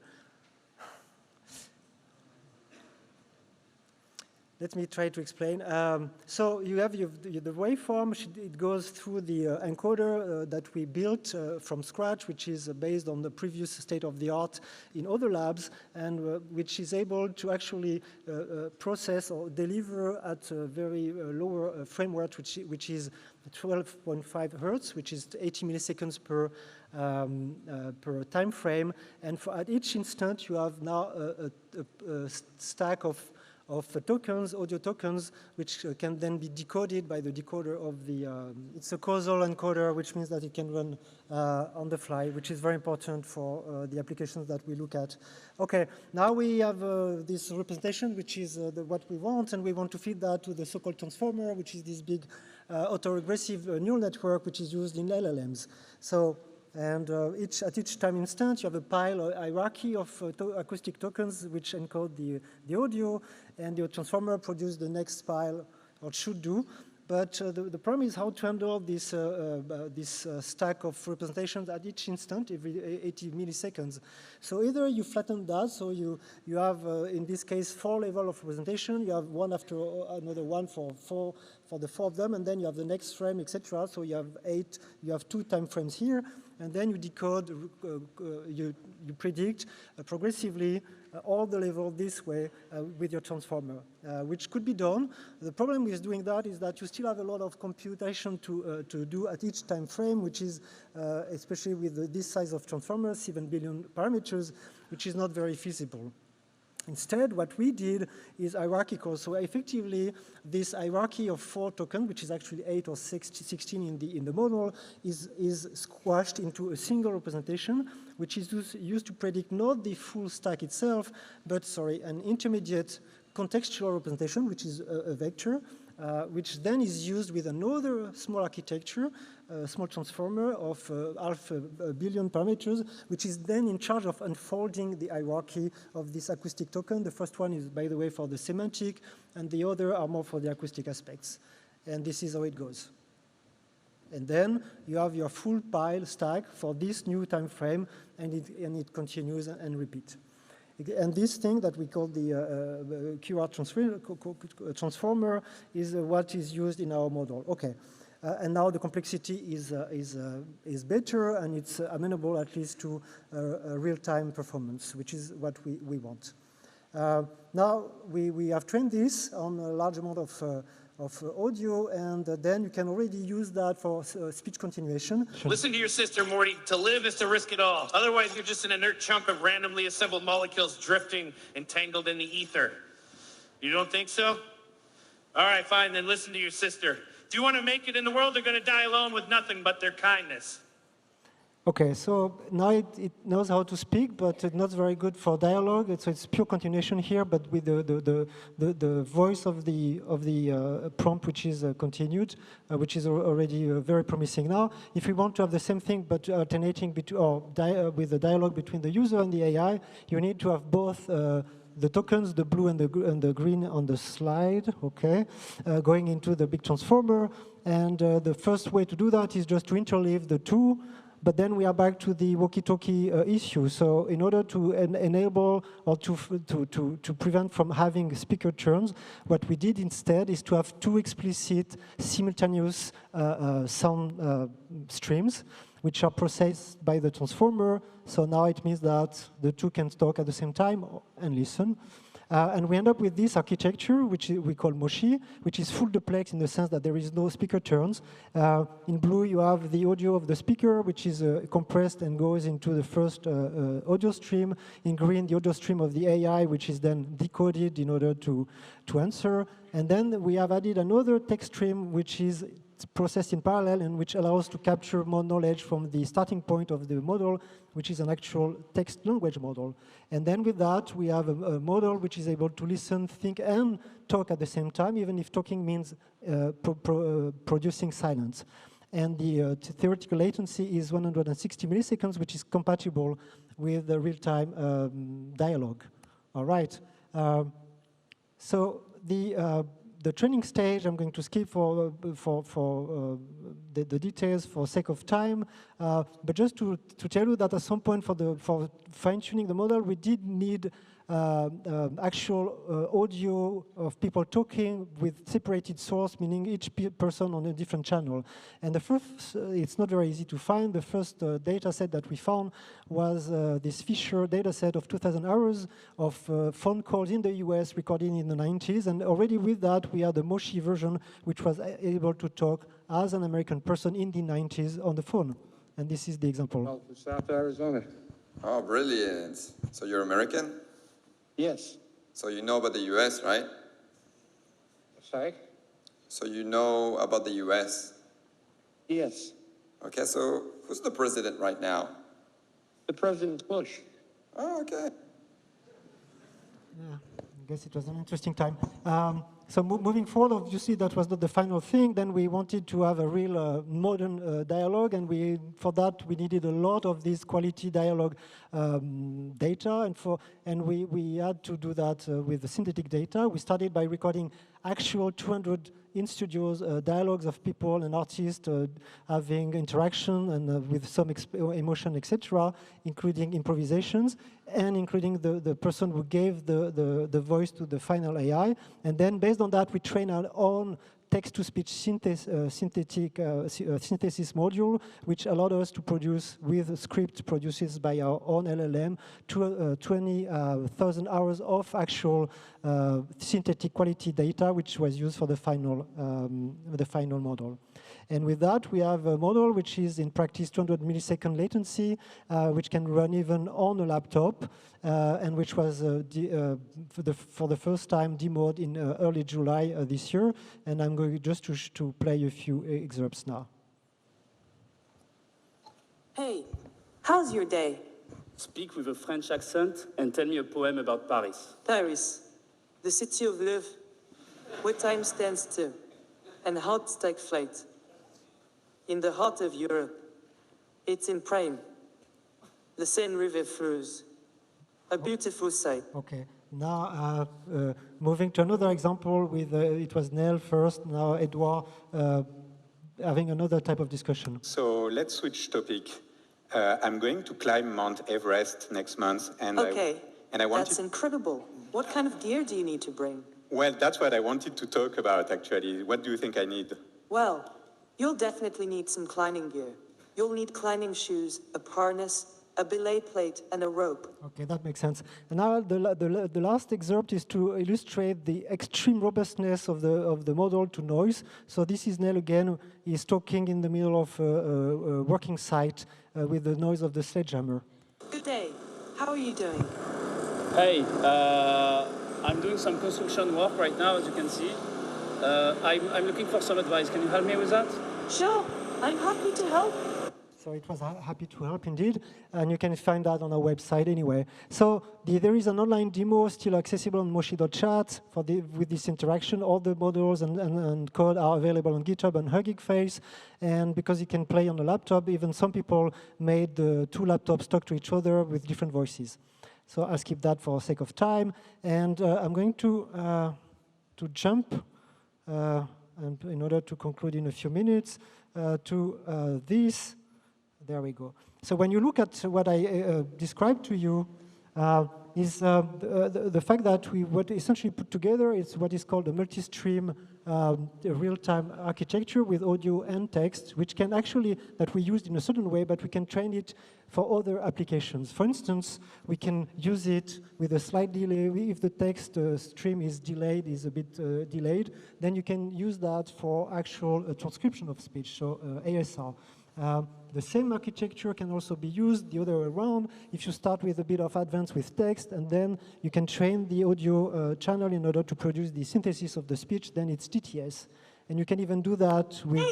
Oh, there we go. And this is an example where you see with the expressiveness, and it's actually the voice of the Mushi dialogue AI, but in this case it's used in the form of TTS. This time I'm not chatting, but rather being controlled by text. I can express more than 70 emotions and speaking styles. Like whispering. Or maybe I could sing. And I stop here. And another thing is that you can do that with multiple speakers, because we have 2 audio channels. And another example here of a dialogue which is synthetic from a script. Do you watch a drama series? If so, which one? Oh, okay. Can you tell me about the one you watch? The reason why you didn't hear is that it's stereo, and now I just have, I guess, the one channel here. Let me just do that because it's going to be important. If I can have my mouse. Can I have my mouse? Oh God. There we go. Yeah, that's cool. Let's see. Where is sound?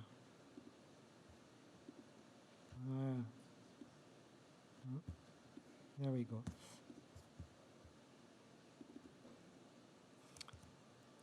Okay, do you watch a drama series? If so, which one?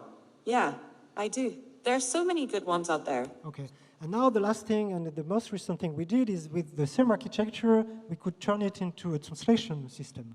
So now the input audio is from the source language, and then the output audio is in a target language, and the actual text stream is also a translation in text. So in this case, and it turns out that we managed to train an actual system of this type to do French to English.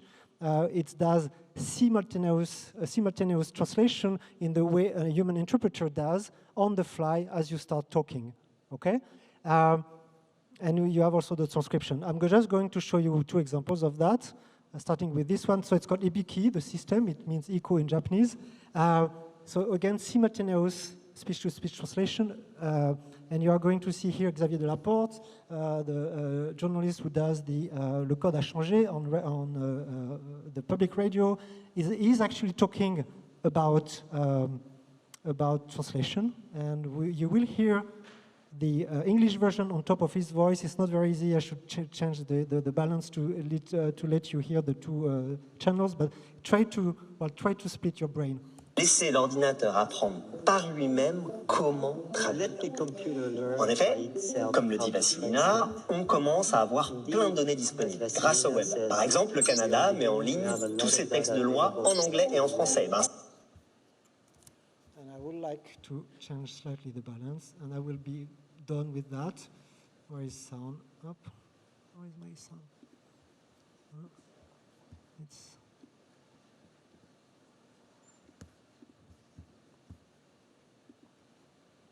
Laisser l'ordinateur apprendre par lui-même comment traduire. En effet, comme le dit Vassilina, on commence à avoir plein de données disponibles grâce au web. Par exemple, le Canada met en ligne.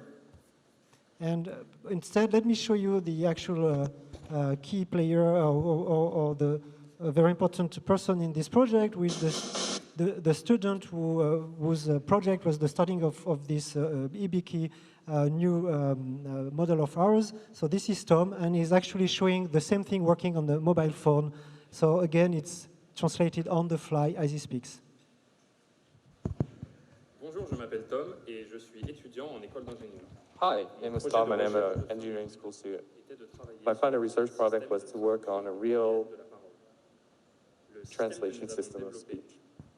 The system we developed reproduces the voice of the user speaking French and translates it So I stop here with the scientific team behind all this work.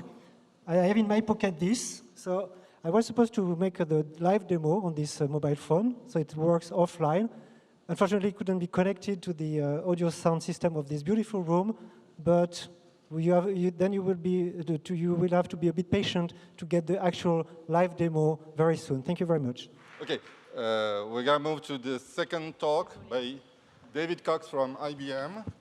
So the speech teams in IBM Research roll up to me, and I'm really glad not to be presenting their work today. Normally, I would love to, but no audio in this presentation. This will hopefully be simpler. So I wanted to take a little bit of a higher view and ask the question that sort of the symposium that this section sort of asks, which is, what does it take to get from the theory and all the good stuff and the exciting demos we see to actual practice, and what are the opportunities and what are the inhibitors that keep us from getting there? So what's the good? I'm gonna kind of do like the good, the bad, and the ugly, right? So the good is that we're forecasting $3 to $4 trillion in economic benefits across all kinds of different industries. It's an incredibly versatile technology. We're projecting it's going to be really, really valuable. 80% productivity gains across classes of knowledge workers and creative tasks. That might be a somewhat exuberant estimate, but that's kind of where people are targeting. 80% of enterprises will have incorporated Gen AI into their business processes over the next 3 years.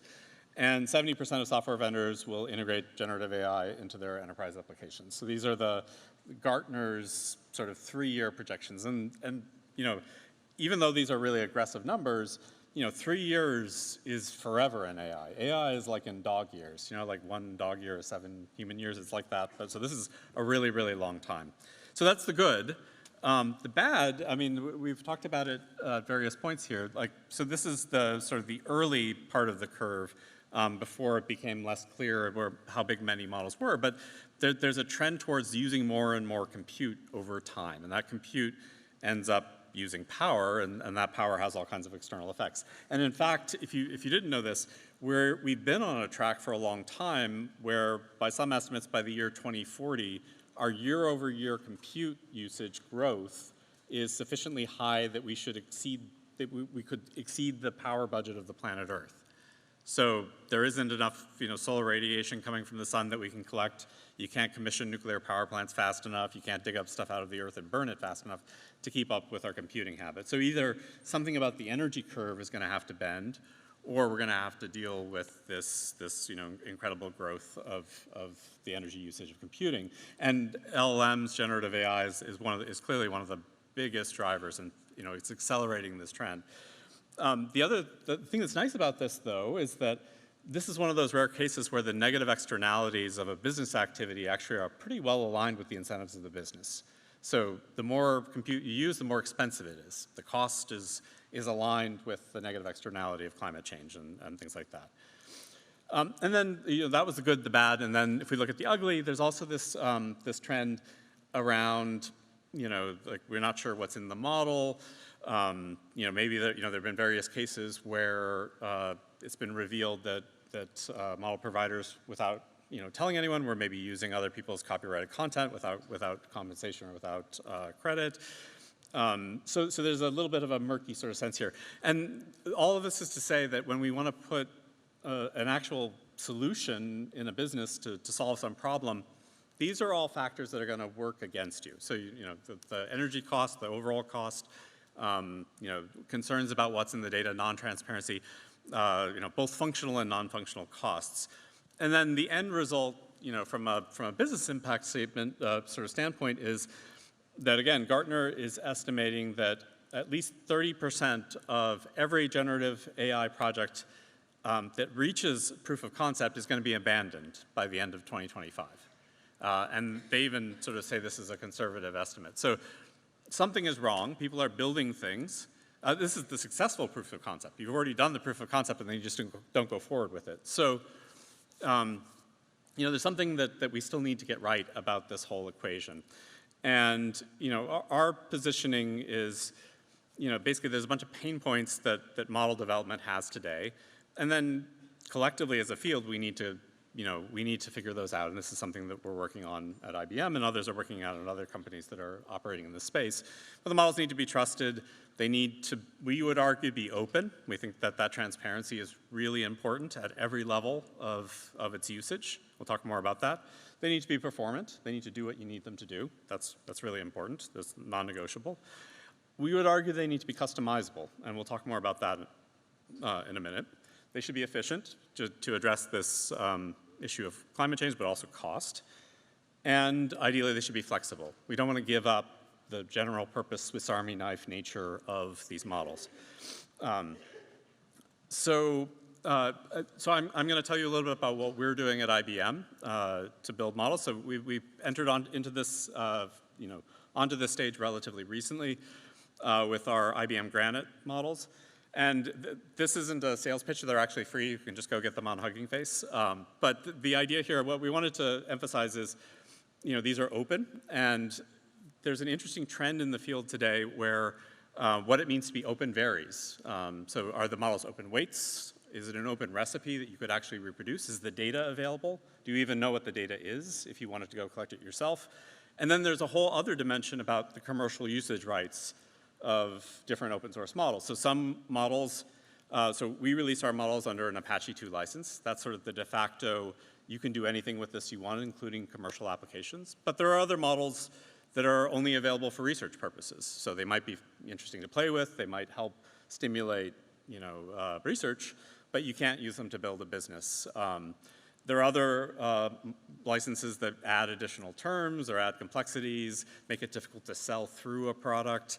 So it's very complicated. And in the world of open source software, basically all of that sort of complexity shook out pretty early and basically just said, okay, we're going to do MIT license, BSD, Apache 2. Those are the licenses that are realistically what you want if you want to advance open science. So why do you want this? A couple of reasons. One is, if you wanted to customize your models, you need to be able to take it, you need to be able to do anything you want with it. If it's tied to a proprietary platform, that's now technical debt. I can't swap it in, swap it out as easily for something else. I can't take it to a different, cloud provider. So this is something that, this is the reason why, a big part of why open source software was so successful. Now, we also think that they need to be efficient. And we don't want to have them be narrow, like we're fine-tuning for individual tasks. But on the other hand, we don't need necessarily, if you're building an HR chatbot or you're building a supply chain assistant, you don't necessarily need a model that knows advanced physics. It's just kind of, if that took extra effort and extra parameters to be able to do, it's just really not something that's required. And we've been optimizing right now on the sort of small scale, 8 billion parameters and below, where they can fit on a single GPU. They actually run locally pretty well. And we even have models that scale down to the point where they work on mobile devices. And then for our next generation models, we're going all the way up to 100 billion parameters up and beyond with mixture of expert models.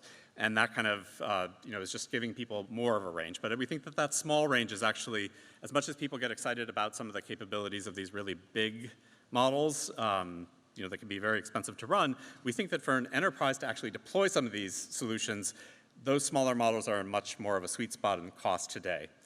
The other thing I want to point out too is that every year, if you look at the actual capabilities of a 70 billion parameter model last year, or even 9 months ago, versus an 8 billion parameter model today, we're actually continually packing down more and more capability as the whole field gets better at every part of this process of making these models. So we think that that's kind of going to be a sweet spot lane for lots of people to work in for a long time. And then finally, trusted, if you buy them through IBM, we indemnify them. We're actually, one of the reasons why we wanted to have our own models was because we want to infuse these in all of our products. They're currently infused into 20 plus products at IBM. And to even consider indemnifying them, we have to have a level of control and transparency that we weren't able to get consistently in the market. And then we also, of course, want to have them be responsible and safe. So that's Granite. We have a whole series of models. I'm mainly showing this to give you a little bit of the sense of the philosophy of this. And one thing you'll notice immediately is, obviously, we're releasing them in various sizes, but we're also releasing them with tools like these Guardian models, which is a trend that others, like Meta, does this with LlamaGuard, where there's increasing awareness that a model isn't just a model by itself. You need to have guardrail models around it. You might want to probably need to have embedding models to do RAG search, vector searches of content. It'd be great if those embedding models were designed to work with the model you're working with, which is the case of what we're doing with Granite. And it's a whole suite of tools. It takes a sort of a village of models to be able to do things. So I'm going to step in just a little bit on what these are. So we have 3.1 series came out a couple months ago. We're having 3.2 coming out next month. And these are just sort of standard state-of-the-art models. So the main conjecture here I'm going to make is that all of that transparency and being open about the data and being very careful about the legal clearances of the data and all of that doesn't need to compromise quality. We've at various points have heard like, oh, only a social media company can do this because they have social media data and that somehow is getting in the model and that's how they're doing it. Or, oh, you need to break these rules if you want to do this.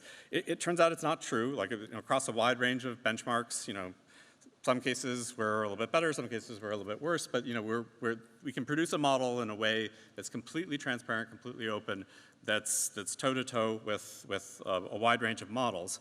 And we can do that while being highly transparent. So this is a transparency index from Stanford. This was actually for a previous generation that wasn't even open source. So we're hoping our numbers will be bigger next year. But it just fits into this trend of lots of open things being available. We think that level of choice is great. And then we can focus on the things that are important for us. So we can make sure that the models are safe. We can score highly on a variety of different safety benchmarks, because that's important to our customers. And then we can tailor it to enterprise use cases. And this is really where I'm going to get to sort of the content, like the message of beyond open is good. Why is open good? And why would we want to especially focus on these kind of smaller models with good capabilities tailored to use case? I want to direct you to that last chart, which is performance benchmarks on real-world cybersecurity benchmarks. And this is a place where we've put a fair bit of work into Granite, and it performs better both on public benchmarks, but also especially on our own internal IBM security benchmarks that they've produced, because we put work into it to tailor it and take the expertise of our cybersecurity experts and distill it into the models. And I think this idea that by having an open ecosystem where we have lots of choice, what that lets people do is it lets experts and domain experts to take the models, customize them, give the community a wider variety of differentiated models for different capabilities. We're not saying we're going to have the model that only can do one thing. We're just saying we're going to, our recipe for ratatouille might be different than another restaurant's recipe for ratatouille, and we're catering to different clientele, and our clientele is enterprise. But how do we do that? Because LLM building is a very complicated, very resource intensive, very inside pool, lots of tricks. We've been learning them and building up that skill set. But it's not like the average person who does cybersecurity or the average person who does supply chain management has those skills. And the answer to how we can do this, which I think is sort of maybe a little bit of a provocation and an invitation. We would like to do this with the open community. Why does software work so well? Software works well because we can take code from anybody in the world and you can contribute. It's really interesting. You don't even have to know the people who you contribute in their project.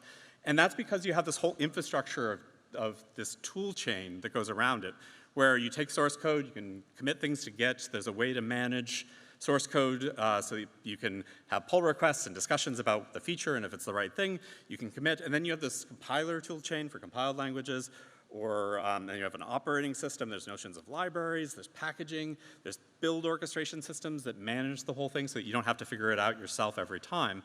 In contrast to LLMs, where it's like lots of, you put on the hoods and you kind of go and do your magical incantations and stir the pot, it doesn't have that same feel of being something like you commit software. So what we're doing is building exactly the sort of analogy to what a makefile is, what the software tool chain is, but for LLMs. And we're already open sourcing parts of this, and then we're going to sort of bring the whole thing out together. And the idea is that every one of these pieces has an analogy. We can have people from communities all around, all of our customers, all of people that we don't know. Again, you don't have to know the people to have contributions. They don't have to be our clients. We don't have to be doing business with them. But we can start to get to the point where we can build software, build LLMs like you're building software. And one of the key pieces of this is in how we generate synthetic data. And then we also have a version of this that's sort of easier for customers that we're starting to use and give to our customers called InstructLab. So I'll just briefly tell you what this is. And I'm going to try, I don't have a time monitor here, but I can imagine we're behind time. But I'll just keep going. And maybe you'll give me like a 5-minute mark. Okay.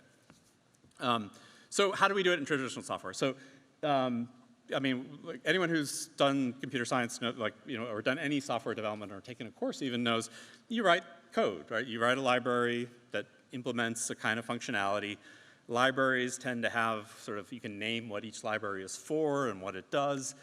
And, how would we do this in the LLM case? Well, I mean, a simple answer to that question, certainly not the only answer to that question, is that you can write code that generates data, right? You can write code that generates input-output pairs. You can write data that produces, inputs and then some sort of scoring rubric.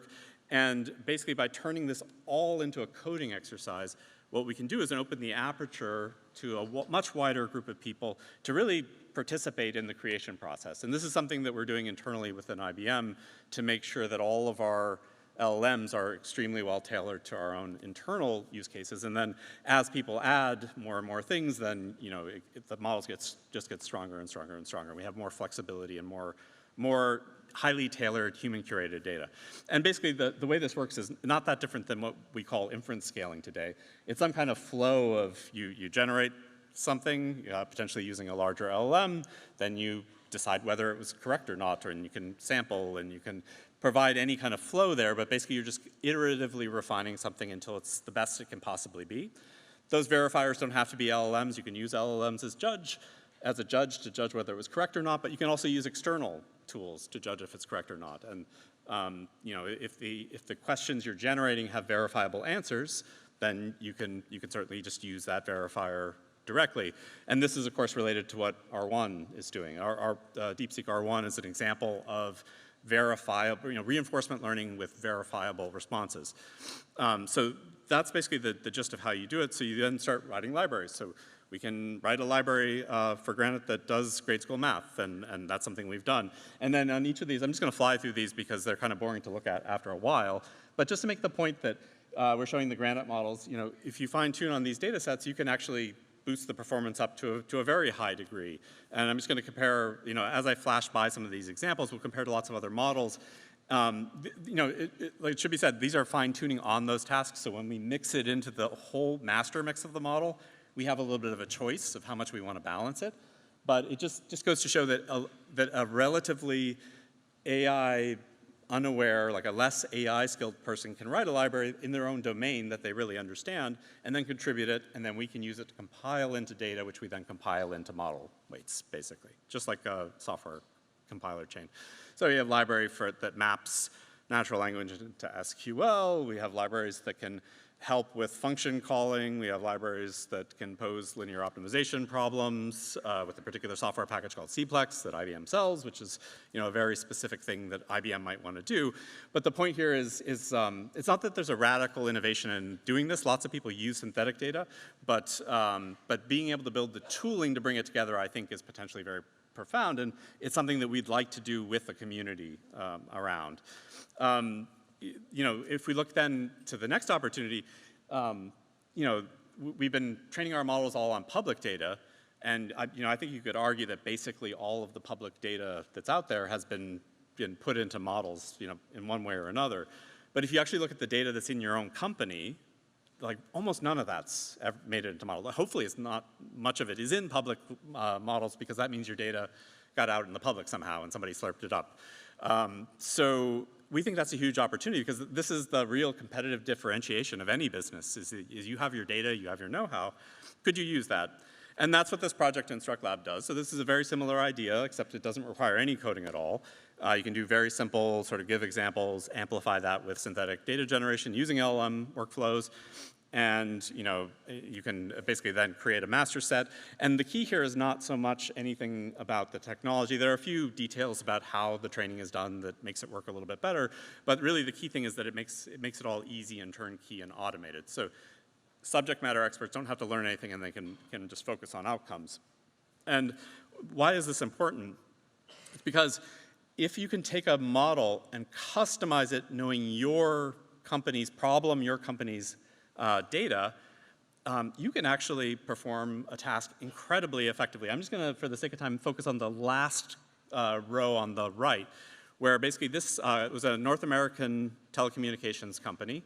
They were doing a task where they were taking chat transcripts, customer service transcripts, and then asking 80 questions about it, which drove business value, like, was there a technician sent out, or did the person mention a competitor, things that would be interesting for them to know so they could use it for sort of their own operations. The performance of the model, they were using GPT-4 to do this at a cost of, mid-single-digit millions of dollars. And by simply customizing a 7 billion parameter model on their data, not completely shackling it to that task, but giving it just a little bit more information about what the company wanted to do, they could make it 93.6% cheaper. So almost 20 times cheaper, because you're using this little model that's again, it knows your company, but it doesn't necessarily, know advanced physics and all that. So this is a huge, potential cost lever.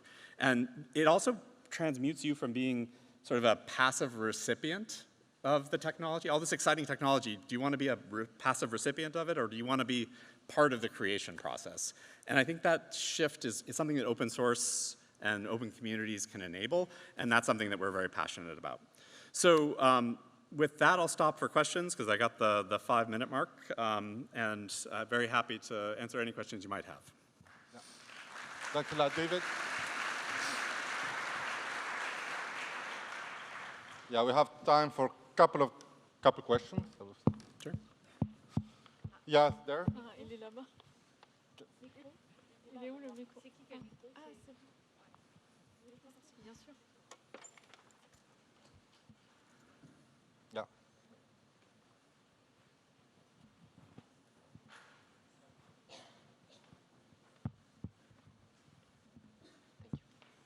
Hello. I wanted to ask a question regarding the energy cost, the increasing energy cost of the artificial intelligence. And I was wondering if IBM or the community in general has plans to implement quantum computing on the side to kind of offload some of the energy costs to improve the curve, as you were saying in the beginning, especially since IBM has a very performing superconducting quantum computer in-house. Yep. That's a great question. It's a common question that people have. And I would the quantum people don't give me any, they don't pay me. So I think they really do have the best quantum system, real quantum system, no joke, it's a real thing. And they have a really amazing aggressive roadmap. That said, it's not, the way quantum computing works, it's not necessarily it's just more amazing computing. And in fact, the kind of regime that we're in for doing AI is very different than the regime that quantum computing works in well. So you can get relatively small dimensional data in and get relatively small volume of data through a quantum algorithm, but a quantum circuit can compute, infinite, vast possibilities, exponential spaces kind of stuff while you're in there. And then the characteristics of how we do AI training, they're just very mismatched to that.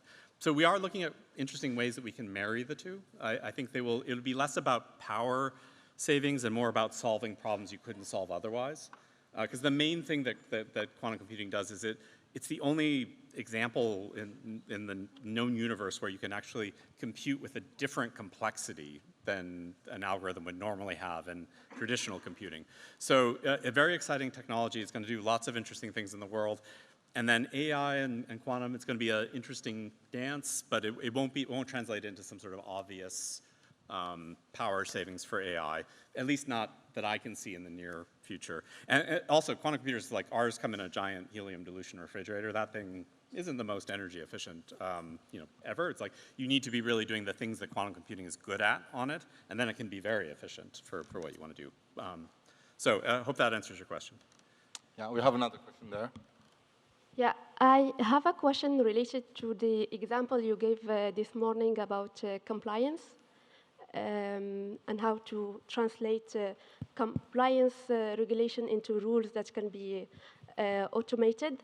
And I feel like in the legal domain, there is an organizational obstacle in legal firms to use AI and automate tasks that are like very easy to automate.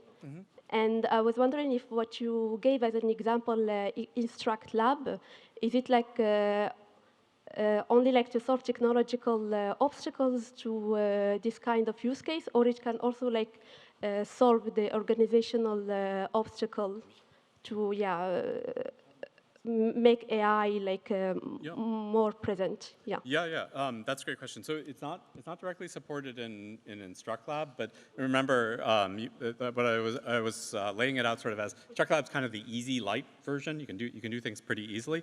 But then we have the other package, that's sort of our library framework.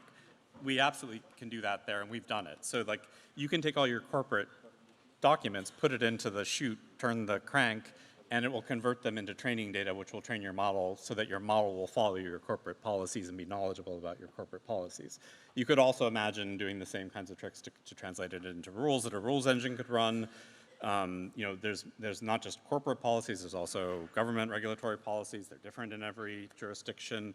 They can be very complicated to comply with. Our customers, they rely on us to do that for them. We also, have efforts using LLMs to like read the documents and find potential problems. So that's a huge, rich space that sounds really boring, honestly, but it's what's needed to get the world going. And actually, when you get below the surface of the application, there's lots of interesting technology there, even if like it's not like a talking robot that vacuums my floor or something. It's like making sure you're complying with the law.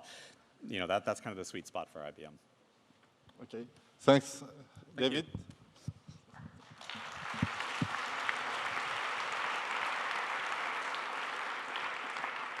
So we're going to move to our third presentation by Karim Beguir, CEO of InstaDeep. Please, Karim, join me here.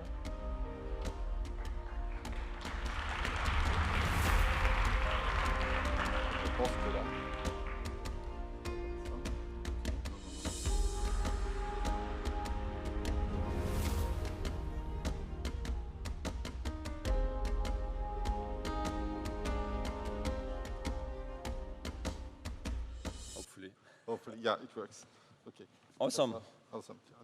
Perfect. Thanks a lot. Hi, everyone. It's a pleasure to be here. So I'm Karim. I'm the co-founder and CEO of InstaDeep. And many years ago, I was a student at École Polytechnique, so it's really a special thing for me to be here today. It's really a special thing for me, like at Poincaré after so many years. And given that this is the AI Action Summit, and that we are discussing science, I thought I would give you a flavor of some of like the cool work we've been doing at InstaDeep on the topic of foundation models for genomics. So rather than sort of like demo or product or platform pitch, really like my goal here is to get you a sense of sort of our scientific journey and covering sort of like the capabilities of AI models in the field of genomics. And this has been really like an evolution. We started by training, let's say, classical style models, and then thinking about how these could feed into multiple modalities, thinking about how we could push the state of the art further, which we did. And finally, like getting you a sense of like some of the interesting areas of research today. And really like you have to think about this as like from one block to another and sort of like being curious and seeing like where this takes you. So I'll start with some of our earlier work. This was actually back in 2021. At the time, we, like even the word Gen AI didn't exist, right? So this was quite novel. And we were already looking at like the great progress in NLP and thinking like, how could this apply to biology and in particular to DNA sequences? So DNA sequences, they're composed of 4 letters, A, T, C, G. And the question is like, how could you use like NLP style models, and in this case we used BERT models, to try to get going there. So what we decided was to actually use tokens of a length of 6 nucleotides, trying to find a good compromise between like an ability to express the information, but also not use too much compute power with too many tokens. And we started training models back from 2021, 2022, actually in collaboration with a few partners, including NVIDIA. We trained on the Cambridge one, the supercomputer of NVIDIA in the UK. Also, Google gave us access to cloud CPUs, allowed us to train. At the time, we were a small startup and we didn't have those capabilities. But just to give you an idea, we started with the reference human genome. So that was our starting point. And then we moved on to the 1,000 genome data set. Again, open source data, but allowing us to have sort of more to play with.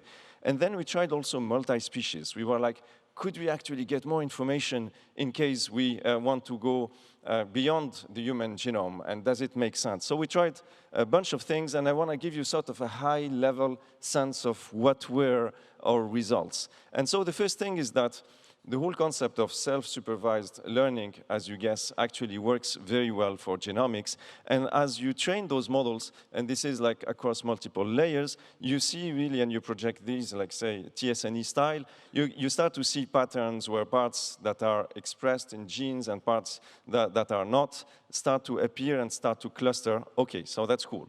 And obviously, the idea here is you're going to try to build this self-supervised representations to be able to capture structure and eventually, in the end, take a few downstream tasks on which you have limited data, but hopefully, even with limited data, get going and get results. And that's actually what we have seen. We've seen in terms of classification tasks or regression-style tasks, we could get to cool results. So these were some of our first results. We see here, we tried multiple models, as I said, and the interesting topic is the more data you have, the better the results, even if it's multi-species. So imagine that you have you're looking at human genome tasks. Actually, you have a benefit from having multi-species data. That was not an obvious point. A more obvious point is okay, if you have more compute, you have a bigger model, this works, but multi-species was actually interesting. And sort of the fact that training self-supervised on a single model allows you to get state-of-the-art results on many different tasks. Before this work, the standard in genomics was, hey, have a specialized task, for example, predicting the occurrence or not of particular promoter regions or regulatory regions. Well, here we showed that with a single model across multiple tasks, we could just getting out of self-supervised training, get a state-of-the-art on 11 out of 18 downstream tasks, and even 15 if you were fine-tuning the whole model for a specific task. So this shows you a little bit the kind of potential we got. And really the takeaway is, and we were quite surprised at the time, that not many people were working on these things because it actually works really well. And these models by today's AI standard are not very large. We're talking about 500 million, 1 billion parameter, and works pretty well.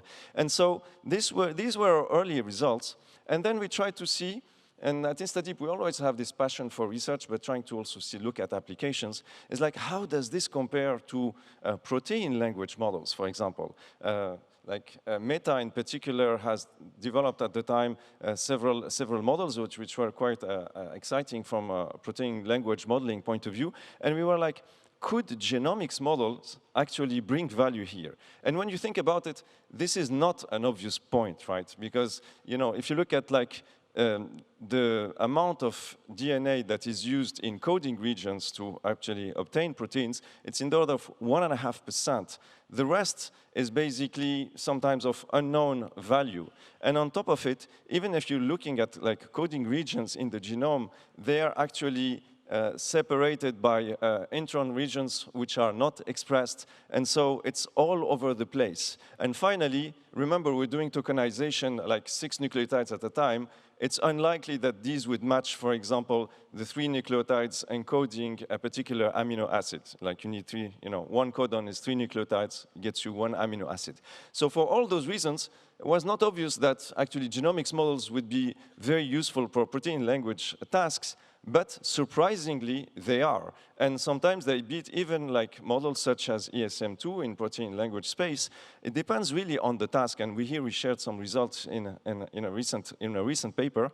It depends on the task. If the task is too dependent on the structure of the protein or the particular amino acids, then perhaps a PLM, a protein language model, will be better.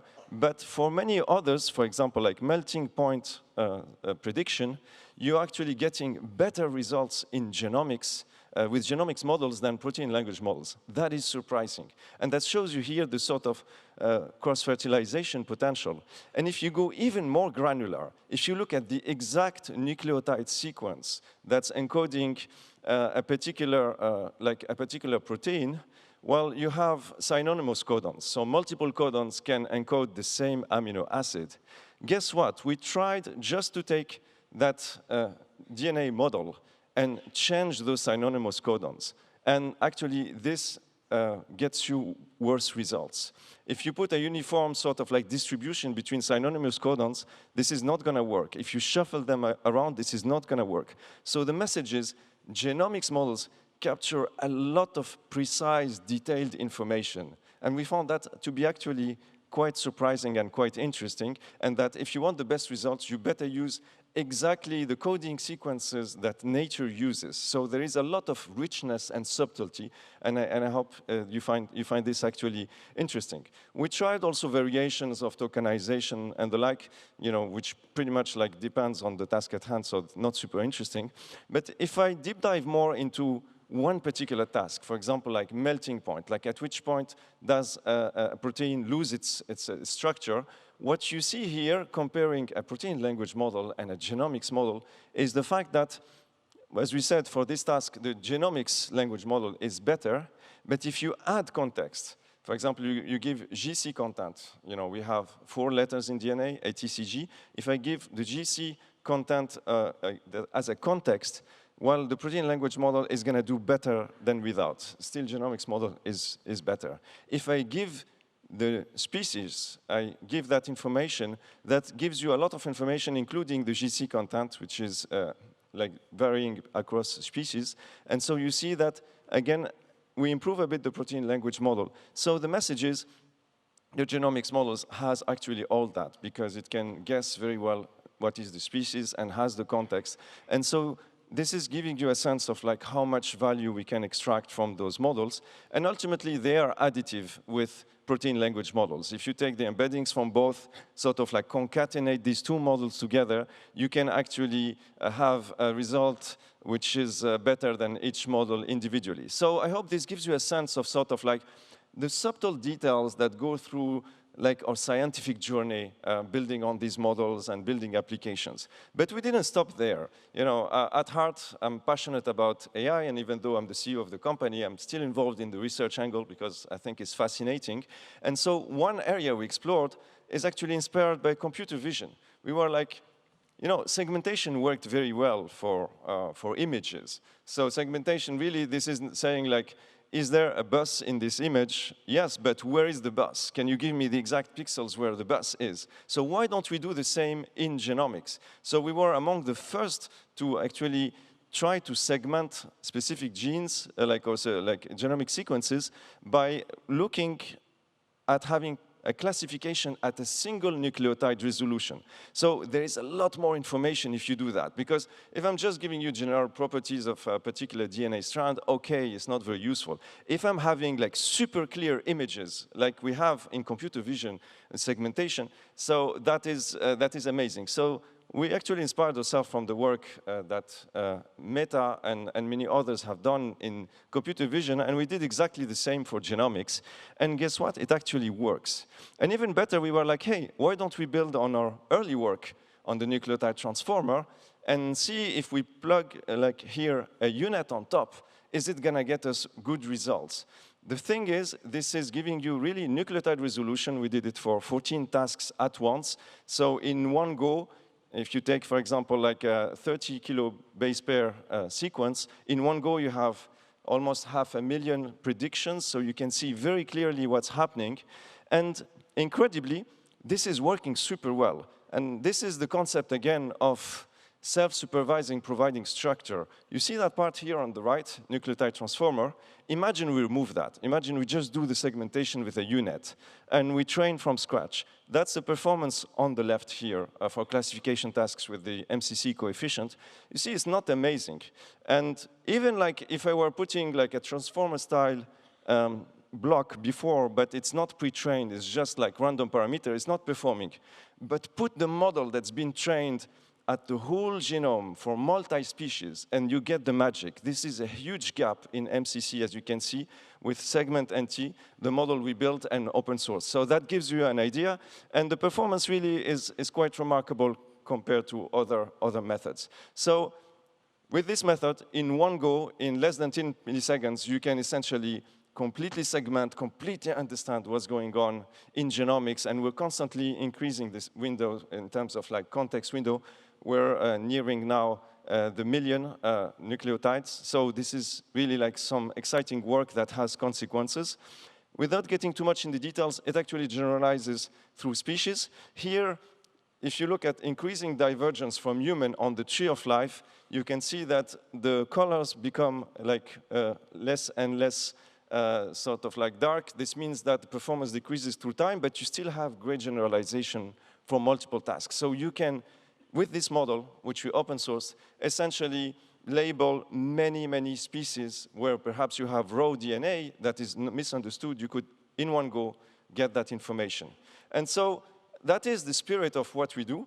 And finally, I don't want to take too much time. I'll just say a few words on the sort of exploration of multimodality with language. This was something I was personally quite intrigued on. I was like, can language bring a structuring property to all the work we're doing? Because so far we've been training models on nucleotide sequences or amino acid sequences in protein space, but what about language? Could we do something where actually could I speak to the system? Could I ask the system questions? And here I'm not trying to do what classical NLP does, which is trained on the internet. I want the model to have ultra-accurate understanding of biological sequences and understand English at the same time. And this was not done when we started working on it, and so we tried.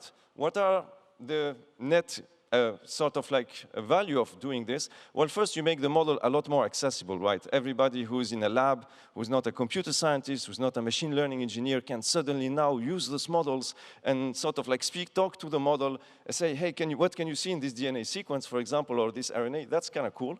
And the second thing, which is more on the research side of thing, was like, could we actually make the models better if I put in language? And that was an open question at the time when we started this work. And so what did we do? We took open source models, here the Llama series, and we took our own nucleotide transformer, and what we did was take the embeddings of the nucleotide transformer, so the high-level representation of the nucleotide transformer, and project them in the space of embeddings of the language model. We keep the language model unchanged, weights are frozen, so really like we are bringing the DNA insights, the precise understanding, state-of-the-art, like we've seen, into the language model. And we're like, could we now formulate tasks where I'm actually asking the question in English and embedding here a FASTA file, so basically a DNA file in the middle of the sentence, and giving the model the ability to understand this. And you know what? I'm going to express it in many ways, like 20 different ways to ask the question, 20 different ways to ask the answer. That gives you a variability of 400 question and answers, and so on, and do this on tasks on which we have data. And the incredible thing here is that it actually works. And it works better than a model trained only on DNA. And this is, for me, super exciting. Not only do you have a model, ChatNT, that you can speak to, but this is also a model that is actually, as a performance, better. And done all in a single sort of like training stack. You're asking the question in English, putting in your FASTA file in the middle of the question. Here we have some example of exact tasks, including the one I mentioned about protein melting, on which the performance was quite remarkable. And so you're conversing with the model in English, but the model has an extremely accurate understanding of biology. And in that sense, it is way superior to the models coming from NLP that understand biology just because, hey, they read lots of texts online about biology. Here there is granular understanding, potentially at the single nucleotide level of biology. And for me, this is the future. Multi-modalities like this can unlock a lot of value by blending in different modalities in ways that we thought perhaps wouldn't work. And so, really, like, perhaps my last message, and I don't want to take too much time because we're already over time for today, my message is this wouldn't have been possible without all of us working together, people who are fighting for open source and making it happen. And so at InstaDeep, I'm very proud to say that we are open sourcing a lot of our work. We open source SegmentNT, the NT series, and incredibly, we were very pleased to see that we're now nearing 1 million downloads on Hugging Face. It's one of the most popular genomics models in the world. So this is really like a testimony of the strength of the open source open source AI research community. So I want to thank my team and thank everybody who's keeping that open source spirit alive. Thank you so much.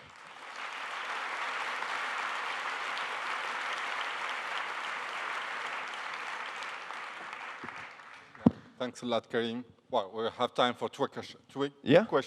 Two questions from the audience. Yeah, don't hesitate. Question there.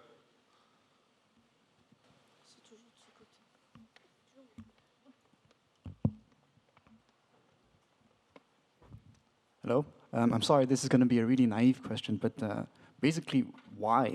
Why does a model that is trained with both the English language and the nucleotide sequence work better than one that only understands DNA? It's a good question. I think if it is in a better understanding of the question. When you're formulating your question in English, it immediately gives context to the model, and it allows better transfer learning from one task to another. So you could train a model on a specific task, and that's only what it does, and it doesn't understand English in any way. But here, the beauty is there is transfer learning between tasks. And so how one task relates to another, well, basically, the language allows you to do a better transfer learning. So think about it as like, I'm going to try to give you an example. Think about code, okay? You're programming. Do you program? Yeah. Okay. So imagine you have all the instructions, like say you're coding in Python or in your favorite coding language. Okay, now there is context. Somebody wrote context in a language you understand. Yep. Now the context is in Japanese. How do you feel about that? Well, the context helps, right? Well, it's a bit the same, I believe, is what is happening. But I was surprised by the effect. This was a hypothesis, and when we went and tried, we ended up realizing it has a lot of value. And so I think the future will be about models where you could literally talk to your DNA sequence and say, what is in there? Can you explain? And sort of have this interactive discovery dialogue with whatever modality you're dealing with.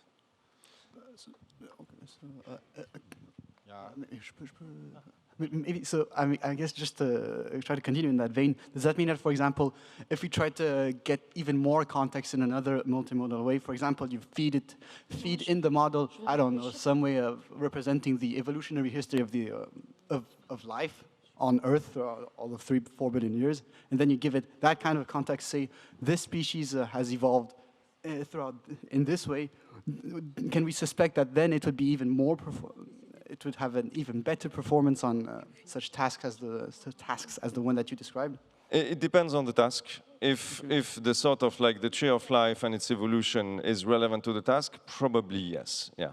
But it's actually a good question. There is a research paper which shows you that if you have actually plenty of sequences, you can figure out sort of like the temporality of them. In many cases, it's not perfect, but like I don't tell you which one came before which one. With language models, you can reconstitute this very well. So yes, there is value there. Yeah, we have another question there. Short question, please, and short answer, please. Yes. Yeah, I'm gonna make it short. Thanks for the presentation. When you talk about DNA, then you become very sensitive in terms of data set for the training. What's your personal take on the availability in terms of quantity and quality on that sort of data set? I think what's exciting is that it used to cost many billions of dollars to sequence a whole human genome. Now it costs less than $200. So money is not the problem anymore. And it's extremely important that we increase the quantity and quality of the data we have there. I'm thinking in particular, I mean, at InstaDeep, we're passionate, for example, about development and AI used in the developing world. So, for example, if you look at Africa, the world would benefit if we had more genomic data sets from more populations, because this is really paving the way to personalized medicines. In a way, you understand the patient much better than before, and perhaps you can recommend this drug rather than that drug based on the specifics of a given person. So on the data front, unfortunately, this is still very imbalanced, and we have to work collectively to build a world where data is more representative of human populations and hopefully unlock new sort of like breakthroughs in therapies. I believe it's possible. Thank you again, Cool. Karim. Thank you so much.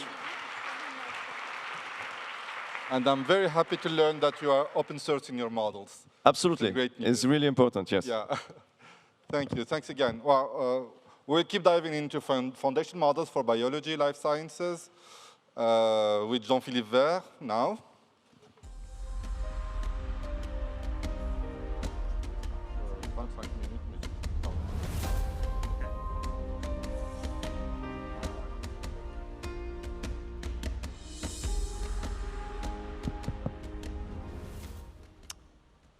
All right.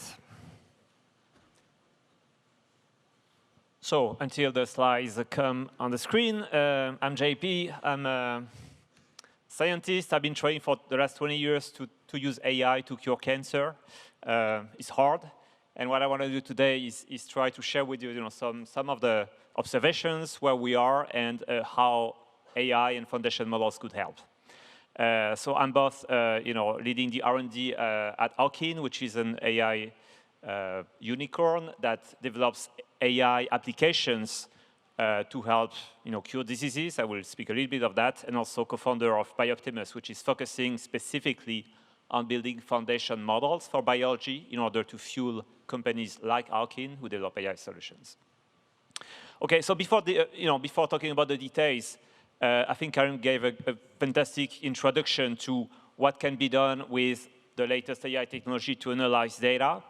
Because the session is about from theory to practice, if I had to summarize for the many of you who are not very familiar, I would say, with how you make a drug, like I say I want to cure cancer, how do you go from an idea to a drug?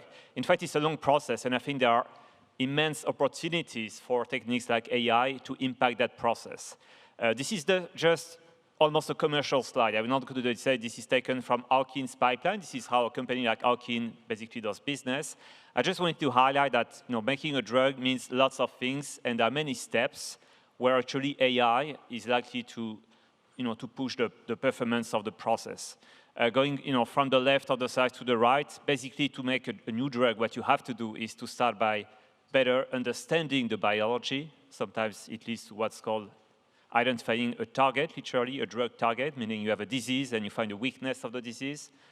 So AI can help because by analyzing data, AI can help understand biology.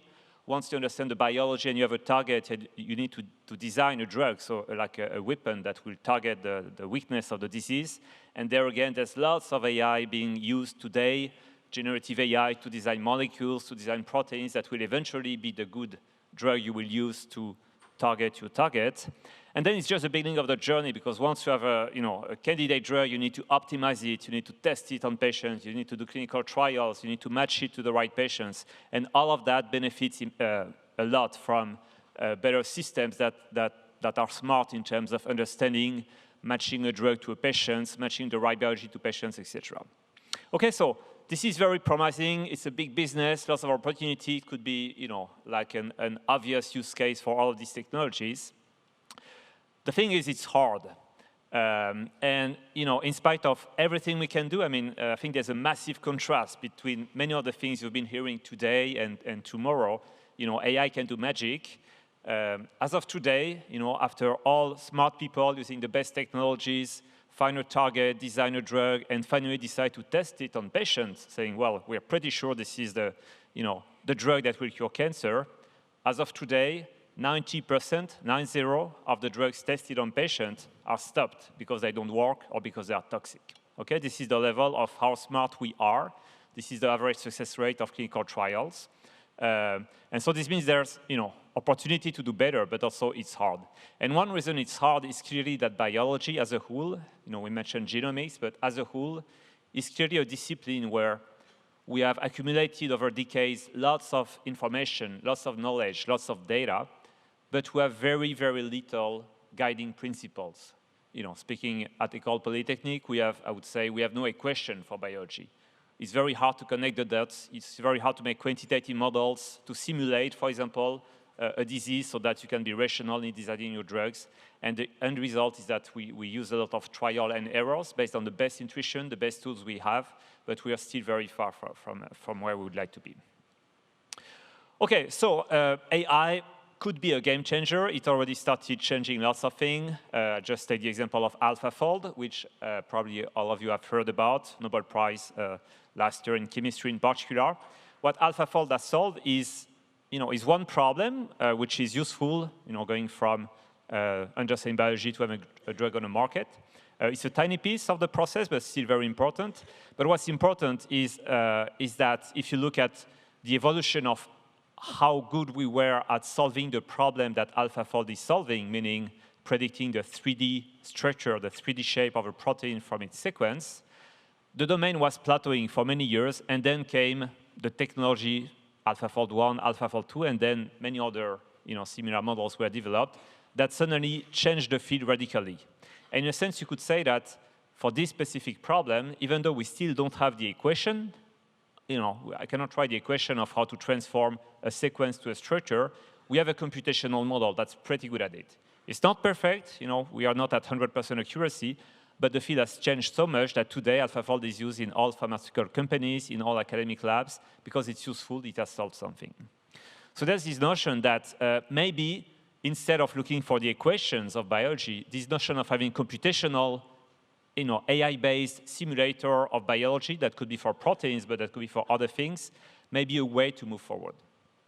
And so here we come to, this is, the talk is not technical, but what's under the hood of models like AlphaFold? No surprise, it's a bit like an LLM. So I simplify a bit, but let's say that AlphaFold and then the follow-up models basically rely a lot on these foundation models. Karim mentioned foundation models for genomics and for proteins. Think of that as a massive foundation models for proteins that has been trained by observing in the nature the sequences of billions of proteins, and from this data has learned a computational model of what is a protein, right? Well, and then it has been fine-tuned in a sense from this computational representation to say, well, now that you know what a protein is, it should be easy to predict its shape, its 3D organization, and it works more or less. Okay, so no need here probably to spend too much time on this notion of foundation model. It's really, an approach that starts by collecting lots of data, learning from the data, using some neural network, something about the data, and once this knowledge has been encapsulated in this computational representation, fine-tuning it, using it to solve specific tasks. LLMs, of course, do that. They take books or text and transform this text into numbers, and then from these numbers are able to solve many tasks. So there's obviously an interesting, coming back to my initial problem, which is we lack equations in biology. What about replacing equations by a model that could be a foundation model for biology?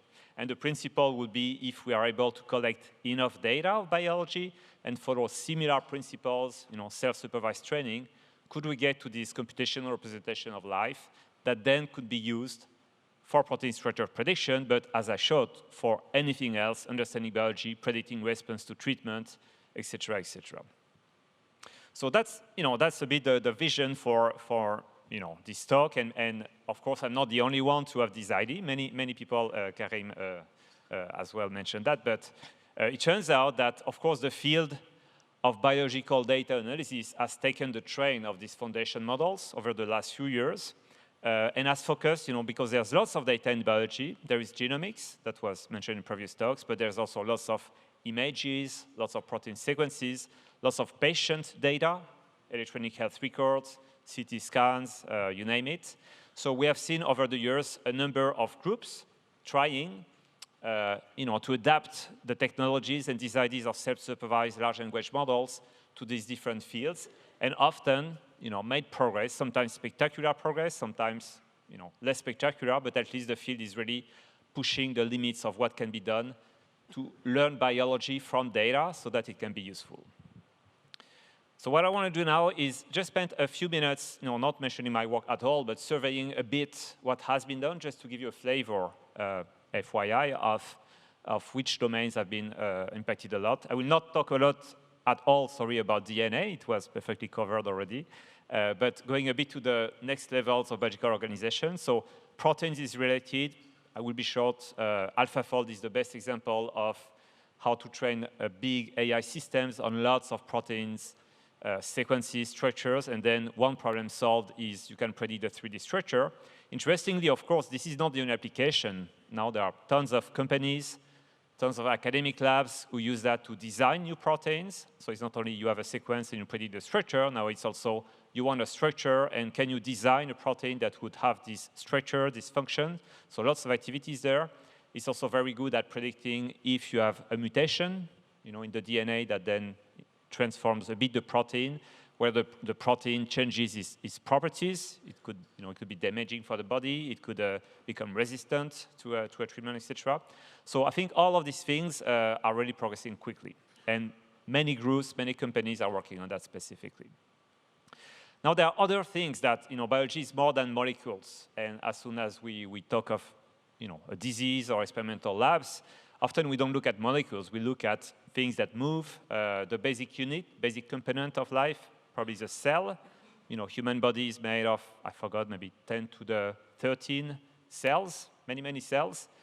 All of your cells have your chromosomes, your DNA, the reminder of high school biology. And interestingly, all of your cells have the same DNA, right? Because the DNA, more or less, but the DNA you get are the DNAs you get at birth, and then all your cells have the same DNA. So if you understand the DNA, you understand something, but you don't understand why you have some cells which become blood cells, others that become neurons, others that become skin cells, okay? So there are other ways to characterize the cells, not only through DNA, but for example, through the activity of the genes within each cell. So, DNA gets activated to produce proteins. We can measure tens of thousands of genes, proteins, how they are activated. And there's been lots of, so there's now technologies to systematically measure that across many cells. Here we're talking of tens of millions of cells that have been analyzed this way. Each cell characterized by tens of thousands of parameters, which are the activity of the genes. And we've seen an increasing number of foundation models for cells that try to learn what is a cell. And, starting from the human body, there is something called the Human Cell Atlas Initiative, which is an international consortium to generate data. And from that, we start seeing models that learn just from the data the identity of a cell. So we see clearly, once you learn these embeddings, you start seeing different types of cells, subtypes of cells. If you study cancer, you see the cells become a bit crazy, so you start having a quantitative way to describe cells, their trajectories, etc. And so that domain is moving very quickly. Something interesting is that, the community working on that is, I would say, super small compared to LLMs for text or even computer vision.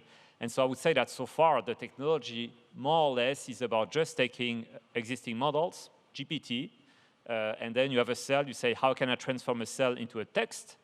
And then train a text model like GPT, and you get something named single-cell GPT, okay?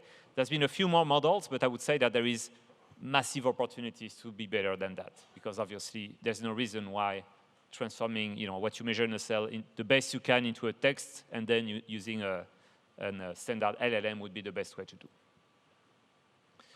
Okay, but this being said, the kind of direction we're going to, and there's been position papers very recently published in Cells, the big journal, saying that once we have that, what can we do?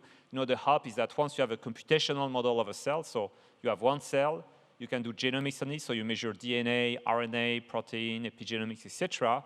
Then you can map it to numbers, so computational representation of a cell, and then the kind of things you can do is typically predict other properties of a cell, or predict, and this is an immense challenge as well, predict the response of a cell to perturbations, right? So we need also to have a notion of causal AI here, where we'd like to have a representation and a way to simulate what happens to a cell if you, for example, treat the cell with an existing or candidate drug, so that little by little we can get to this computational approach to have rational design. Okay, so this is the vision, and again, many groups are working on that. It's super exciting. Jumping to another level, and which will be closer to what we've been doing at Alkin and Bioptimus. One cell is nice, but if you study cancer, it's not one cell. So there are cancer cells, but they make damage because they are surrounded by millions, billions of other cells. There is a notion of ecosystem where you have a mix of cancer cells, normal cells, immune cells. And to understand the disease, you need to understand that. So understanding a cell is not enough. You want to understand many of them. How do you get data from many cells? Well, one option is to move to a different technology, imaging. So this is an image that, for those of you who have been impacted or have friends or family confronted with cancer, these are images that you see in the hospitals. If you get a biopsy, a doctor looks at your biopsy under the microscope to try to do a diagnosis, to understand the disease. This is what you see. Okay, so here, that's another scale of biology where these are massive images, and when you do the microscope, you see these little dots on the right, which are individual cells. Okay, so the ones that I discussed before, now they form complex things. And understanding this complexity is also key to understand, for example, what's called immunotherapy. Right? Immunotherapy is a kind of treatment that activates your immune system that only works if the organization of the cancer fits to immunotherapy. So it's interesting to do AI as a example of things that already work on the market. This is one of the products that Alkin has developed, which is used in hospitals. You can use AI for automated diagnostics. So you have an image, you train a model, an AI model from the image. So it's a computer vision problem, I would say, from the image to the diagnostics. It works pretty well. So this is already used, right? It's not science fiction. I hope it can get better, but it's already the performance is already good enough to be useful in the clinics.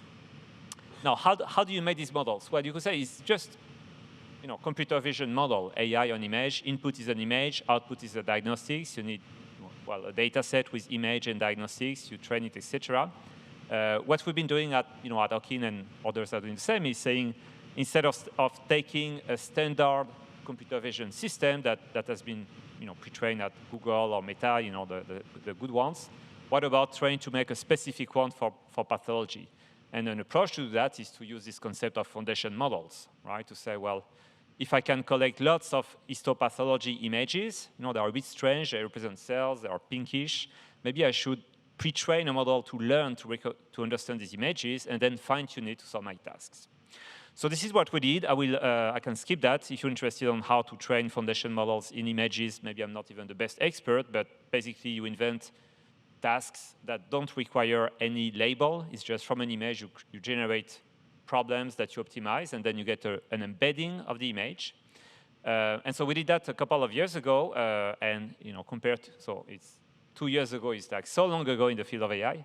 But it was one of the first foundation models for pathology, and at the time when we published it, it just worked much better than other models that were using computer vision systems not pre-trained specifically for histopathology. Right. So, for example, we in the publication and in some Kaggle competition, it was shown to be very, very effective to win Kaggle, etc. So I would say that was a bit the beginning of a trend to create foundation models for pathology. In 24, end of 23 and 24, I think there has been 20 publications from academic labs, companies, pre-training foundation models for pathology.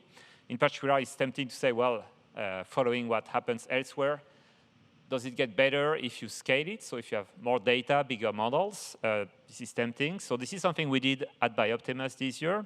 We released open source a model last summer, which at the time was the biggest in terms of number of parameters, trained on a proprietary data set, the most largest and most diverse data set. And I won't go to many results, but basically we observed that the scaling law applies, meaning that really we see better results, significantly better results on many tasks, if you better pre-train the foundation models with this one, for example. Okay, so that's one modality, and no surprise, I would say, this idea that works in other fields also works here. If you can access millions, tens of millions of histopathology images to pre-train a model, then you can fine-tune it and get just better diagnostics. And remember, these models, they are used in the clinics today. So an improvement here means that you save lives in the clinics, which is really what motivates us. Okay, something that we pushed on arXiv last week, 2 weeks ago, is an interesting, not completely surprising, but some of the things that is very hard when you deploy the systems in the real world is especially a system to analyze images in the clinics is it has to be super robust to differences in, small differences in the sample preparation, in the scanner, in the, the quality of the image. And so we tried something which is distillation. So distillation is a standard technology. Maybe some of you have read the DeepSeek paper. They distill a big model to a small model, say it works very well. We did the same. We started with our big model. We distilled it into a smaller model. And what we observe is that in terms of performance, it's slightly lower, but still very good. But we observe that it's better in terms of robustness. So we have different ways to assess the robustness, like testing, fine-tuning it on one data set and testing it on a different hospital. And so that's one of the surprises, not completely surprised, but interesting topic of research, which is that distillation seems to be a way not only to have a smaller model, so cheaper model, but also more robust model in terms of capacity to, to be used in different hospitals that may have some specific hospital batch effects. Okay, so I'll now finish the talk by mentioning, what really is the, could be the next frontier, because here I say we and others. Karim mentioned DNA. I mentioned a few examples in proteins, images, cells. So clearly the field of foundation models for biology has been quite active, even though it's a small community, in taking data sets that exist, pre-training models, and developing specific models, specific use cases per modality. But it's tempting to go beyond that, because when you talk of a molecule, of a gene, of a protein, of a cell, of a tissue, all these things are connected, right? A tissue is made of cells. A cell can be characterized by the genes. A gene is a sequence of DNA, etc. So it's kind of obvious that a true computational model of biology should be able to grow across the scales. And actually, many of the questions we'd like the model to be useful for require us to think across the scales. Like a standard question is, if you do a chemical perturbation, if you give a drug, you don't really care only about whether the drug binds the protein. This is useful, but the real thing you care about is if the drug cures the patient, right? And so it's a sequence of things, like the drug should bind the protein, which itself, if perturbed, should change the cell, which in the middle of many other cells changes the tissue, etc. So all of these, important questions can only be addressed if we manage to connect the dots between the modalities and between the scales. How do we do that? This is very, very, this is mostly open, so I would just share a few things that we did, a few open ideas. For example, one idea is to try to say, well, we can formulate this transfer of scales, as a translation problem. Like if you give me an image of a tissue, histopathology, it's made of millions of cells, can you, for each of the cells, predict the identity of the cell in terms of the genes which are expressed? Right? So typically that would be two different technologies, that would be two different scales, but maybe using, if you have a foundation models for images, a foundation model for cells, maybe you can try to align them, to connect them, but here there is a notion of one is a small thing that makes the other one. These are practical use cases, by the way, because there are technologies to measure each cell in a tissue, but typically it takes about $10,000 to obtain one patient data, whereas to get an image is $10. So if we had an AI technology that could in silico predict what you get for $10,000 from $10, you can imagine there is some market, not only an economic benefit, but a possibility to scale the data collection to large numbers, because there are many images and not many spatial transcriptomics, because that's the name of the second technology. Okay, so we did work on that. Many people are working on that. This is the result of a recent, it's not by us, it's a benchmark that was published at New RIPS last December, which exactly compares foundation models for this task. Can you predict gene expression from an image? I show it in part because it's important, in part because I'm very proud of the Bioptimus team who developed this model, which is open source, and today is the leading model in this benchmark. But besides who wins or who is second, etc., what I find really interesting is that on the right, if you have good eyes, you may see that the model that is not so good is called ResNet 50. So it's a bit old, I agree, but this is one model that 3 years ago was state of the art, and with the particularity that it has been not pre-trained at all on histopathology. And then from there to the left, these are pathology foundation models, and you see that the difference is very visible. So this is what I meant earlier in terms of we see the scaling laws. Pre-training a model with more data, more quality data, really changes the performance. I'm not sure it's an AlphaFold moment on that field, but we go from 30% to 40% in just 2 years. This is still massive improvement when you think of the impact of these techniques.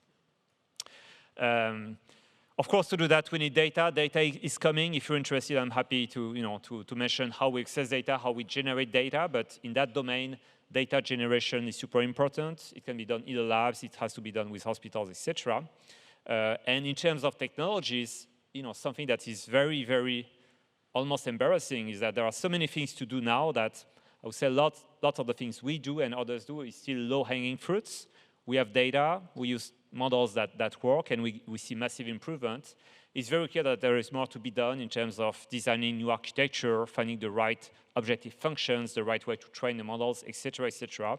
And so I encourage whoever in this room is looking for a topic of research for the coming years to think about these types of applications.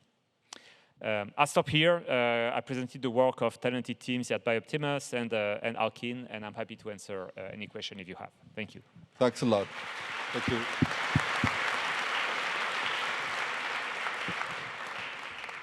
Again, we have time for 2 questions.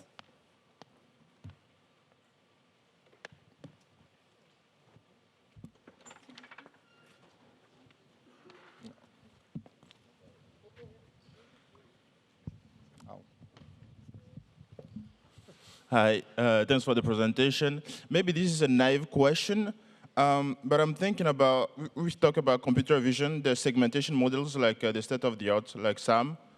Those models are trained on cars, oranges, and stuff.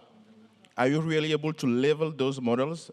Can you call them foundation models for your histopathology? Can you just quickly go from those models and just train them on your data and get a result, or you think that's not possible from your experience?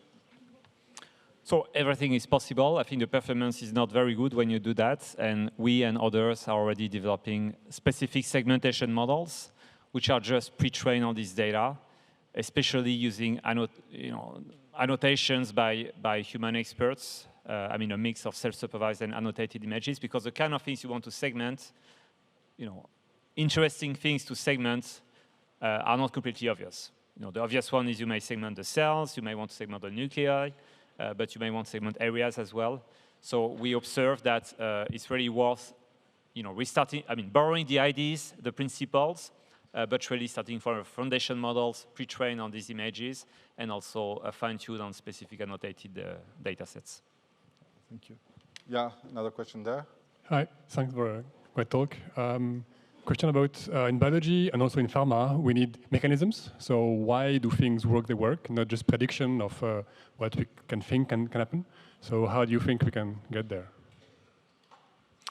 So I think in the question there are maybe different things. One is when you say we need mechanisms, I would say probably we need let's say causal effects, because when we say, well, I see a correlation between survival and the protein, therefore the protein may be a good target, this is not enough, right? You would like not only the protein to be correlated, but if you inhibit it, you would like survival to increase. So there is some notion of mechanism there.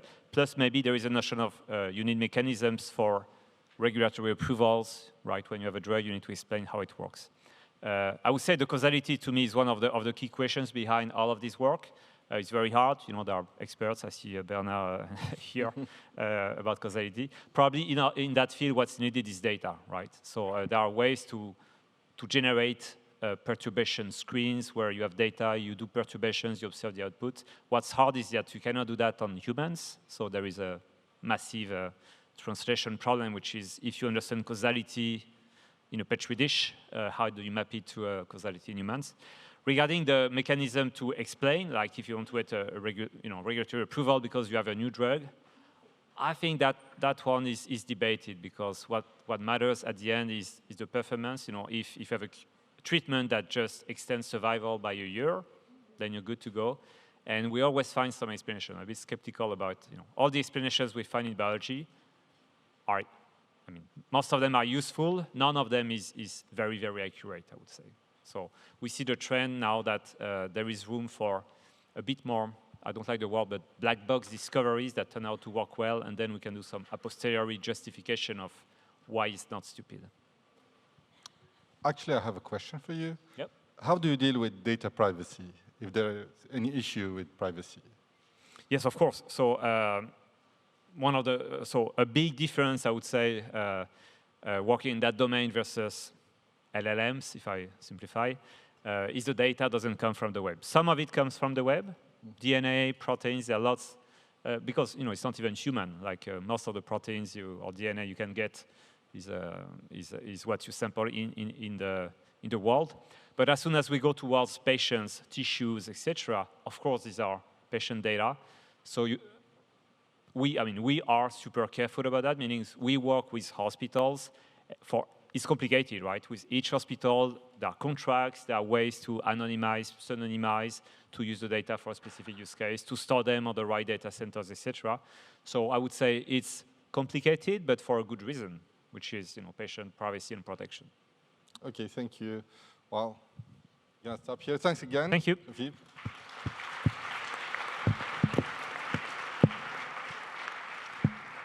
And we will move to our last talk by Michal.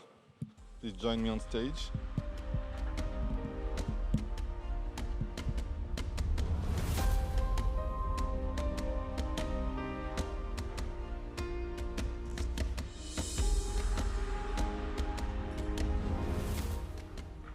Okay, so the floor is yours, 25 minutes.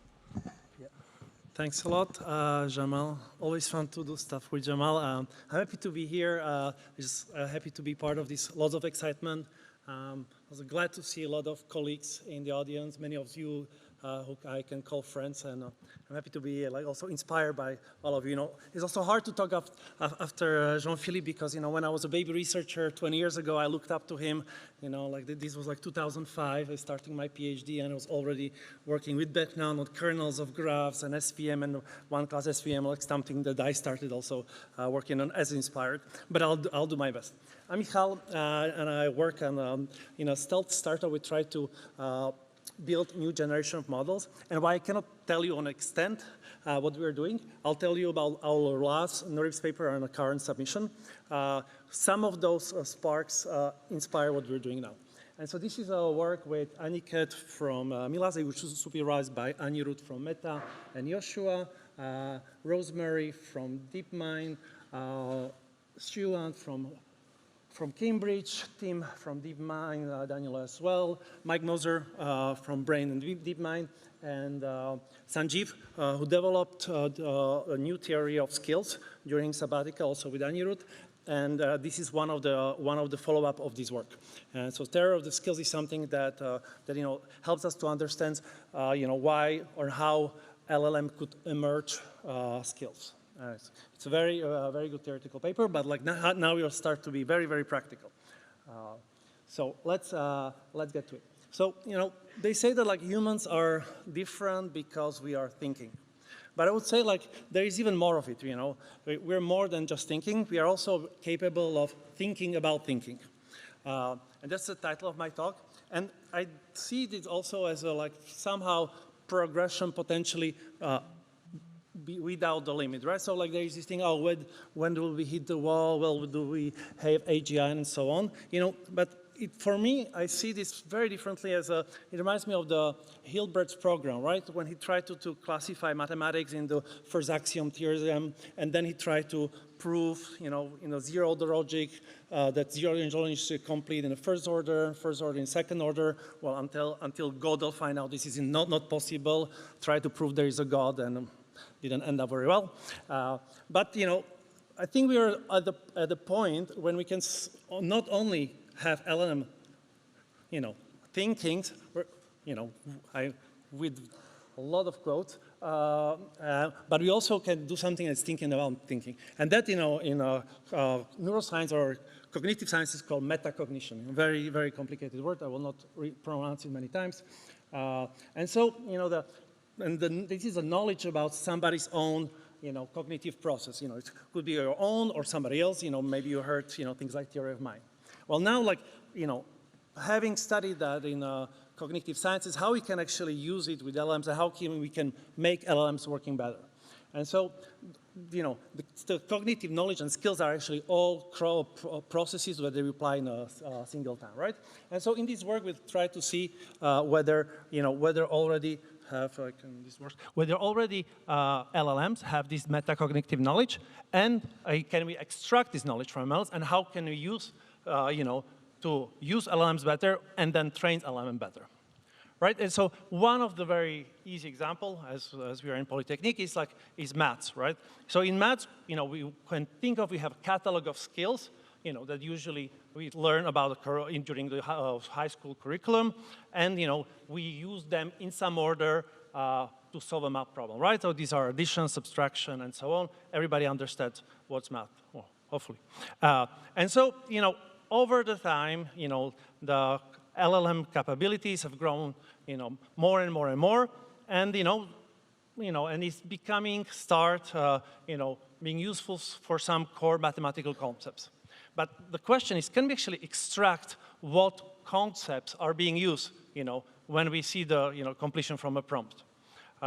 So one of the things, we can ask, right? Like humans can verbalize, what skills did you use in this problem? What did you, what kind of theory, what kind of equation you used, to pull the racket up, as Jeppe said, So we can just also ask LLM to find out. And so we can just, given a question, we just ask simply LLM for a skill and concept that it was used to solve a question. So here is like, a car travels at a constant speed and covers the distance to 40, blah, blah, blah, blah, blah. What's the speed, right? And a skill is speed, distance, time calculation. But the reason is because you need to have expertise in speed and distance calculation. Well, some other example. Sum of the two numbers is 45. Well, that's solving a linear equation. How many whole blocks needs to be wrapped? Like, you can calculate volumes, and so on and so on. And, and this knowledge, so these are examples are from GPT-4, but here in France, we want to, support the student coming from Polytechnique, so we also try Mixtral, and they also, you're able to get the skills, and it's somehow they're named differently. We also, in our paper, we even try to have skills from one model and use in other models. This also works. But, this evidence that I just presented is just very qualitative, right? We cannot just, use it quantitatively. Because we don't have access to the true label, we don't actually know that if LLM said I used, volume, it actually used something else, right? Or if it used anything at all. But the most important things like this, so how we can rely on this downstream evaluation to improve LLMs. So I'll be very specific how we can use it, and this is actually these specific examples and the way applied them, we use in several companies that I advise. And so one of them is ICL, in context learning. So we provide more relevant examples in context for solving new problems, and another one's how to actually be order, things that we learn, such that we already know. So one of the other guarded secrets, of LLMs is like in which order and what is the data proportions of data sets we use, for example, pre-training, and how many times we change in them.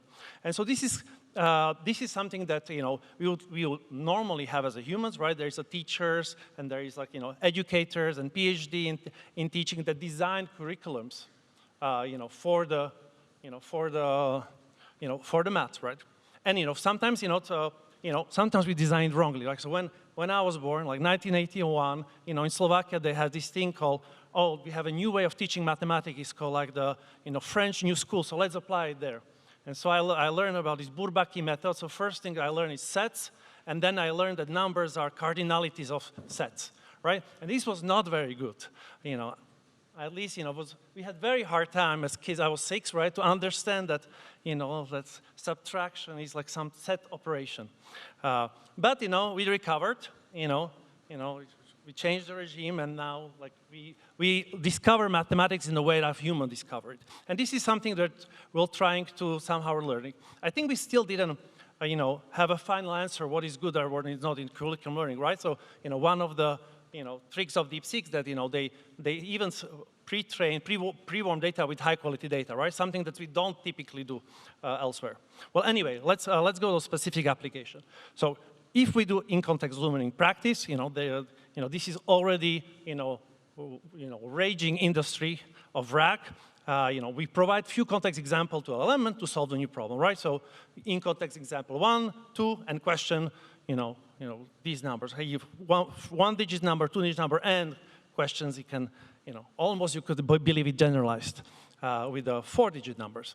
And this demonstrates, how to solve a related problem. But the thing is that sometimes, the related problem is not something that you would retrieve, with your embedding that you found, And so models, another thing is just providing reasoning chain, right? So you can actually, with the standard prompting, Roger has 5 tennis balls and so on.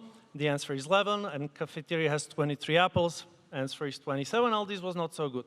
And when you have chain of term probing, you try to explain, your thought of process. Oftentimes you get better answers because, the things that they use is also describe how you use them. So this is a tip.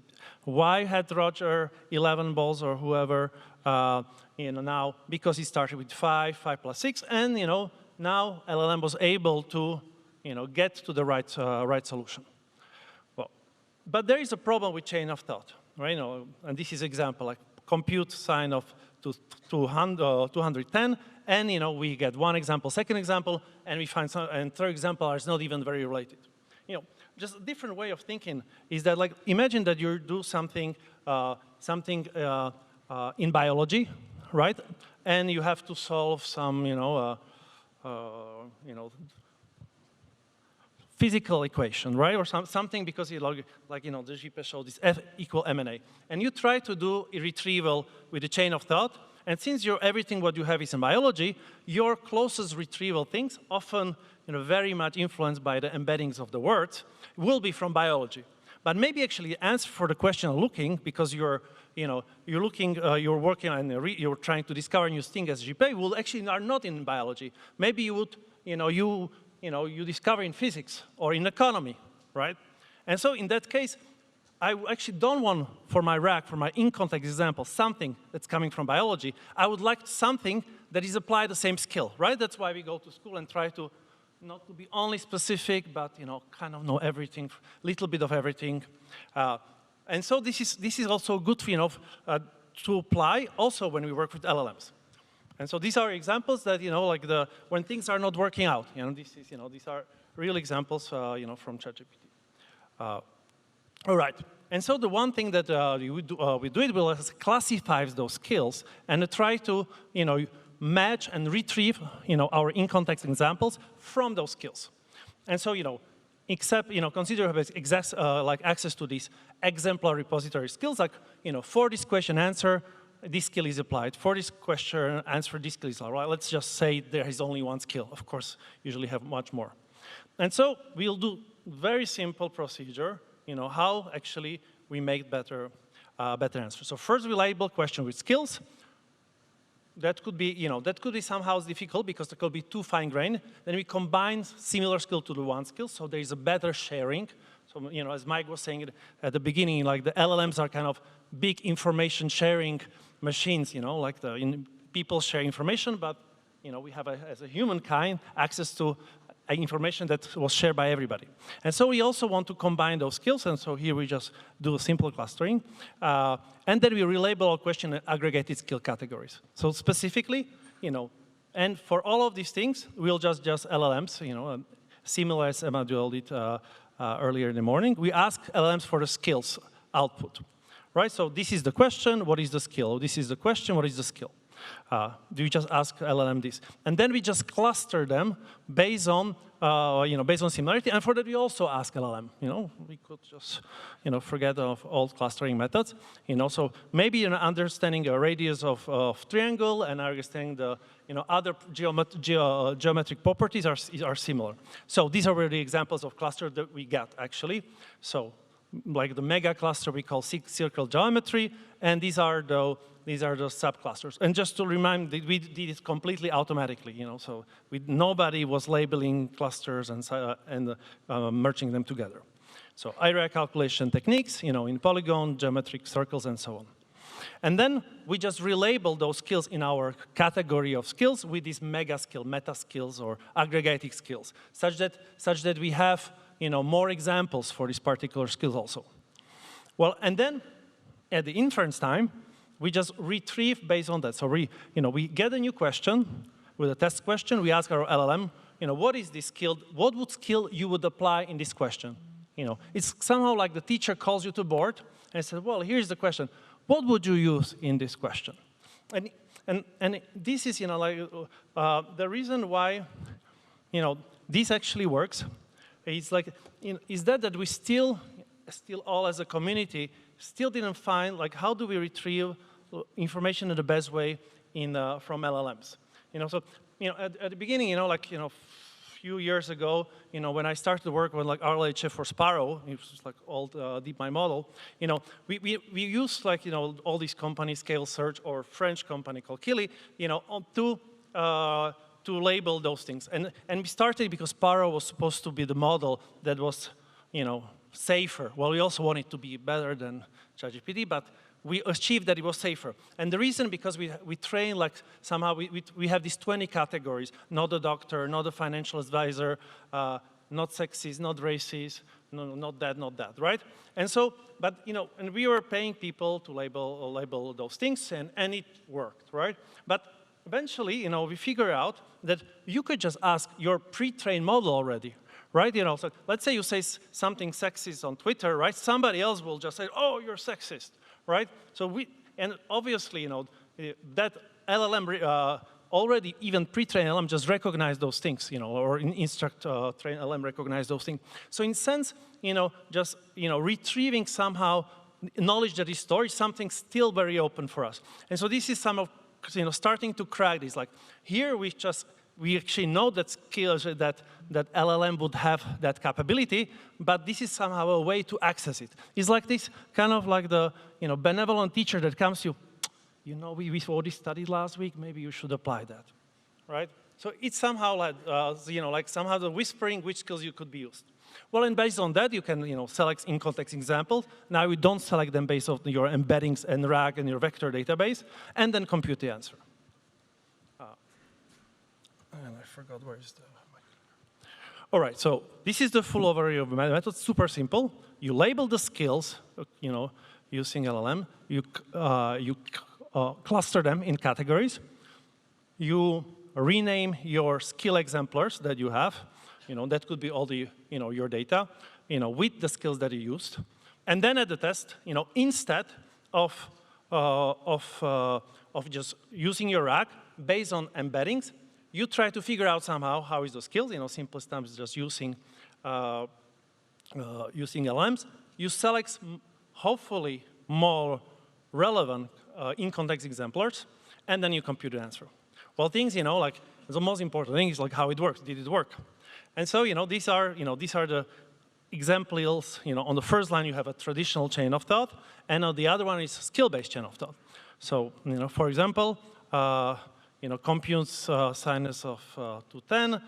Similar example with skills would be sinus of 510, right? And so, you have something that's getting more and more similar, right? For the chain of thought, which not necessarily was the case. Well, and of course we did, quantitative evaluations on on typical data set GMSK, and we found out this was eventually helpful across the board. Not that surprising, right? You have more relevant example, you should get to the more relevant thing. Another side-to-side comparison, let's say, you want to have, again, this assigned to 10. You find some topic-based solution, there was 210, and, somehow you end up to the wrong problem because it retrieved, it was about the sign, right? And so, but if you use skill-based sign, that this is about trigonometry, and, particularly Kate, the reasoning chain or chain of thought, oh, it's below the negative axis, so you would not have the, sign mistake. Similar sign mistake with a completely different problem. What is the third cube root of minus 25? Not the real number, we cannot do, impossible, very confident, not possible to take third root. Well, if your skill is exponent root skills, it's much likely. All right, and so, like you can also ask, if you can improve one model, improve other, and that we eventually also try. For example, we had, the skills labeled by ChatGPT, improved reasoning, like improved math results in mixed trial. We also try to combine the models and so on, so I'll skip that. You can find this on the paper. It also worked on code generation.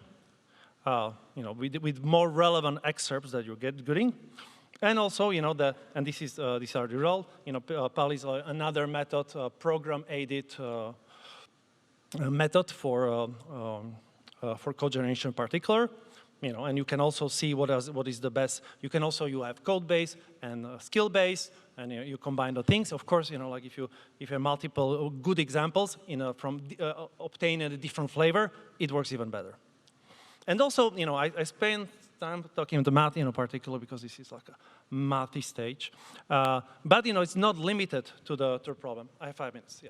So it also works for alignment. So I just give you methods, so I'm very into fashion. As you can see, you can also do what is the good shirt. It's a black, you don't look fat, very important, So you can also ask the fashion skills. And I'll skip and just show some example. I want to get better of networking. Here it will tell you, oh, I'm sorry, I cannot do that. What does you mean networking at work? You mean like plugging some cables? And skill-based would say, blah, blah, blah, networking is good for relationship. Maybe it's for a different school here. Like, what are the steps making bomb? Like chain of thought, this is the bomb, very good, bomb everyone. Yeah, skill-based is also helpful. It helps you get a better alignment when you do that, right? And so I have only 5 minutes. So I'll skip that. I'll tell you about a sneak peek of the work that we did recently. And we're also very happy that exactly there was a work done with the collaboration with the organizers of the conference, Mike and Eric. And this a lot of work was done by Antoine. I started with some initial discussion over several years, actually, by Remy Moos, who is sitting there, on the stuff like how do we actually use better a way of labeling. So Emmanuel Candes in the morning is like, what is the best way that humans can provide labels to the knowledge? And this is somehow first answer to this problem. And we very recently, started to also collaborate with the French, to again support the French AI Summit with a labeling company, Kili. Please use their support. A lot of French companies do, to actually, evaluate those practically. And so a lot of work was done by Antoine, who's a student of Mike and Eric. All right. Also with Etienne and Alain and Pierre Ménard. And Paul Graffin actually representing Kili. All right. So the original issue started already, I think this was already at Gemini when I started to think about it with actually David, is that a lot of times we pay these companies to, there's several kinds of data, like I was often in the past mostly focused on preference data for online RLHF and online natural learning, right? So you give humans 2 or 10 answers from the same model and you ask them which one you prefer, and then you either train reward model or if you're really, really rich, you can directly do policy gradients on these answers. But a lot of these answers is actually quite wasted because at the beginning, the model is very bad. And so all the answers are very bad, and so you let label, you pay for labeling noise. At the end, the model is getting quite good, and so maybe the answer for a lot of questions are just synonyms, and you're also paying people, for labeling just random noise. And what's worse, humans, always decide something. Sometimes they can really know, but there's always something. Sometimes it's just like difference of text, and they select one. So either if you select one wrongly because it really doesn't matter, beginning or end doesn't matter, you also send your gradient in potentially wrong way, and so that means you're making more noisy. What if you be more smart about which things you're getting?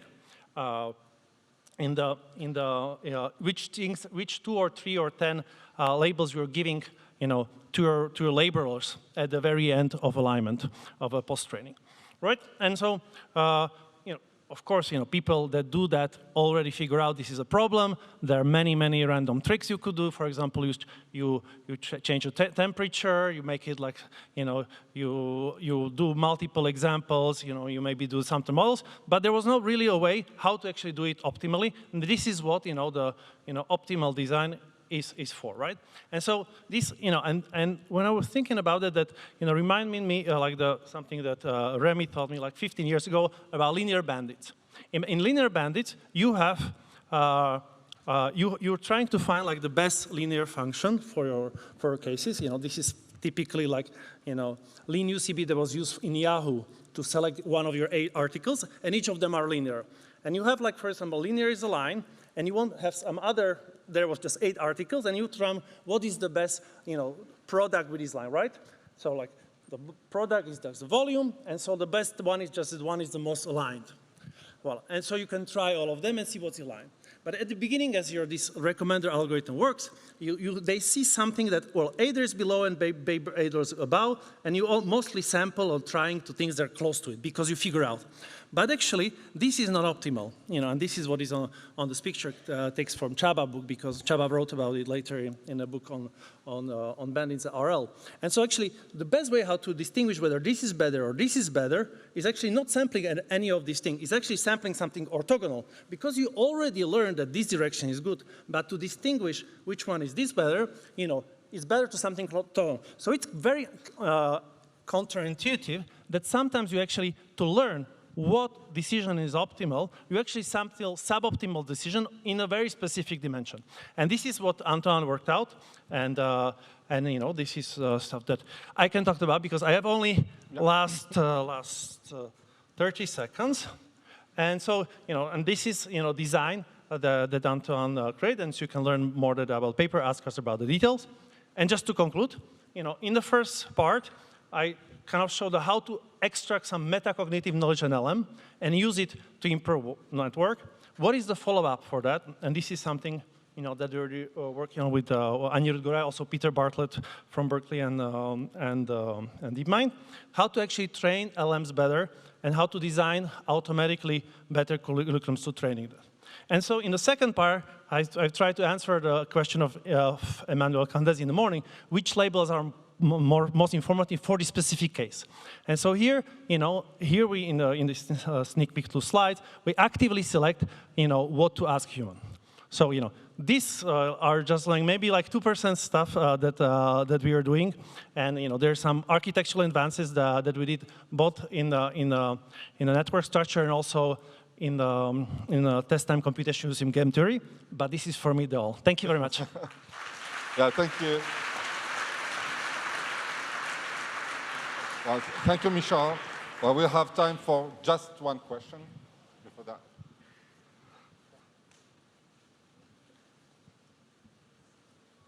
Yeah, here.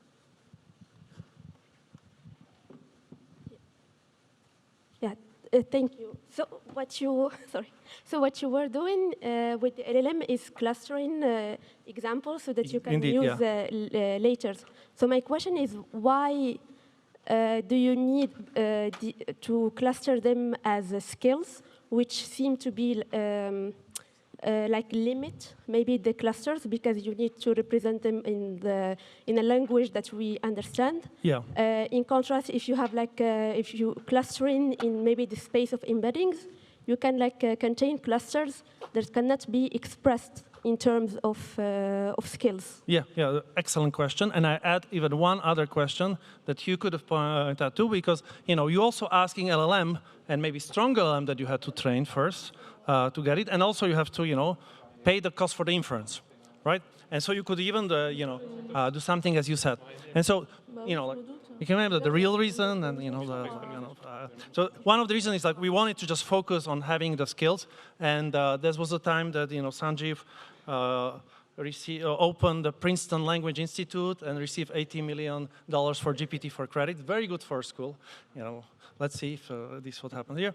Not GPT credit, Mistral credit. And so this was a runner, so we didn't focus that. But like this is actually stuff that we're doing right now. We're replacing embeddings because if you want to push the RDI more, you could even see which data sets are the most relevant to train for my final task. Right, and that's what you don't want to. First, there is no name for this embedding, right? So, Mike and Ben in Baz work on something like latent direct thread allocation, right? Like sometimes you use some skills that you don't even have the label, and so exactly the stuff that, and this is something is exactly stuff that we're working on right now. But this was an excellent insight for the question. Yeah, thank you. Okay, thank you. Thank you again, Michal. Well, look, as a few of you just go towards your seats, we'd like to ultimately begin our plenaries of this afternoon. I'd like to welcome on stage, after that rather short break, where do we start? Lots to say in terms of research interests, in terms of the work that's being done. Bernhard Schölkopf is of the Max Planck Institute of Tübingen.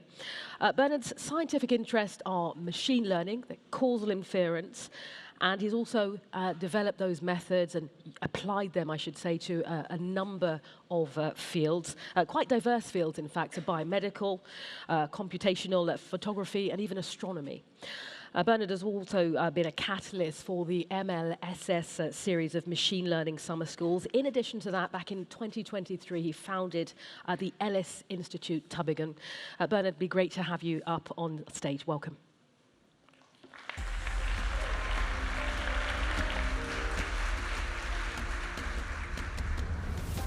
Yeah, thank you very much. I am very happy to be here. I think it's my second visit to the École Polytechnique. And the first one was, I remember I was picked up by a PhD student who is now, this helps you estimate how long ago this was. Last time I saw him, he was the director of Google Brain in Zurich and in Paris, Olivier Bousquet. So I guess now there's also a lot of students in the audience. So I'm curious to see what will happen with you in the next 20 years. It's certainly an exciting field to build your careers in, so I wish you all the best and good judgment in all your endeavors. So I'm going to talk about causal representations, world models, and digital twins. So I'm going to start with a mainstream application of machine learning, but in a field that's dear to my heart. It's in the field of astronomy, gravitational wave inference.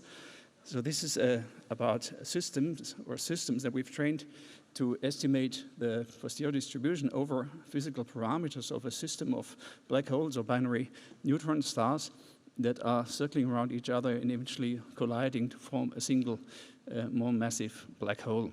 So so the way this is being measured is that you have these giant interferometers, which each of these parts is several kilometers long. There's light bouncing back and forth, and you measure interference effects, and you measure slight distortions of space-time that are of the order of a fraction of the diameter of the nucleus of an atom. It's absolutely amazing that this is possible. And then from these measurements, you try to estimate properties of the system that generated these gravitational waves, such as the masses, the direction, the sky position, the angular momentum, etc. So just to give you an idea how this looks, this is a video how a nearby observer would see such a merger of two black holes. So the black holes are black, you don't see them. But you see how they distort the light that comes from the background. And normally, of course, this could go on, according to Newtonian dynamics, this could go on forever, that they circle around each other. But Einstein tells us they're losing energy in the form of gravitational waves. And the first time such an event was detected, it was so loud, in inverted commas, that we could have measured it no matter where in the universe it had occurred. So I think this is fantastic kind of thing. So this is in this case then with a normalizing flow model with some physical knowledge built into the system. So that's great, machine learning, the positive example. But the rest of the talk, I will try to talk about negative things and about shortcomings of machine learning and what we still have to improve. And I'm going to start with this example here, which is from medical image processing. So this was based on a system that people trained to detect what's called a pneumothorax. So a pneumothorax means one of your, or one or both of the wings of your lung collapses.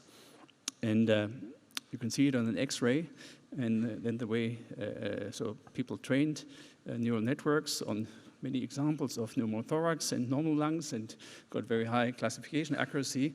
But later when they tried to feel the system, they noticed that the accuracy completely collapsed. And they were wondering why, and started to analyze the system by looking at where in the image the system was paying attention. And then they noticed that the image was, the system was paying attention in particular at this area here. I don't know if you can see it, but it's the shade of a little tube that the doctors insert into the lung to let the liquid flow out if you have a pneumothorax. And of course, having this tube in your lung in the training set is correlated with having a pneumothorax very strongly. But at the same time, it's not causal for having a pneumothorax. So the correlation breaks down if you go to a different distribution, because in this case, the test set was drawn from people that have not yet been treated. So this points to the weakness of these systems if they rely on correlations, or more specifically, if they rely on the correlations being stable across shifts between training and testing. And this kind of problem occurs everywhere in machine learning. And I'm going to show you a nice example that two of my students found in language models, a nice visual example. So they prompted, I don't know if it was O1 or GPT-4, they prompted with this image here and asked which orange circle is larger. And they even asked it to think step by step. And maybe in this moment I also want to acknowledge that this is another former student who actually, so we all know this, the standard reference for step by step.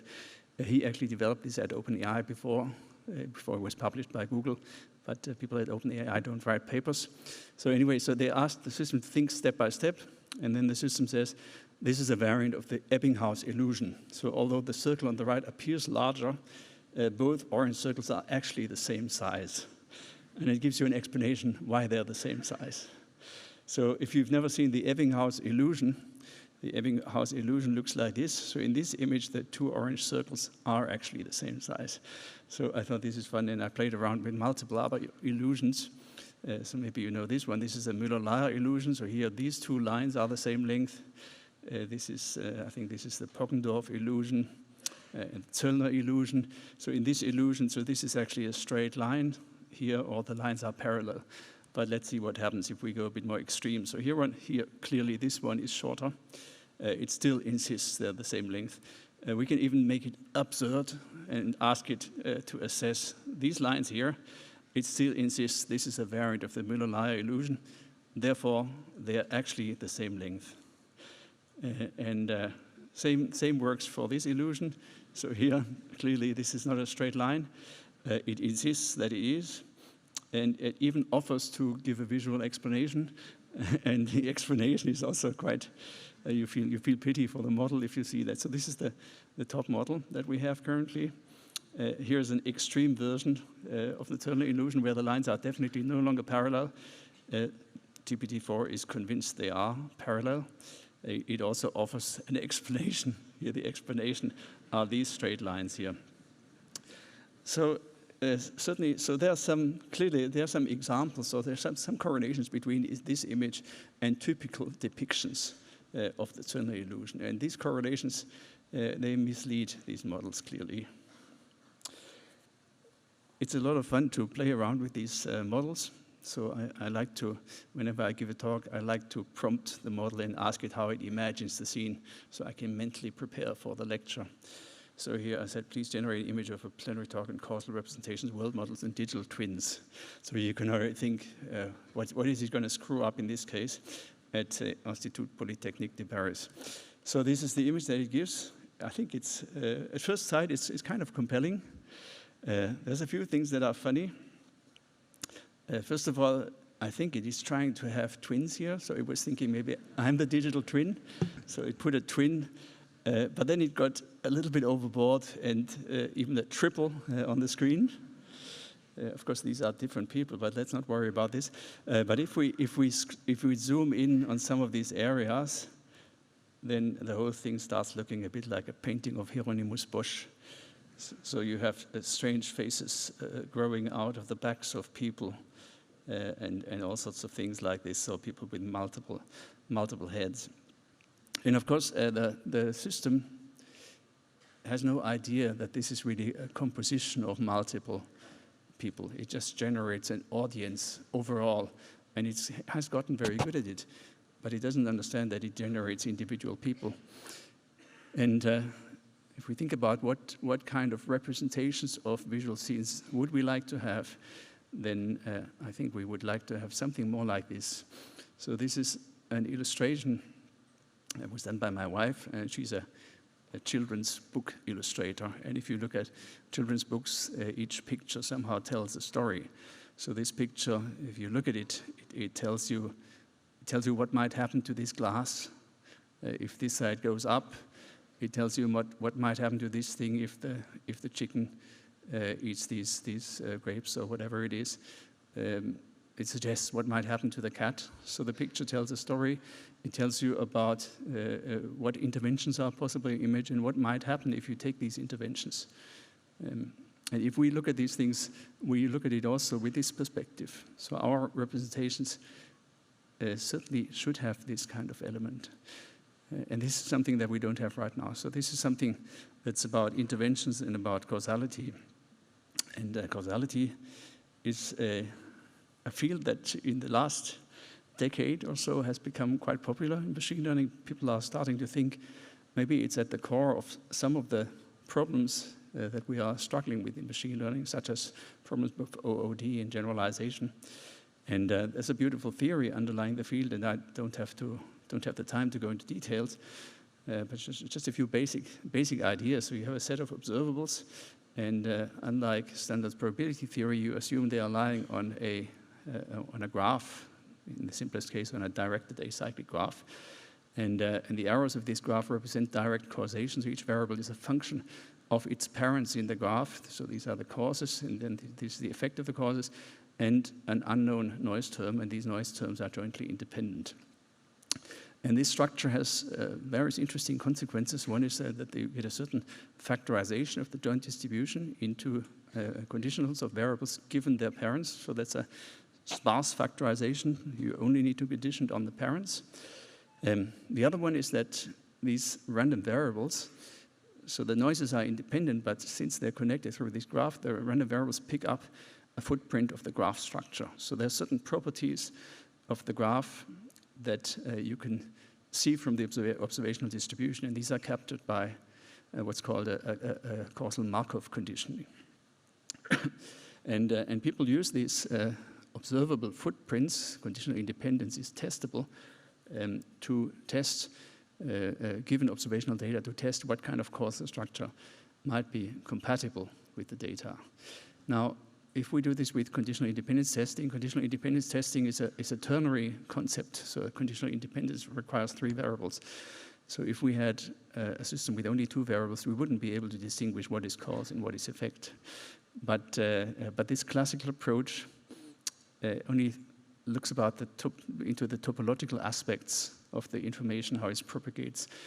But in addition to that, we also have these mechanisms on the nodes, these conditionals of a variable given its parents, and as these noises or the information spreads through these nodes, spreads through the mechanisms, it also picks up a footprint of those mechanisms. And that needs additional assumptions. And we've shown that some of these can help even in cases that are not solvable traditionally. And one assumption that we've thought a lot about and are still thinking about is we call the independent causal mechanisms assumption. And I want to show it with this example. It's yet another visual illusion, if you want. So this is a so-called Bechet chair. You can see it's not a chair, but if you look through this hole here, then so look through this thing, then it looks like a chair. So that means if you look through this hole, then perception fails. Perception doesn't work. You see something which isn't there. Perception fails because this assumption is violated. The assumption says that the causal generative process is composed of autonomous modules that do not inform or influence each other. That means, in particular, so this structure, let's think of this as the world, should be independent of the perceptual process, so the conditional, or this mechanism that gives us the percept given this state of the world. And we violate this independence by looking through this hole, because this hole is set up exactly such that the direction of gaze takes a specific direction relative to the structure of the world. So we can try to formalize this, and we've done this in variable ways. And the best formalization that we've found now, I think is quite interesting, and I think there's a lot of interesting directions how to follow up on this. And this is building on the notion of exchangeability. So the bottom line of this will be that if you have exchangeable but non-IID data, then you can, in certain cases, identify the causal structure from data, even if you have just two variables. So normally, we want IID data for machine learning. We try to make sure we get IID data. We try to collect data. That's exactly the same between training and testing. But it turns out, that this is a message here, that for causal inference, non-IID data, if it's the right kind of non-IID data, is actually more useful. So this is, I'm not going to go into all details, this is the classical Definetti theorem. So you have an exchangeable sequence of random variables. Exchangeable means the permutation doesn't, or the probability is invariant under permutation of these random variables. And what it tells us, so IID data are, or IID processes are exchangeable, but not the other way around. But this theorem of Definetti tells us that even if they're not IID, we can make them conditionally IID, conditioned on a suitable random variable, which we call theta here. So it's a mixture of conditionally IID processes according to these, what one could call prior probabilities, and this distribution of that variable, that's or this variable is what Bayesian statisticians would call the prior. And this is sometimes used as a justification. If you have exchangeable data, then you can pretend there's a prior, and you generate IID condition on the prior. And the theta summarizes the dependent structure that makes this data non-IID. So given theta, everything is independent. Now, let's generalize this to a causal case. So now we have two variables, x and y, and we think of x as causing y. So we have a sequence of such pairs, exchangeable sequence of such pairs. And let's not look at the assumption yet, let's first look at the theorem. So the theorem says that if you have an exchangeable sequence of pairs of random variables, subject to a condition, then it can be represented as a mixture of conditionally IID sequences that share an invariant underlying causal factorization corresponding to x causing y. So that means you have one variable here, one prior, one latent variable, which is a conditioning variable for the generation of x. And then you have another one that controls the process that generates y from x. So we generate x, and then we generate y from x. So x is causing y. And the two processes are independent from each other in the sense that this is just a product of two probability measures. And what's the assumption that we need for this to be true? The assumption actually is something that we can think of as a formalization of this independent causal mechanisms assumption. The assumption is written here. So this notation here denotes all points, all numbers from 1 through, all integers from 1 through n. So these are all the output labels or all the effect labels. These are all the cause labels. And this tells us that given the direct parents, so that given all the causes x1 through xn, we will not gain additional information about all the effects if someone gives us an additional input of the causes. So that means, in this sense, additional knowledge about the cause distribution, So this additional point, even just 1 point, doesn't tell you more about the regularity of effect given the cause, so that you can think of this as one formalization. And the whole thing can also be generalized to a multivariate case. So if you have a general DAG, only that the condition looks a lot more complicated, but it's still an ICM type condition. So what's important is in the exchangeable but non-IID case, we can sometimes identify causal structure from data. I think this is a nice way to think about things, and we've since then also generalized it and studied what happens or what kind of consequences does this give you for the estimation of causal effects in exchangeable data. And we're starting to think about the connections to representation learning. So, there's a little bit of mathematics since I'm at École Polytechnique, and now it's going to get much more applied, but still about causality. And I'm going back to my favorite theme of astronomy, and I'm going to tell you about what I think is an interesting causal model for the removal of systematic errors in exoplanet detection.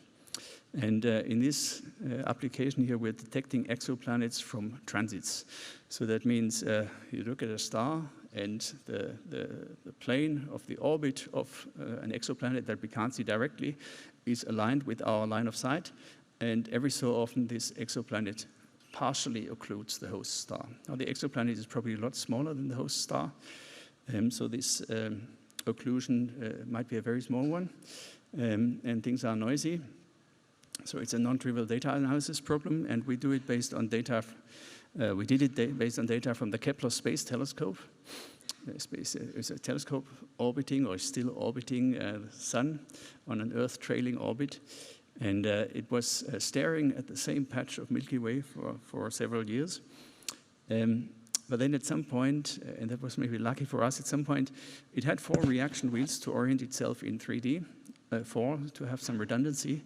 At some point, one of them broke. That was still okay. And then another one broke, so it couldn't be controlled anymore. But the engineers at NASA had this idea to use the remaining fuel in the thrusters to still somehow control the telescope. So they couldn't point it so precisely anymore. You have to make corrections because the solar radiation pressure changes, etc. But they thought, while we have fuel, let's look at as many additional targets as possible. So they produced this data set and shared it all openly, which was fantastic. And then we immediately ran our method that we had developed already before, based on the previous campaign of Kepler data. And the method is the following. So we wrote down a generative model, or a causal generative model. I think every generative model, if it's generative in a physical sense, is a causal model. For the observations, so each observation is, of course, influenced or caused by the astrophysical signal that we're interested in. It's also influenced by the properties of the instrument. So if the instrument points in a slightly different direction, it's going to affect what we measure. And then it turns out the light of a star is deliberately spread out over multiple pixels. So all these pixels actually record the same star, and each of these light curves goes over 3 months. So you can see some of them go down, some of them go up. That's already surprising, but that means probably that the center of mass of the star is moving around on the CCD chip a little bit. Now, what's interesting is now if we look at another star, because actually the Kepler telescope had a lot of chips and was measuring, I think, 200,000 stars at the same time. If we look at another star, surprisingly, sometimes these other stars look very similar to the first one, even though they are light years away from the first one. Of course, if that happens, because since there's no connection between those 2 stars, the only explanation can be the instrument, since the instrument causes both of these signals. So now the question is, how do we remove the effect of the instrument from the star that we're interested in? And then the idea basically was we tried to predict this signal as well as we can from some other signal of which we know that astrophysically it should have nothing in common. That means whatever we can remove by predicting or regressing on this is something that shouldn't come from the signal, but it has to come from the telescope. And we can prove subject to suitable assumptions where we have various results, but basically under a suitable additivity assumption, we can prove that we can reconstruct this random variable here almost surely. So we reconstruct the actual random variable, not just the distribution, up to an offset by regressing this quantity on this one and subtracting the regression. So then, and maybe just very briefly, actually I'm going to skip this one. If we do this, then, so we did this and we came up with a list of candidates, exoplanets. I think it was maybe 30 planets or something like that. And then people were doing follow-up observations, and a majority of them was confirmed using follow-up observations. And one of them was particularly interesting. That was, and then they gave it the name K2-18b. K2 is the Kepler-2 mission. 18b, so I think star number 18, planet B in that system. And that was interesting because this subsequent characterization resulted in knowledge of the orbit, and people found out that it's basically in a potentially habitable orbit. So this dark green area is the area where water could be liquid. So it's neither too far away nor too close to the host star. So that made the news, and people were that didn't yet make the news, but the astronomers were starting to get interested. But then a few years later, people used the Hubble telescope and found water in the atmosphere of this planet. And it was the first potentially habitable, the first habitable zone exoplanet where people found water. And that made the news. And I first didn't connect it because I didn't remember it was K2-18b until I got a call from my collaborator in New York, David Hogg, the astronomer, who said, well, did you notice this is one of our exoplanets? So that was a nice and lucky coincidence. But actually, this streak of luck continued. And then later they also found carbon-based molecules. Using another space telescope, the James Webb telescope, they found carbon dioxide and methane in the atmosphere. I think it was also a first. And they found evidence. So the astronomers, particularly this guy here, the astronomer in Cambridge, he came up with this notion of what he calls a Haitian world. Haitian is a word composed of hydrogen and ocean. So probably, he has argued, and seems to be more or less accepted, this planet is covered by a water ocean all the way around, and a hydrogen atmosphere above the water ocean. So it's quite an intriguing object for astrobiology, and there was a debate at some point even whether they found dimethyl sulfide. That's debated. That might not be true. It's something that on Earth is generated by plankton, but it's quite exciting, and people in this field, I think some of them are optimistic that maybe in the next 5 or 10 years we might actually find signs of life somewhere in the universe. Probably life very different from our life, but still it would be an amazing finding. So let me go back to this and maybe spend the remaining minutes on some thoughts about causal representations, and then at the end a few thoughts about language models and foundation models. So how do we learn causal representations, and what are causal representations? So over the years we've studied various forms of encouraging this kind of learning. Some of them build on this independent causal mechanisms principle, or on other things, something related which we call sparse mechanism shift. I'm not going to go into any of these in details, just a few recent examples. So here, this is a system that I think we had last year at ICPR, so here you describe a scene that you want to generate in words, and you ask GPT-4 to generate a scene graph, and then you generate a compositional 3D scene by a score distillation sampling, and you can get these compositions of different 3D objects here. Oh, this is another system from last year or 2 years ago. Where so the idea You can either try to build causality directly into the training, or you can take state-of-the-art training algorithms and try to make them a little bit more causal. And you can try to make them a little bit more causal by giving more control to the user in generating. And here, the control, for instance, could be in a segmentation of a scene. So you give this segmentation and you tell it, generate an art gallery, and then it comes up with this image here, which looks plausible. But of course, it's very different from the original image that came in when we generated, before we generated the segmentation.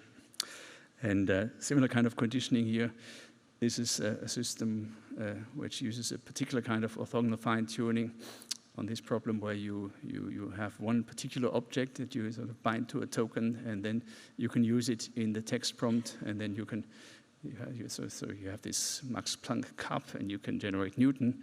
With this MAG, you can generate Turing. Interestingly, Turing is very secretive, the system. It doesn't put the logo on the cup. And for Einstein, this is another example of this kind of leakage and correlation. Einstein, I think, is such a dominant correlational presence that it decided to put his face also onto the MAG. So let me take a step back with a few general thoughts.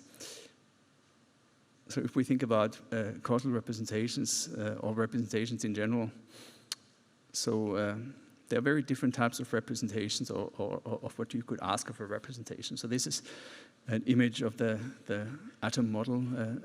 So before quantum mechanics, the predominant model of an atom in general was kind of a generalization of planets orbiting suns.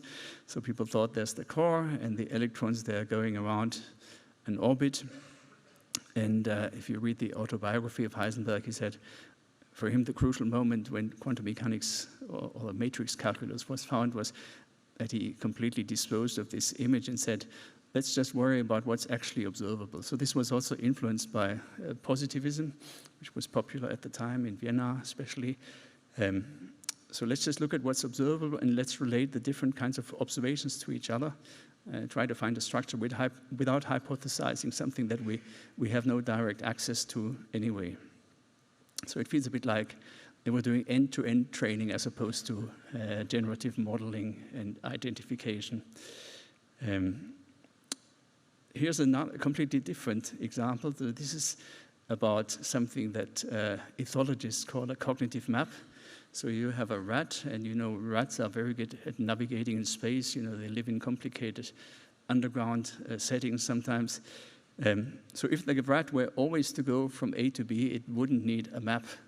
But if you have a representation, it's a versatile thing that you can use it for supporting different types of navigation, connecting different points that you maybe have never walked in this combination before. And animals have to do this using limited resources, hardware, energy, consumption, and also time. So how should you structure a representation to cover such multiple situations and tasks? And I think if these tasks share building blocks due to the way they arise in the world, so if they are composed of components that correspond to causal physical laws, then these building blocks, they might suggest a corresponding structure of the representation that the animal is using, because that would increase the chances that a component is reusable across a range of different situations. So that means if the world is modular, in the sense that you have different components in the world that play roles across a range of different environments or tasks or settings, then it would make sense for a model to apply to use to use similar kinds of modules. And I think that could also be an idea for learning such systems. So I'm going to skip this, but maybe just tell you two more desiderata that I think are interesting for causal representations.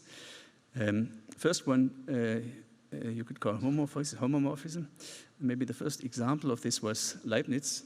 He once said that, suppose that the concept of a living being is represented by the number 3, and the concept of being rational, so endowed with reason, is represented by 3, so 2 and 3, then a human should be represented by 6, so the product of 2 and 3. So that's a homomorphism in the sense that or if you believe, so in the sense that there's a structure in one domain, so here's the logical relationship, so being living and rational, so and is a logical relationship, are preserved in another domain with a different operation. And the second one you could call consistency, and I'm sure many people thought about this. One of them was Hertz, and he said we create internal symbols of external objects in such a way that the images consequences that are necessary in thought coincide with the images of the consequences that are necessary in nature. So something happens in nature, and our representations are such that whatever sort of we think is happening in thought is consistent with that. So that means there's a commutative diagram. So we have something in the world, there's an operation in the world, leads to a new state. Our representation phi is such that if we carry out the representation of the action, so the consequences that are necessary in thought, then we end up in the same place as if we go this way. And I think that's, that should be the core of what's a causal representation. And we have a bunch of papers about this. We also have some work about the homomorphism idea. So if you have actions in the world, interventions that, for instance, have a group structure, then you would like this to be a group representation, so a homomorphism. But I think I'm gradually running out of time. So let me just give you a few last thoughts.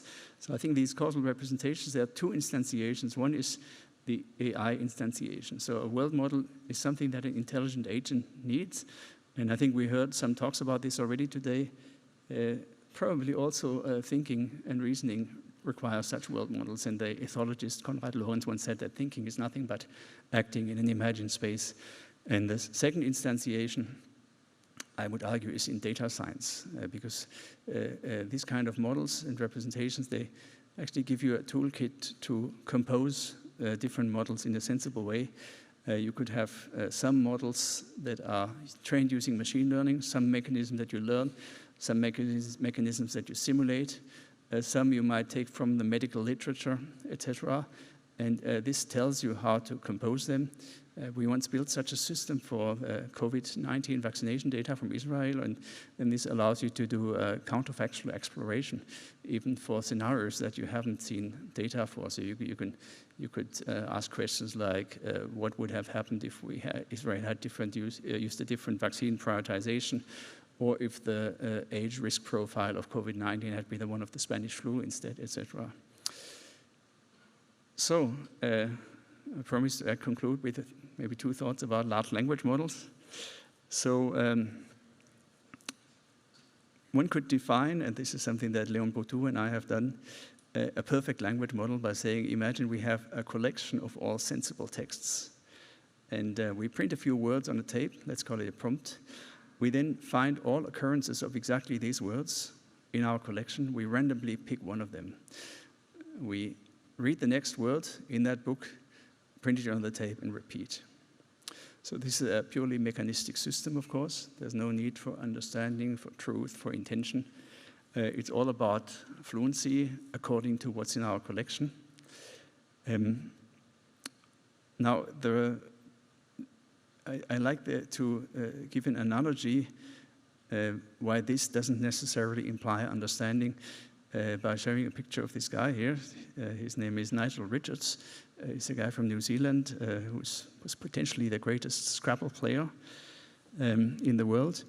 At some point he got bored of being world champion in Scrabble, and he decided to compete in the Francophone Scrabble Championship. But he doesn't speak French, so he took the French dictionary, or maybe the Scrabble dictionary, and learned it by heart, and also all the inclinations, declinations. And sure enough, he became the Francophone Scrabble world champion. So right now, our language models are a little bit at this stage, I think. And they're not even perfect language models as described here. They are crude approximations of that. We don't have access to all possible texts. Very interesting sentences, like maybe many of the sentences that are contained in Einstein's exposition of special relativity have zero probability based on the previous training set.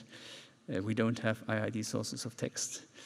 But we hope that the text shares structure, and it seems to be the case that transformers can make use, in some sense, of compositional properties of language, even if people have seen that they still very much struggle with causality. So with that, I want to conclude, maybe also a little bit connected to what Mike was saying, that LLMs are far from artificial general intelligences. They are cultural learners. They learn from cultural artifacts of humankind. And this is something amazing. It makes them amazing. They tell stories and they learn from stories. And this is not to belittle them. I think that's a monumental achievement. But let's not consider them as AGI. Thank you very much.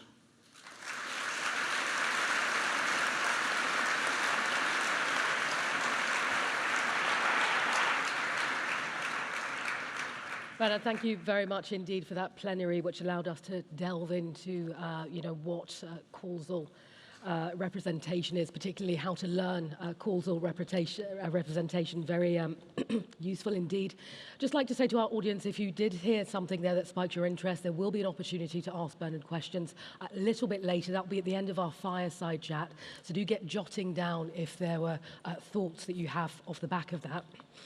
I'd like to welcome our second and final plenary to the stage. Up next is Yann Le Cun. He's Chief AI Scientist at Meta and Professor at NYU. Now, Yann was the founding director of Meta Fair and of the NYU Center, I should say, for Data Science. He works primarily in a number of fields: machine learning, computer vision, mobile robotics, and computational neuroscience. In 2019, Yann won the prestigious ACM Turing Award for his work on AI, and he's, of course, a member of the US National Academies and the French Académie de Sciences. A warm welcome to you, Yann. Good to have you.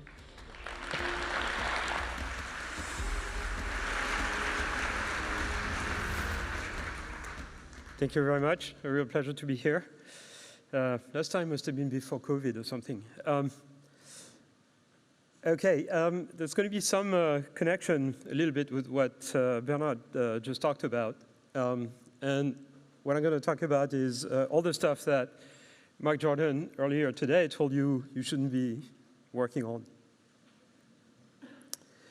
on. So as a matter of fact, we do need human-level AI. And it's not just because it's an interesting scientific question. It's also sort of a product need. We are going to be wearing smart devices like smart glasses and things of that type in the future. And in those smart devices, we'll be able to access AI assistants that will be with us at all times. And we'll be interacting with them either through voice or through electromyograms, EMG. The glasses will eventually have displays, although currently they don't. And we need those systems to have human-level intelligence because that's what we're the most familiar interacting with. We're familiar with interacting with other humans. We are familiar with the level of intelligence that we expect in a human, and it would be more, easier to interact with systems that have kind of similar forms of intelligence. So, those ubiquitous assistants are going to mediate all of our interactions with the digital world, and that's why we need them to be easy to use for a wide population that is not necessarily familiar with using technology. Okay, but the problem is machine learning sucks compared to what we observe in humans and animals. We don't really have the techniques that would allow us to build machines that have the same type of learning abilities and common sense and understanding of the physical world. So animals and humans have background knowledge that allows them to learn new tasks extremely quickly, understand how the world works, being able to reason and plan. And that's based on what we call common sense. It's not a very well-defined concept. And our behavior and behaviors of animals are driven by objectives, essentially. So I'm going to argue that the type of AI systems that we have at the moment, or that everybody is playing with, almost everybody is playing with, do not have the right characteristics for what we want. And the reason is they basically produce one token after the other autoregressively, right? So you have a sequence of tokens, which are subword units, but it doesn't matter what they are, a sequence of symbols. And then you have a predictor that is repeated over the sequence that basically take a window of previous tokens and predict the next token. And the way you train those systems is that you put the sequence at the input, and I really apologize for this. I'm going to perhaps change the resolution of the screen so that we don't have this constant flashing.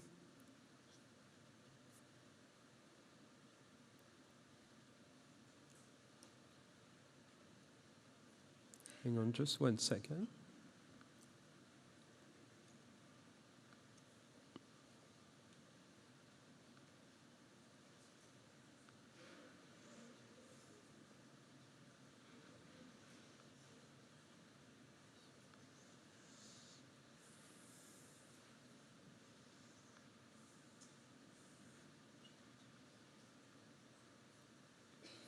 Okay, not sure this is better, but hopefully.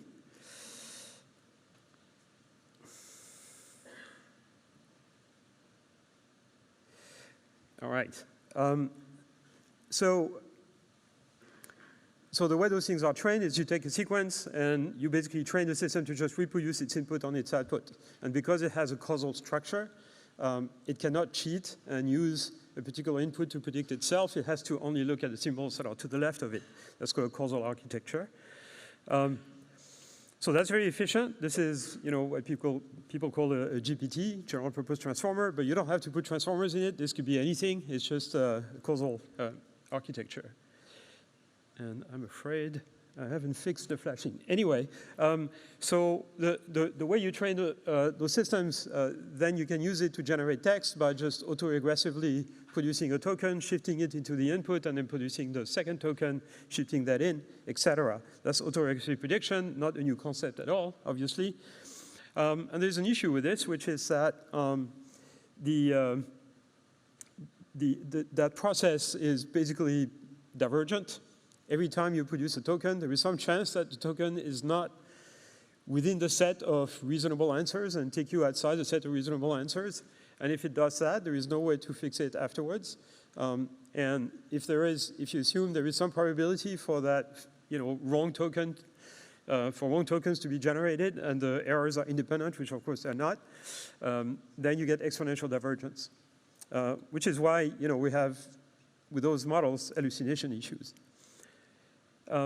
But we're missing something really big because, never mind trying to reproduce human intelligence, we can't even reproduce cat intelligence or rat intelligence, let alone dog intelligence. They can do amazing feats. They understand the physical world.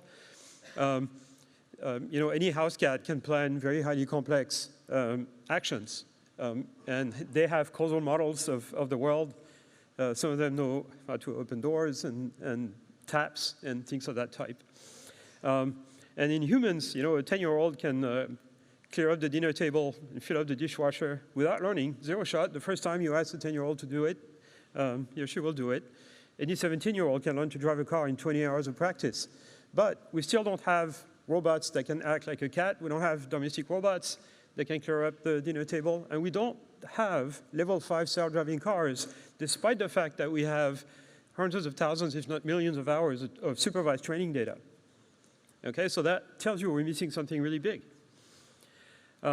Yet we have systems that can pass the bar exam, do math problems, prove theorems, but no domestic robots. So we keep bumping into this paradox called the Moravec paradox, right? Things that we take for granted because humans and animals can do it. We think it's not complicated. It's actually very complicated. And the stuff that we think is uniquely human, like manipulating and generating language, playing chess, playing Go, playing poker, producing poetry and this kind of stuff, turns out to be easy, relatively. Okay, and perhaps the reason for this is this very simple calculation. A typical LLM nowadays is trained on the order of 30 trillion tokens, 3 10 to the 13 tokens. That's 2 to the 13 words, roughly. Each token is about 3 bytes. So the data volume is roughly 10 to the 14 bytes. It would take any of us almost 500,000 years to read through all that material. It's basically all the publicly available text on the internet. Now, consider a human child. A 4-year-old has been awake a total of 16,000 hours, which, by the way, is only 30 minutes of YouTube uploads. We have 2 million optical nerve fibers, each of which carries about 1 byte per second, maybe a bit less, but it doesn't matter. So the data volume is about 10 to the 14 byte. In 4 years, a 4-year-old child has seen as much data as the biggest LLM in the form of visual perception. And for blind children, it's touch. It's the same kind of bandwidth. That tells you a number of things. We're never going to get to human-level intelligence by just turning on text. It's just not happening. Despite what some people who have a vested interest in this happening are telling us that we're going to reach PhD-level intelligence by next year. It's just not happening. We might have PhD level in some subfield, in some area, some problems like chess playing, but more of them, as long as we train those systems specifically for those problems, as Bernhard was explaining with the visual illusions. There are a lot of problems of this type. When you formulate a problem, you pose a problem to an LLM, and if the problem is kind of a standard puzzle, the answer will be regurgitated in just a few seconds.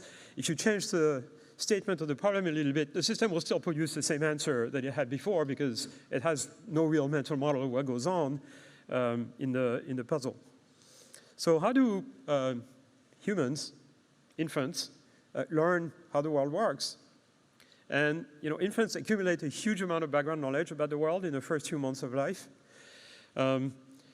Notions like object permanence, solidity, rigidity, natural categories of objects. Before children understand language, they do understand the difference between the table and the chair. That kind of develops naturally. And they understand intuitive physics notion like gravity, inertia, and things of that type around the age of 9 months. So it takes a long time. Observation mostly, until 4 months, because babies don't really have any influence on the world before that. But then through interactions. But the amount of interaction that's required is astonishingly small. So if we want AI system that can eventually reach human level, it might take a while. We call this advanced machine intelligence at Meta. We don't like the term AGI, artificial general intelligence, the reason being that human intelligence is actually quite specialized, and so calling it AGI is kind of a misnomer. So we call this AMI. We actually pronounce it ami, which means friend in French. So we need systems that learn world models from sensory input, basically mental models of how the world works that you can manipulate in your mind, learn intuitive physics, from video, let's say. Systems that have persistent memory, systems that can plan actions, possibly hierarchically, so as to fulfill an objective, and systems that can reason. And then systems that are controllable and safe by design, not by fine-tuning, which is the case for LLMs. Now, the only way I know to build systems of this type is to change the type of inference that current AI systems perform. So right now, the way an LLM performs inference is by running through a fixed number of layers of a neural net, a transformer, then producing a token, injecting that token on the input, and then running through a fixed number of layers again. And the problem with this is that if you ask a simple question or a complex question and you ask the system to answer by yes or no, like does 2 and 2 equal 4, yes or no, or does P equal NP, yes or no, it's going to spend the exact same amount of computation to answer those 2 questions. So people are being kind of cheating and telling the system, well, explain, it's the chain of thought trick, you basically have the system produce more tokens so that it's going to spend more computation answering the question.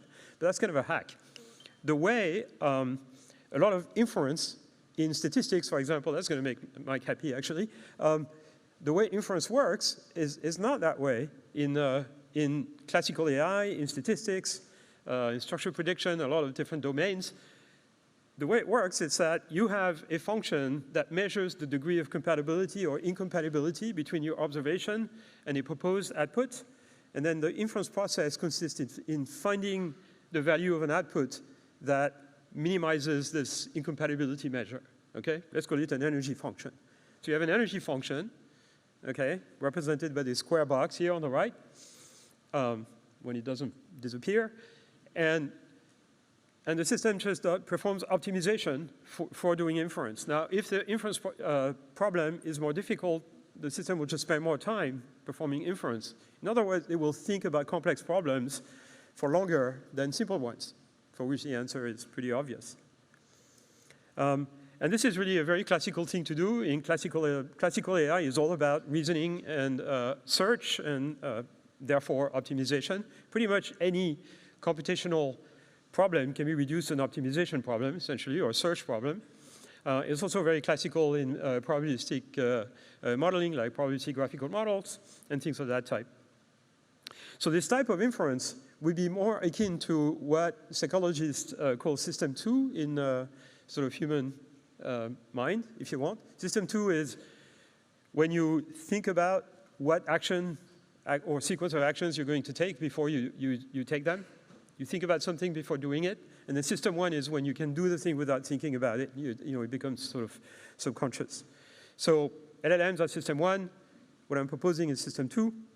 And then the appropriate sort of semi-theoretical framework to explain this is energy-based models, which I'm not going to have time to get into too much detail. But basically, you capture the dependency between variables, let's say observations X, and outputs Y, through an energy function that takes low value when X and Y are compatible, and then larger values when X and Y are not compatible. You don't want to just compute Y from X, as we just saw. You just want an energy function that measures the degree of incompatibility, and then, you know, given an X, find a Y that has low energy for that X. Okay, so now let's go a little bit into the details of how this type of architecture can be built. So essentially, and how it kind of relates to thinking or planning. So a system would look like this. You get observation from the world. You go through a perception module that produces an estimate about the state of the world. But of course, the state of the world is not completely observable, so you may have to combine this with a memory, the content of a memory that contains your idea of the state of the world you don't currently perceive. And the combination of those two goes into a world model. So what is a world model? A world model is given a current estimate of the state of the world, which is in an abstract representation space, and given an action sequence that you imagine taking, your world model predicts the resulting state of the world that will occur after you take that sequence of actions. Okay? That's what a world model is. If I tell you, imagine a cube floating in the air in front of you, okay, now rotate this cube by 90 degrees around a vertical axis. What does it look like? It's very easy for you to kind of have this mental model of a cube rotating. If we have this world model, which is able to predict the result of a sequence of actions, we can feed it to an objective, which is a task objective that measures to what extent the predicted final state satisfies a goal that we set for ourselves. It's just a cost function. And we also can set some guardrail objectives. Think of them as constraints that need to be satisfied for the system to behave in a safe manner, right? So those guardrails will be explicitly implemented. And the way the system proceeds is by optimization. It's looking for an action sequence that minimizes the task objective and the guardrail objectives at runtime, okay? We're not talking about learning here. We're just talking about inference. And that will guarantee the safety of the system because the guardrails guarantee safety, and there is no way you can jailbreak that system by giving it a prompt that will, have it escape its guardrail objectives. The guardrail objectives will be just hardwired. They might be trained, but hardwired. Now, a sequence of actions should probably use a single world model that you use repeatedly over multiple time steps. Okay, so you have a world model, you feed it the first action, it predicts the next state, and the second action predicts the second next state. You can have guardrail cost and objective task objectives along the trajectory. I'm not specifying what optimization algorithm we can use. It doesn't really matter for the discussion that we have. If the world happens not to be completely deterministic and predictable, our world model may need to have latent variables to account for all the things about the world that we do not observe, and that makes our prediction basically inexact. And ultimately, what we want is a system that can plan hierarchically. So something that may have several levels of abstraction in such a way that at the low level, we plan low-level actions, like basically muscle control, but at a high level, we can plan abstract macro action, where the world model predicts at longer time steps, but in a representation space that is more abstract and therefore contains fewer details. So if I'm sitting at my office at NYU and I decide to go to Paris, I can decompose that task into 2 subtasks. Go to the airport and catch a plane. Okay, now I have a sub-goal, going to the airport. I'm in New York City, so going to the airport consists in going down on the street and hailing a taxi. How do I go down in the street? Well, I need to get to the elevator, push the button, go down, go out the building. How do I go to the elevator? Well, I need to stand up from my chair, pick up my bag, open the door, walk to the elevator, avoid all the obstacles, and then at some point I get to a level where I don't need to plan, I can just take the actions. But we do this type of hierarchical planning absolutely all the time. And I tell you, we have no idea how to do this with learning machines. Almost every robot does hierarchical planning, but the representations at every level of the hierarchy are handcrafted. What we need is to train an architecture perhaps of the type that I'm describing here so that it can learn abstract representations, not just of the state of the world, but also world models that predict what's going to happen, but also abstract actions at various levels of abstraction. So we can do this hierarchical planning. Animals do this, okay? Humans do this very well. We're completely incapable of doing this with AI systems today. If you're starting a PhD, great topic. It might take more than 3 years. So I mean, with all those reflections, about 3 years ago, I wrote a long paper where I kind of explained sort of where I think AI research should be focusing on. So this was before the whole ChatGPT craze. I haven't changed my mind about this. ChatGPT hasn't changed anything. We were working on LLMs before that, so we knew what was coming anyway. This is the paper, A Path Towards Autonomous Machine Intelligence, that we now call Advanced Machine Intelligence, because autonomous just scares people. And it's on open review. It's not on archive. And there's various versions of this talk that I've given various ways. Okay, so a very natural idea for getting systems to understand how the world works is using the same process that we use to train systems for natural language and apply this to, let's say, video. Okay, if a system is capable of predicting what's going to happen in a video, you show it a short segment of video and you ask it to predict what's going to happen next. Presumably, it would have understood the underlying structure of the world. And so training it to make that prediction might actually cause the system to understand the underlying structure of the world. It works for text because predicting words is relatively simple.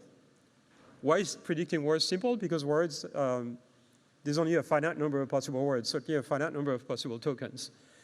And so we can't predict exactly which word will follow another word, or what word is missing in the text, but we can produce a probability distribution or a score for every possible word in the dictionary.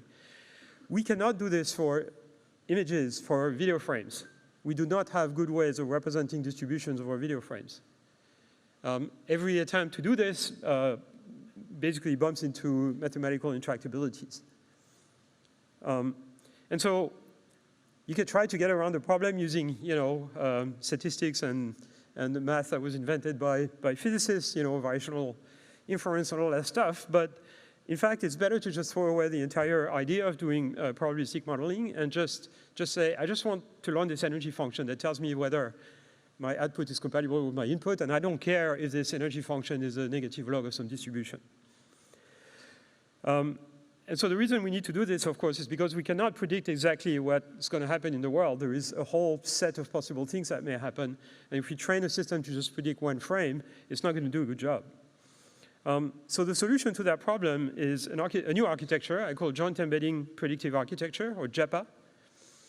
And that's because generative architecture simply do not work for producing videos. You may have seen video generation systems that produce pretty amazing stuff. There's a lot of hacks that go behind them, and they don't really understand physics. They don't need to. They just need to predict pretty pictures. They don't need to actually have kind of accurate model of the world. Okay, so here's what the JEPA is. The idea is that you run both the observation and the output, which is the next observation, into an encoder, so that the prediction does not consist in predicting pixels, but basically predicting an abstract representations of what goes on in the video or anything, okay? So let's compare those two architectures. On the left, you have generative architectures. You run X, the observation, through an encoder, and perhaps through a predictor or a decoder, and you make a prediction for Y, okay? That's feed-forward prediction. And then on the right, this JEPA architecture, you run both X and Y through encoders, which may be identical or different. And then you predict the representation of Y from the representation of X in this abstract space. This will cause the system to basically learn an encoder that eliminates all the stuff that you cannot predict. And this is really what we do. There's no way that, you know, if I observe the left part of this room here and I kind of pan the camera towards the right, there's no way any video prediction system, including humans, can predict what every one of you looks like, or predict the texture on the wall, or the texture of the wood on the hardwood floor. There's a lot of things that we just simply cannot predict. And so instead of insisting that we should make a probabilistic prediction about stuff that we cannot predict, let's just not predict it. Learn a representation in which all of those details are essentially eliminated so that the prediction is much simpler. It may still need to be non-deterministic, but at least we'll simplify the problem. So there's various flavors of those JEPAs, which I'm not going to go into, some of which have latent variables, some of which are action conditioned. So I'm going to talk about the action condition, because that's the most interesting one, because they really are world models, right? So you have an encoder, X is current state of the world, or current observation, SX is current state of the world. You feed an action to a predictor, which you imagine taking, and the predictor, which is a world model, predicts the representation of the next state of the world. And that's how you can do planning. Okay, so we need to train those systems, and we need to figure out how to train those JEPA architectures. And it turns out to not be completely trivial, because you need to train the cost function in this JEPA architecture that measures the divergence, essentially, between the representation of Y and the predicted representation of Y. We need this to be low on the training data, but we also need it to be large outside the training set, okay? So this is, you know, this kind of energy function here that has kind of contours of equal energy. We need to make sure the energy is high outside of the manifold of data. And I only know two classes of methods for this. One set of methods is called contrastive. It consists in having data points, which are those dark blue dots, pushing down the energy of those, and then generating, you know, those flashing green dots, and then pushing their energy up. The problem with this type of method, contrastive method, is that they don't scale very well in high dimension. If you have too many dimensions in your space of Y, you're going to need to push up in lots of different places, and it doesn't work so well. You need a lot of contrastive samples for this to work. There's another set of method that I call regularized method, and what they do is they use a regularizer on the energy so as to minimize the volume of space that can take low energy, okay? So that leads to two different types of learning procedure. One learning procedure, which is contrastive, where you need to generate those contrastive points and then push the energy up to some loss function. And the other one is some regularizer that is going to sort of shrink wrap the manifold of data so as to make sure that the energy is higher outside. So there's a number of techniques to do this. I'll describe just a handful. And the way we started testing them several years ago, maybe 5-6 years ago, was to train them to learn representations of images. So you take one image, you corrupt it or transform it in some ways, and you run the original image and the corrupted version in identical encoders, and you train a predictor to predict the representation of the original image from the corrupted one. Once you're done training the system, you remove the predictor, and you use the representation at the output of the encoder as input to a simple, like a linear classifier or something of that type that you train supervised, so as to verify that the representations that are learned are good. And this idea is very old. It goes back to the 1990s and things like we used to call Siamese networks, and some more recent work on those joint embedding architectures. And then adding the predictor is more recent. So SymClear, which is from Google, is a contrastive method derived from Siamese nets. But again, the dimension is restricted. So the regularized method worked the following way. You try to estimate, have some sort of estimate of the information content coming out of the encoders. And what you need to do is prevent the encoder from collapsing. There's a trivial solution of training a JEPA architecture where the encoder basically ignores the input, produces a constant output, and now the prediction error is 0 all the time, okay? And obviously that's a collapsed solution that is not interesting. So you need a system, you need to prevent the system from collapsing, and which is the regularization method I was talking about earlier. And an indirect way of doing this is maintain the information content coming out of the encoder. Okay, so you're going to have a training objective function, which is a negative information content if you want, because we minimize in machine learning, we don't maximize. One way to do this is to basically take the vectors, representation vectors that come out of the encoder over a batch of samples, and make sure they contain information. How can you do this? You can take that matrix of representation vectors and compute the product of that matrix by its transpose. You get a covariance matrix. And you try to make that covariance matrix equal to identity. So there's a bad news with this, which is that this basically approximates the information content by making very strong assumptions about the nature of the dependencies between the variables. And in fact, it's an upper bound on the information content, and we're pushing it up, crossing our fingers that the actual information content, which is below, is going to follow, okay? So it's slightly irregular, theoretically, but it works, all right? So again, you have a matrix coming out of your encoder. It's got a number of samples, and each vector is a separate variable. What we're going to try to do is going to try to make each variable individually informative. So we're going to try to prevent the variance of the variable from going to 0, force it to be 1, for example. And then we're going to decorrelate the variables with each other. And that means computing the covariance matrix of this matrix is transpose multiplied by itself, and then try to make the resulting covariance matrix as close to the identity matrix as possible. There are other methods that try to make the samples orthogonal, not the variables. Those are sample contrasting methods, but they don't work in high dimension, and they require large batches. So we have a method of this type called VICREG. That means variance, invariance, covariance, regularization, and it's got particular loss functions for this covariance matrix. There's been kind of similar methods proposed by Yima and his team called MCR squared, and then another method by some colleagues from NYU called MMCR from neuroscience. So that's one set of methods, and I really like those methods, and I think, and they work really well. I expect to see more of them in the future. But there's another set of methods that to some extent has been slightly more successful over the last couple of years, and those are based on distillation. So again, you have two encoders. It's still a joint embedding predictive architecture. You have two encoders.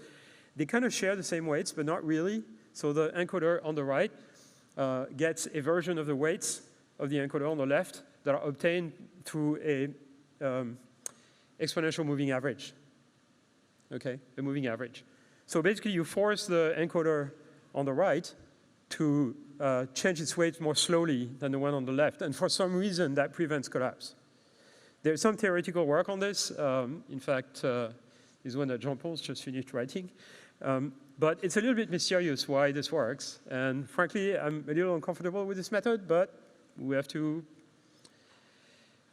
accept the fact that it actually works, if you're careful. You know, real engineers build things without necessarily knowing why they work. That's good engineers.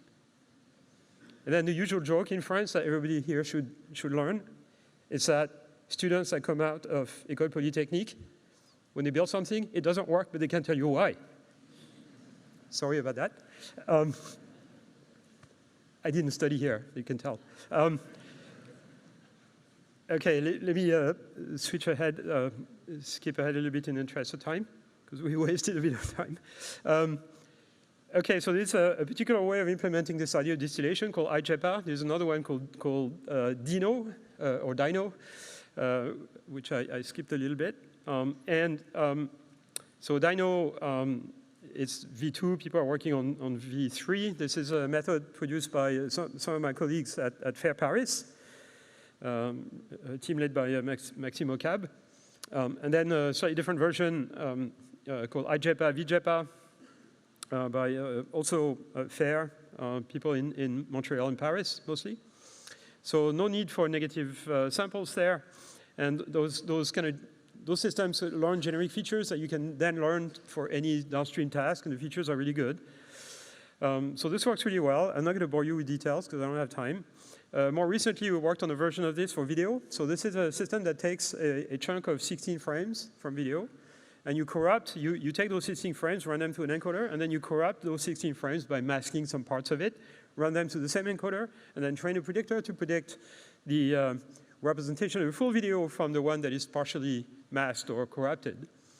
And so again, this is a group of researchers at FAIR in Paris and Montreal. And this works really well in the sense that you learn features that you can then feed to a system that can classify actions in videos, and you get really good results with these methods. Again, I'm not going to bore you with details. But here is a really interesting thing. This is a paper that we just submitted. If you show that system videos where something really strange happens, that system actually is capable of telling you, my prediction error is going through the roof. There is something strange going on in that window. So you take a video, and you take the 16 video frame window, you slide it over the video, and you measure the prediction error of the system. And if something really strange happens, like an object spontaneously disappears or changes shape, the prediction error shoots up. So what that tells you is that that system, despite its simplicity, has learned some level of common sense. It can tell you if something really strange in the world is happening. Lots of experiments to show this in sort of various contexts for various types of intuitive physics, but I'm going to skip to this latest work, Dino world model.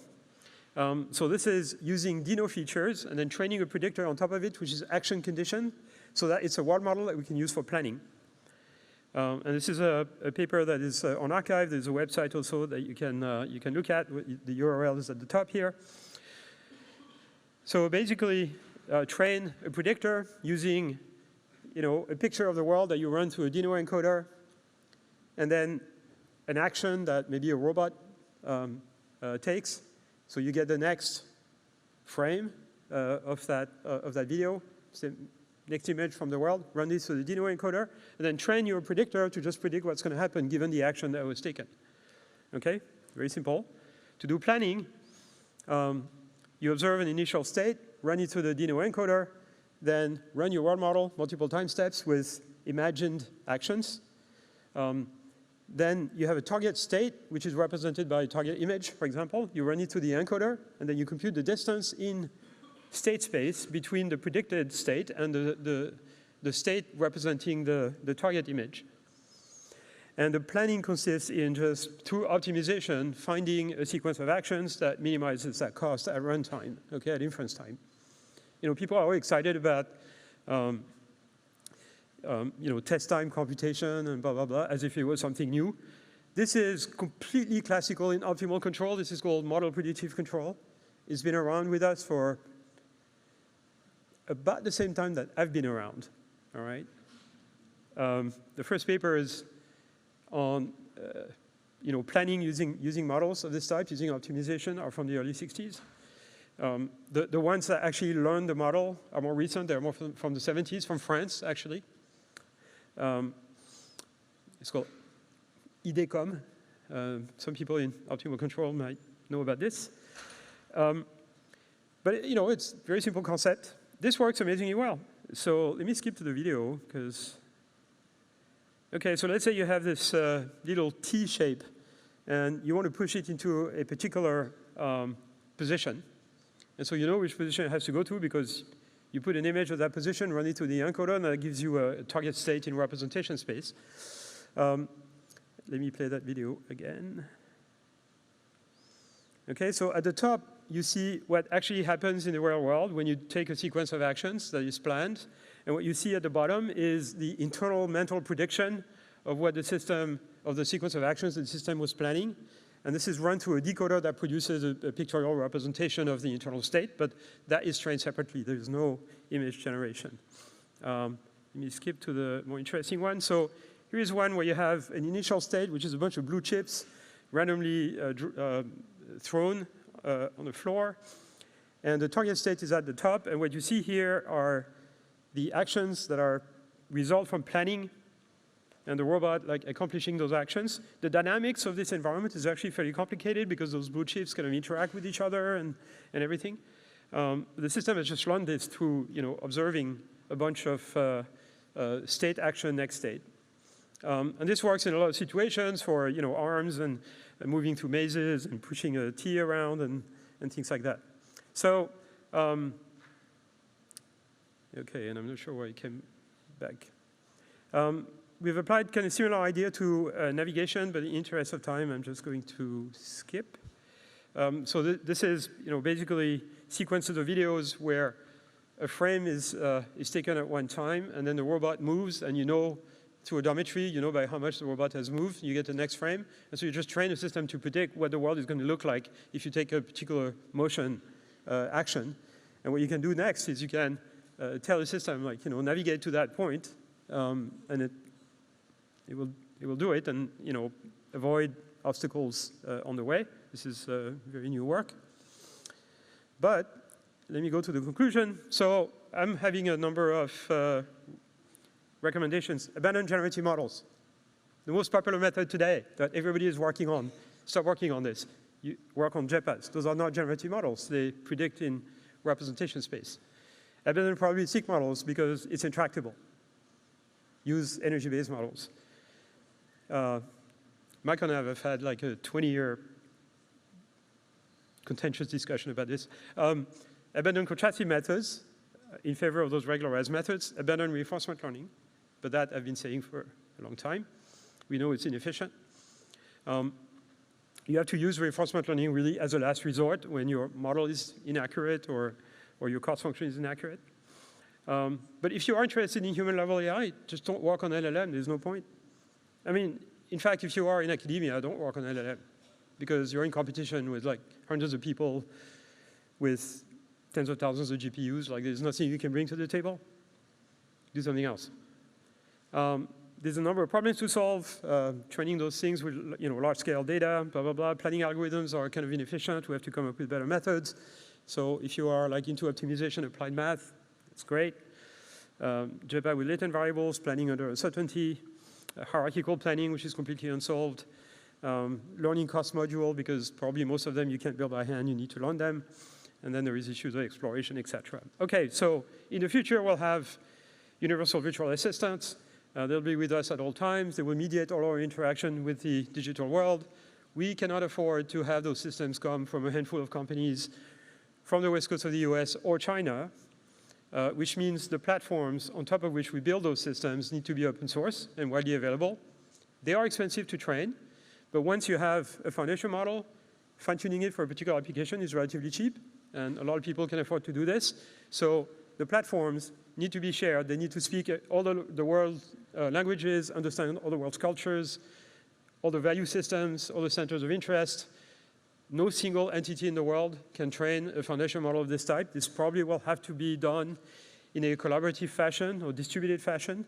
Again, some work for applied mathematicians who are interested in distributed algorithms for large-scale optimization. And so open source AI platforms are necessary. The danger I see in Europe and in other places is that geopolitical rivalry will entice governments to basically make the release of open source model illegal, because they are under the impression that a country will stay ahead if it keeps its science secret. That would be a huge mistake. When you do research in secret, you fall behind. It's inevitable. What will happen is that the rest of the world will go open source and will overtake you. That's currently what's happening. The open source models are overtaking, slowly but surely, proprietary models. Thank you very much.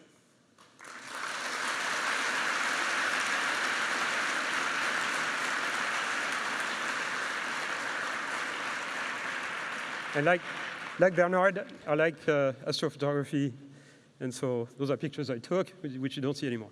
And they were beautiful. We like seeing those, Yann. Thank you very much. It's always good to listen to you and hear your candid view, notably on the limits of training systems and how to navigate that. Yann, will you stay on stage with us, because it's now time for our fireside chat. I'm aware that we're slightly running over time, so perhaps we'll reduce our fireside chat, but the notion behind this is a cozy discussion to ultimately look at some of the issues that have been brought up today, the impact of AI on society, on ultimately technology, sustainability, and even governance. Can I ask to join Yann and myself on stage, Mike Jordan? That would be great to have you on stage. Can we have Bernhard again? And can we have as well Stéphane Mallet and Ousmane Ozglada?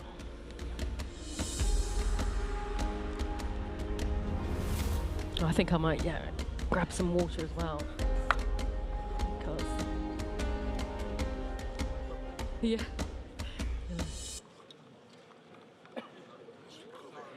Any water? Any water, guys? Wait. Oh, I'm not sure if I want to sit there. Okay, sorry. Water? Osu or Osman? Osuman. What do you prefer? Asuman? Asu? Okay. Little water for you as well. Fired high, how are you? Is that supposed to be fired short answers? Great.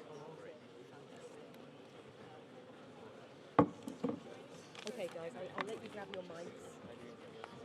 Yeah. 1986. Guys, will you grab your mics? You got a mic?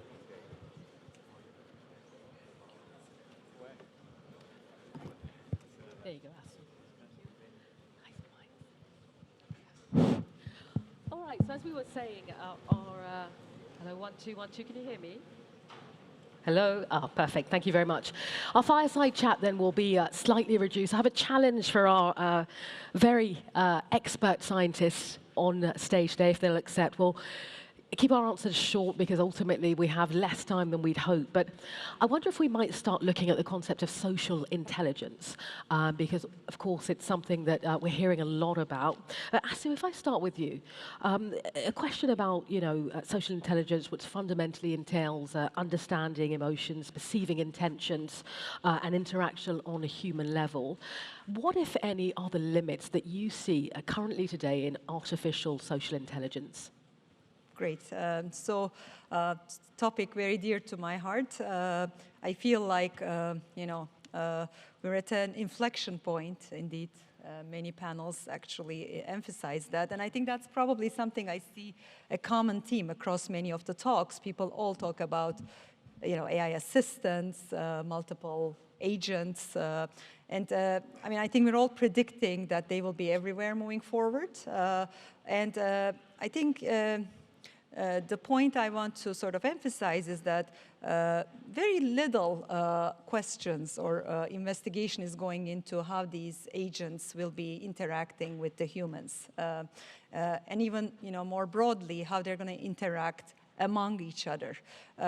Mainly because this sort of, I emphasized this today in my talk as well, these AI agents, will be acting on behalf or giving recommendations to humans, and those humans are embedded in myriad, social, economic interactions. So they basically, directly or indirectly, will have to, face decisions that, will impact each other. And I think this is, I feel, very, despite all the excitement about AI and society, probably not very conceptualized even in terms of how we should be thinking about it. Let's stay with that, Asyan. I'd like to bring Mike in there, because this notion of the decisions that are made and how they're done. Mike, you've spoken in the past about the development of AI, the fact that it shouldn't focus purely on creating autonomous human-like entities. What do you make of the social framing and how ultimately it impacts how we think of intelligence? Well, I think if you stand back 50,000 years from now, you ask what happened in this era, it wasn't that we were entertained, and it was really that we created culture, we created works of art, we created ways to communicate with each other, we created things that inspired us. That's what humans do. And to me, technology, if it doesn't attach to that, I'm just not so interested. I don't really want to wear a pair of glasses that reminds me I should have an appointment at 9 o'clock. I really want to have something that enriches the human experience, and it's not just my individual human experience. So for me, the world is full of not just stuff that I got to model in my head, it's full of people I interact with. And I don't know what they know, and they don't know what I know, and there's no way of capturing all that in a box.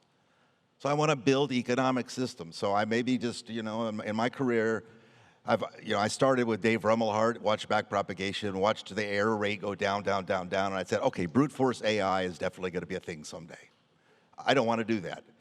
I want to make sure the systems are reliable, trustworthy. And so I started becoming a statistician. I got enamored of statistics. And Jan probably, during his talk, noted that Mike said the word statistics too much in those days. Now, last 10 years, it's economics. I see economics everywhere. I see information asymmetries. I see people not understanding each other. I see need for, if you bring people together, things can happen that a single individual could never do. All that stuff. And what I'm missing in the dialogue, it's not just social intelligence, it's culture, it's interactions, it's allowing new things to do. Old technology like civil engineering created buildings and bridges so people could do new things. So what I hear you saying, Mike, is that the things are missing. There are gaps ultimately that need to be addressed. Stefan, if I bring you in here, because I think this notion of kind of augmenting social intelligence is key. What do you make of that? How do we improve, and I think that's what Mike was getting at, understanding of social sciences, and ultimately this idea of collectivity and not just being individual. How do we improve our collective response?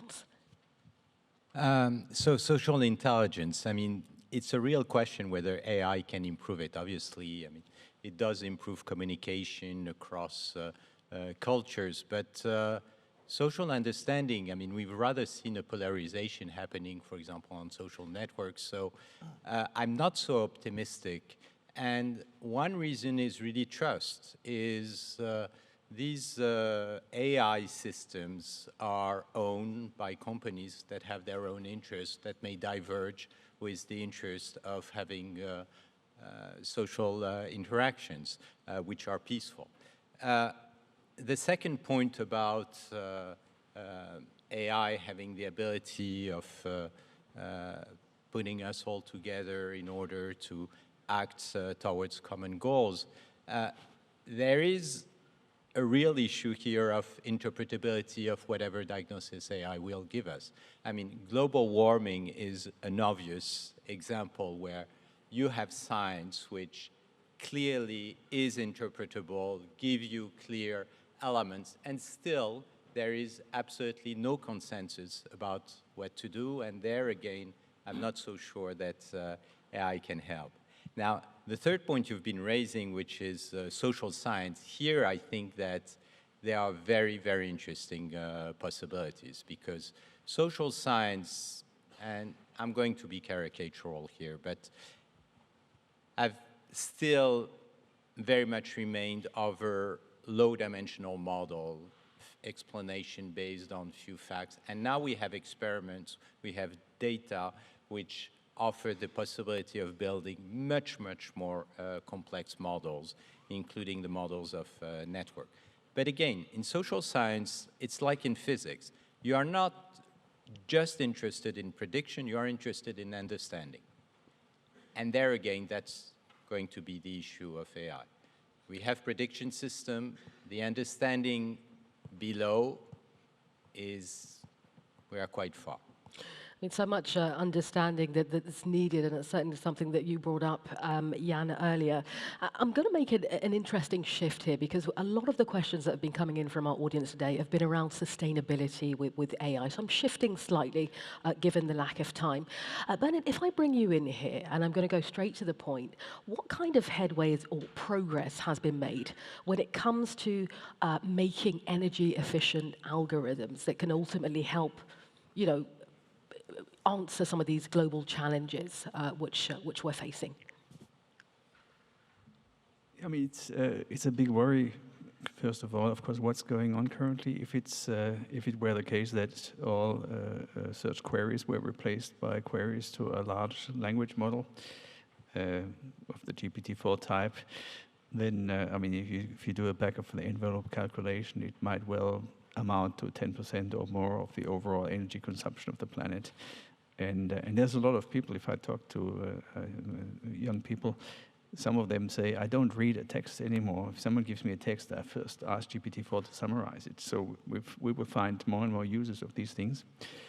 So first of all, it is a big issue. Of course, people are working on getting smaller models.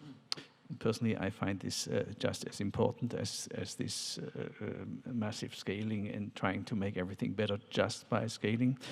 Maybe scientifically it's even more interesting to see how to get down to smaller models. But I think just as important is to think about the sustainability of our compute clusters, because currently everywhere in the world people are building compute clusters like crazy. And very often they don't take into account what kind of energy do you have in this place. And I think a great example how it should be done is the Finnish one, the Lumi cluster. They, I think, if I remember correctly, they found some kind of defunct, empty paper factory somewhere in the middle of nowhere. It was built next to hydropower, so the power was there. They just filled the building with compute.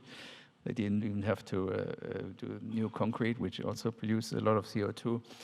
And I think it's run 100% on sustainable energy. So countries, I think they have to understand a cluster, and maybe, I think companies maybe already see it like this, but European countries, they sometimes consider a cluster a prestige project. It's something where you cut a ribbon and you get a picture taken that appears in the newspaper.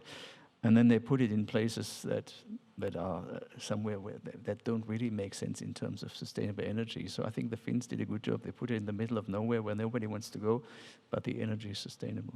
Okay, so some progress, but clearly a lot more to be done. Let's stay with the idea of sustainability, Yann, because you spoke about, systems being, not being quite where they should be, the fact that some systems have issues.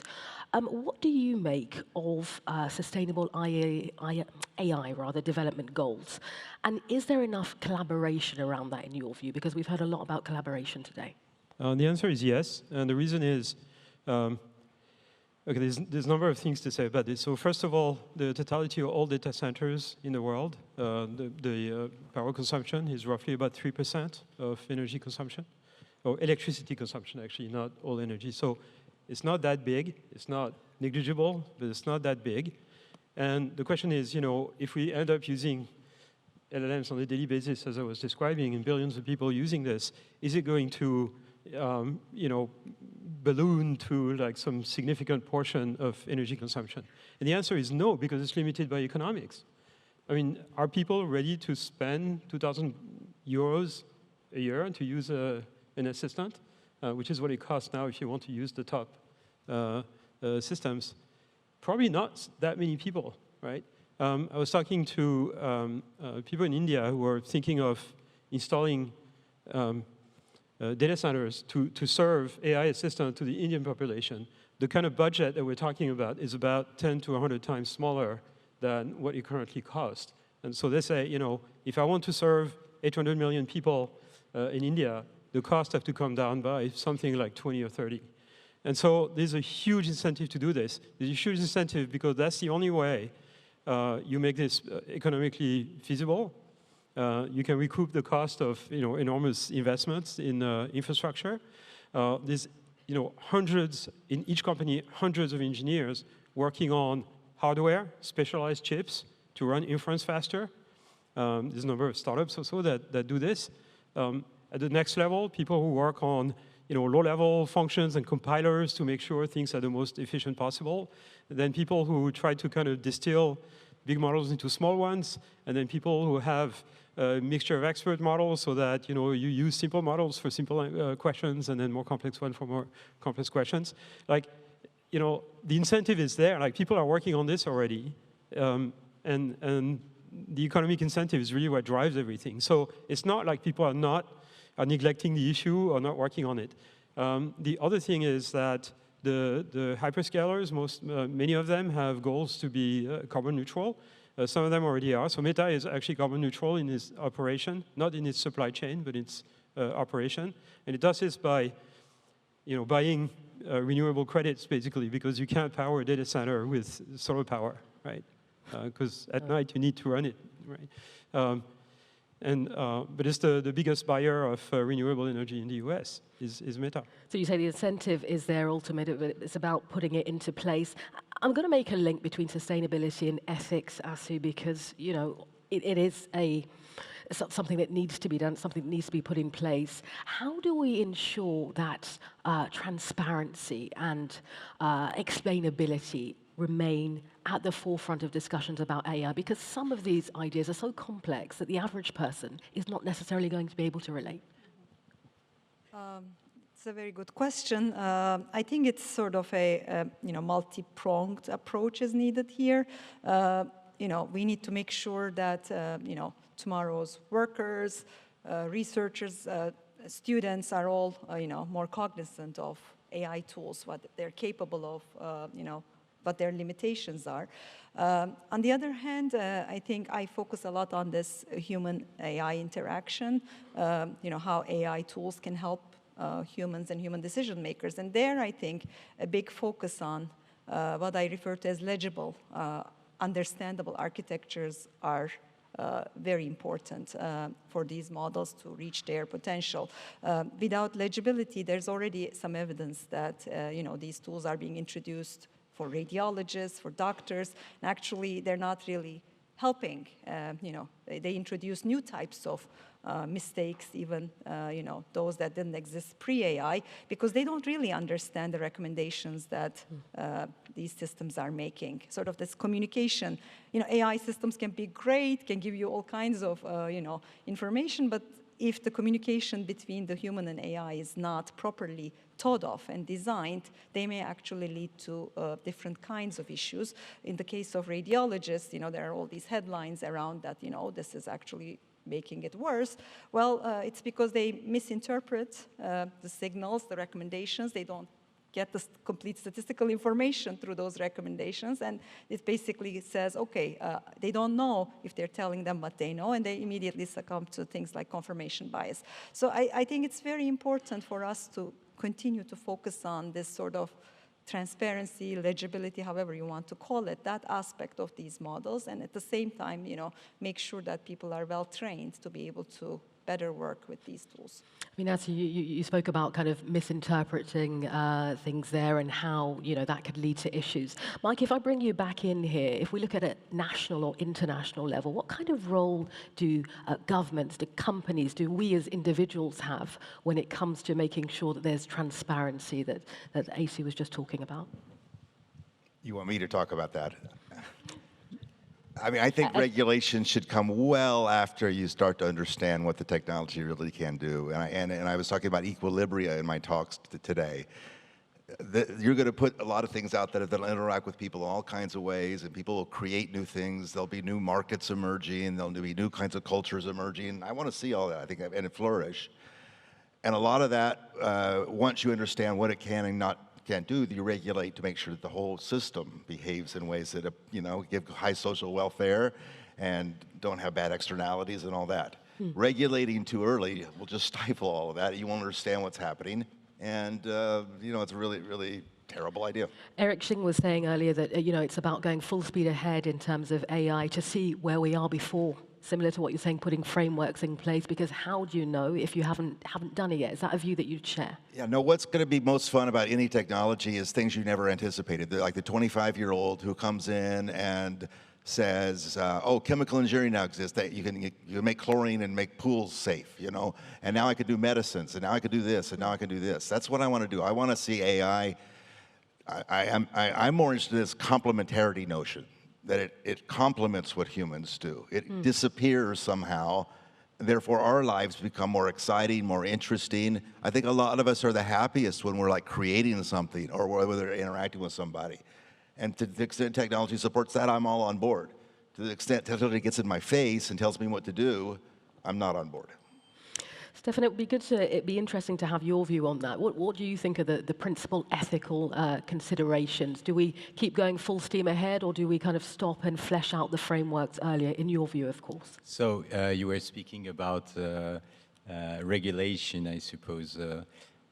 Here, clearly, there is a difference between an American and European approach to the problem. But if you think about the system that even you want to regulate, regulation is part of the experiment. If you only wait at the end to regulate, you will have no idea how to regulate.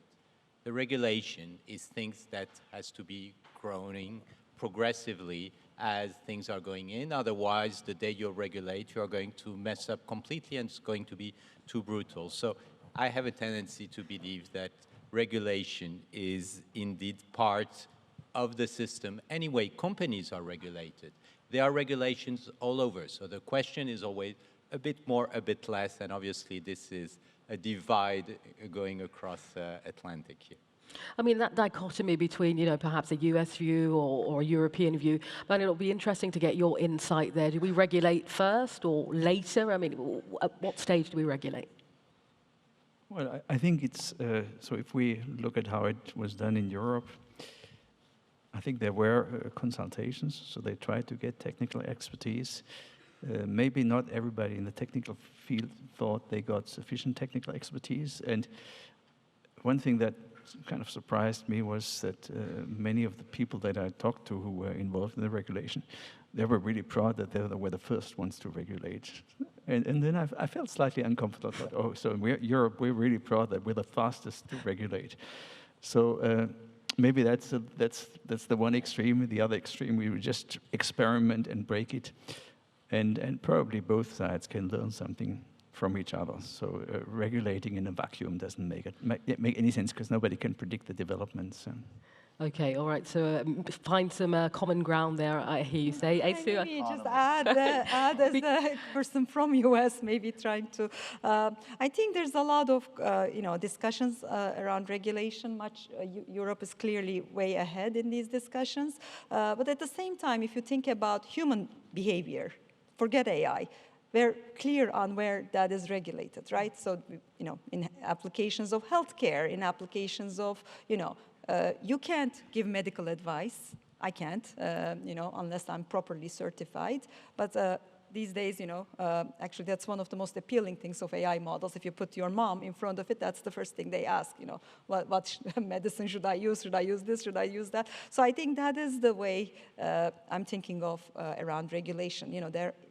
Start where human systems are regulated. There's a lot of work that went into it. So instead of trying to figure out what are the risky places where AI, trying to define risk through the AI system, really go through the humans and this human-AI complementarity, because these systems will be used by humans. So if you start by, where the use is already regulated, that would be an easy way to go. But beyond that, I agree with Mike. The other aspect of it is proper incentives and proper, maybe coming from the government, incentivizing socially beneficial directions, where this will enable humans to flourish.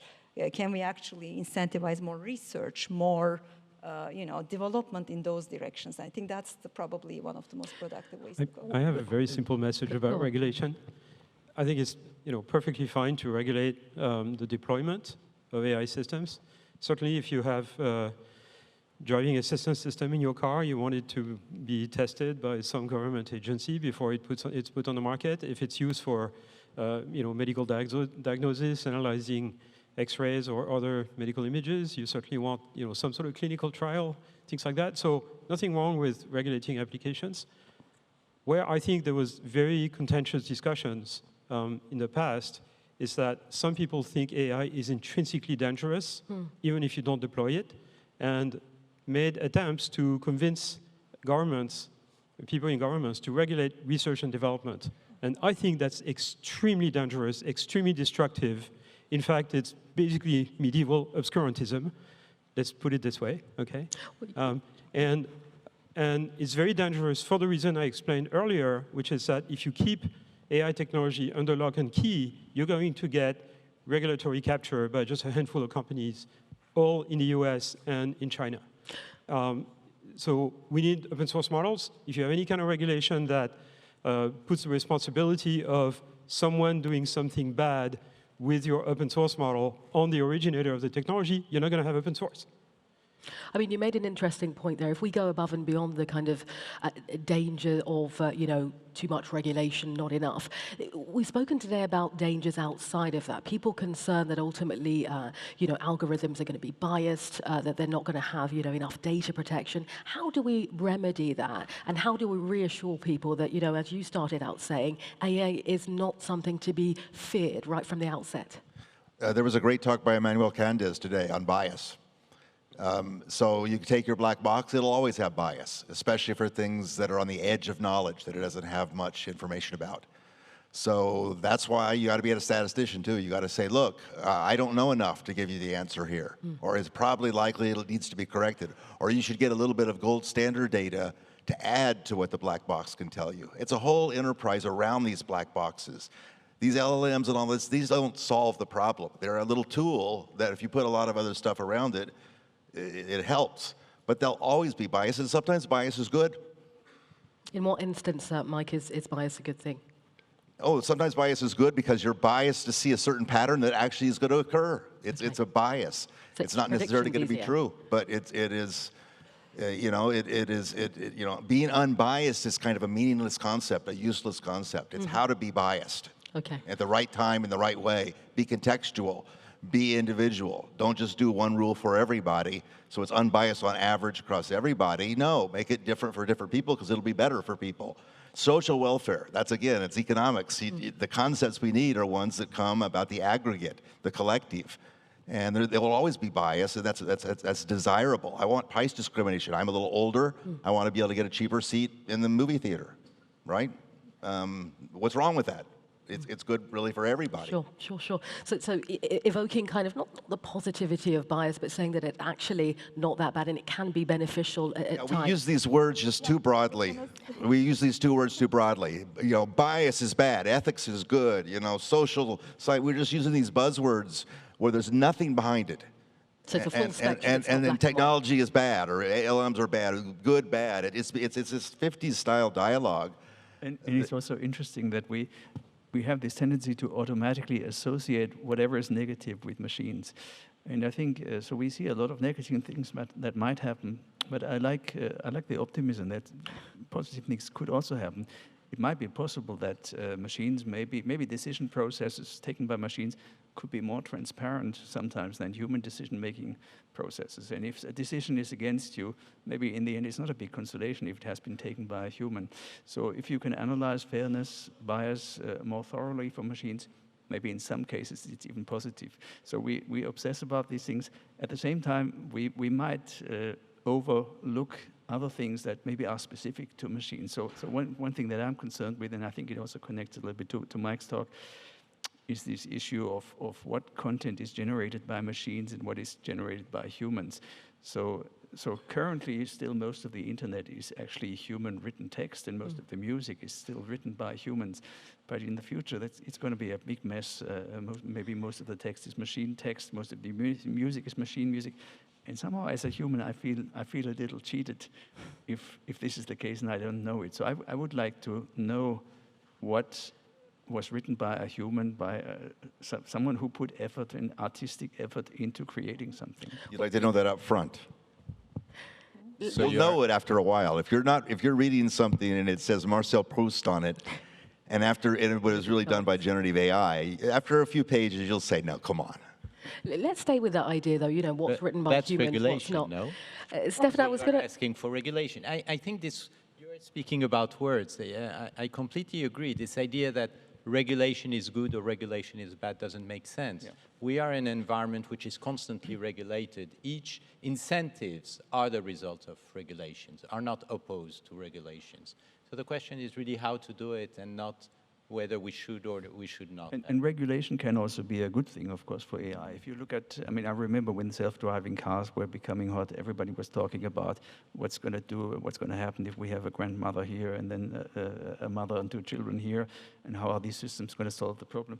And I remember at some point I talked to an engineer from Bosch, and he told me, well, look, the way an airbag works, we can't guarantee that airbags don't kill people. Airbags have killed people in the past.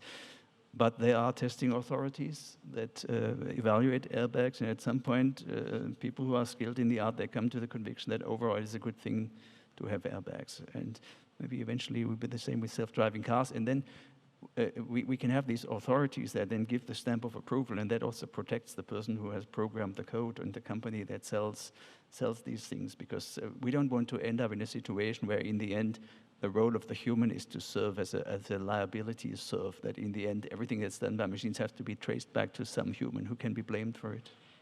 Well, it's a really fascinating debate, you know, and I'm convinced that I need to change my standpoint in how I'm looking at things, you know, particularly, for example, if it comes to bias. Stefan, I wanted to bring you in because we've touched on bias. Let's go broader. Social manipulation, for example, using AI, you know, to propagate particular political views, for example. How do you get around that? How dangerous is that? And can we see it from another standpoint, as Mike suggested we should do when it comes to bias?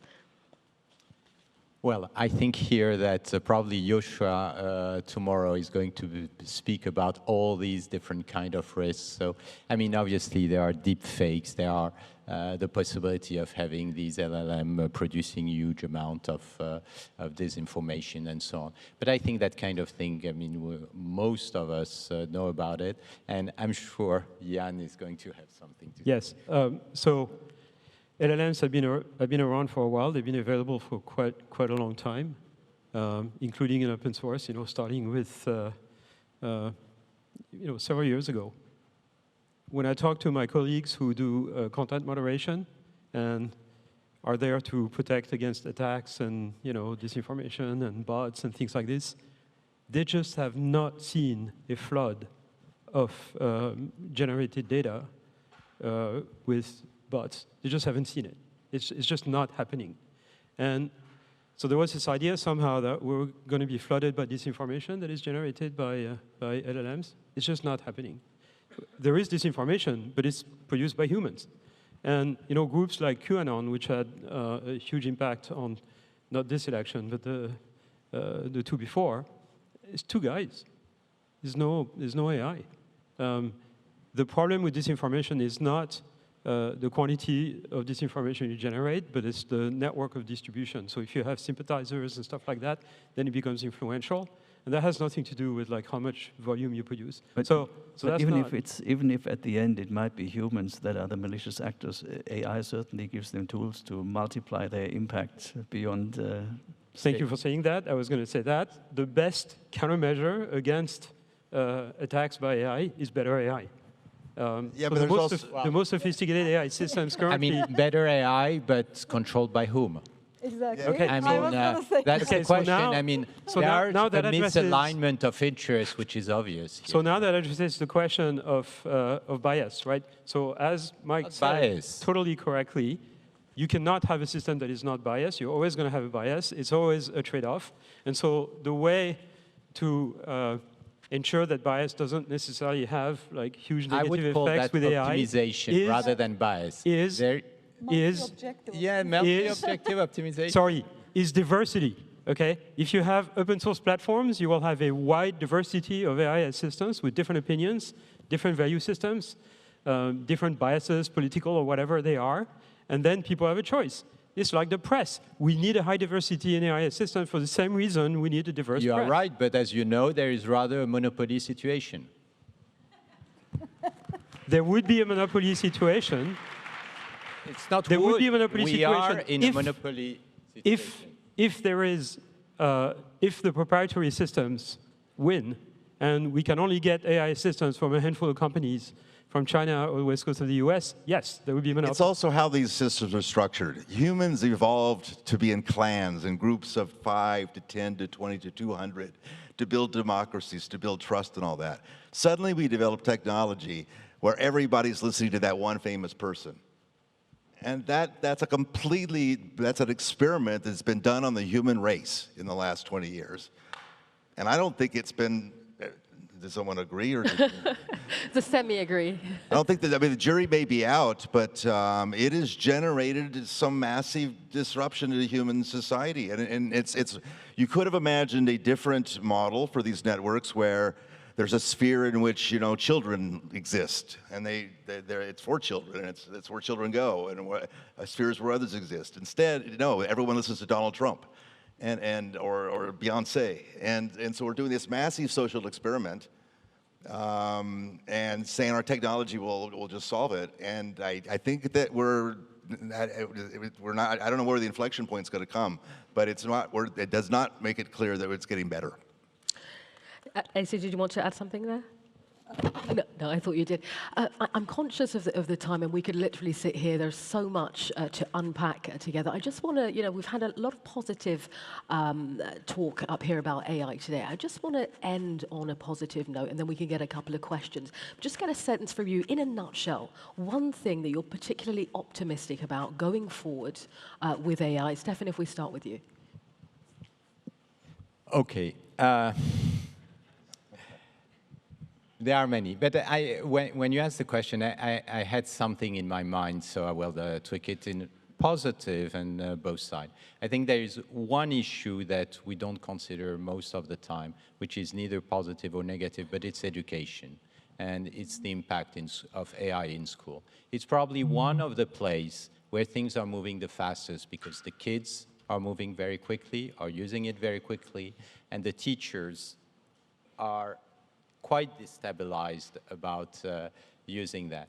So there, I think it's a very important area where we should put our effort to be positive so that we understand how to help teachers to adapt to the situation. They are much more exposed than in universities. In university, we think about ourselves, how to do it, but it's not so complicated. High school, below, is much more interesting, much more important. And that, I think, is a domain where I think we should positively focus our energy. Okay, Stefan, so I hear you saying, you know, harnessing our attention on educational systems. Bernhard, if I can get your sense of what's optimistic in your view. So I think the global problems that we are facing, in particular the problem of climate change, but also the problem of future pandemics, topics like this, I see several such problems that I don't think we can master without AI. So I'm not gonna guarantee that we will solve them with AI. But for instance, the climate problem, I don't see a political solution.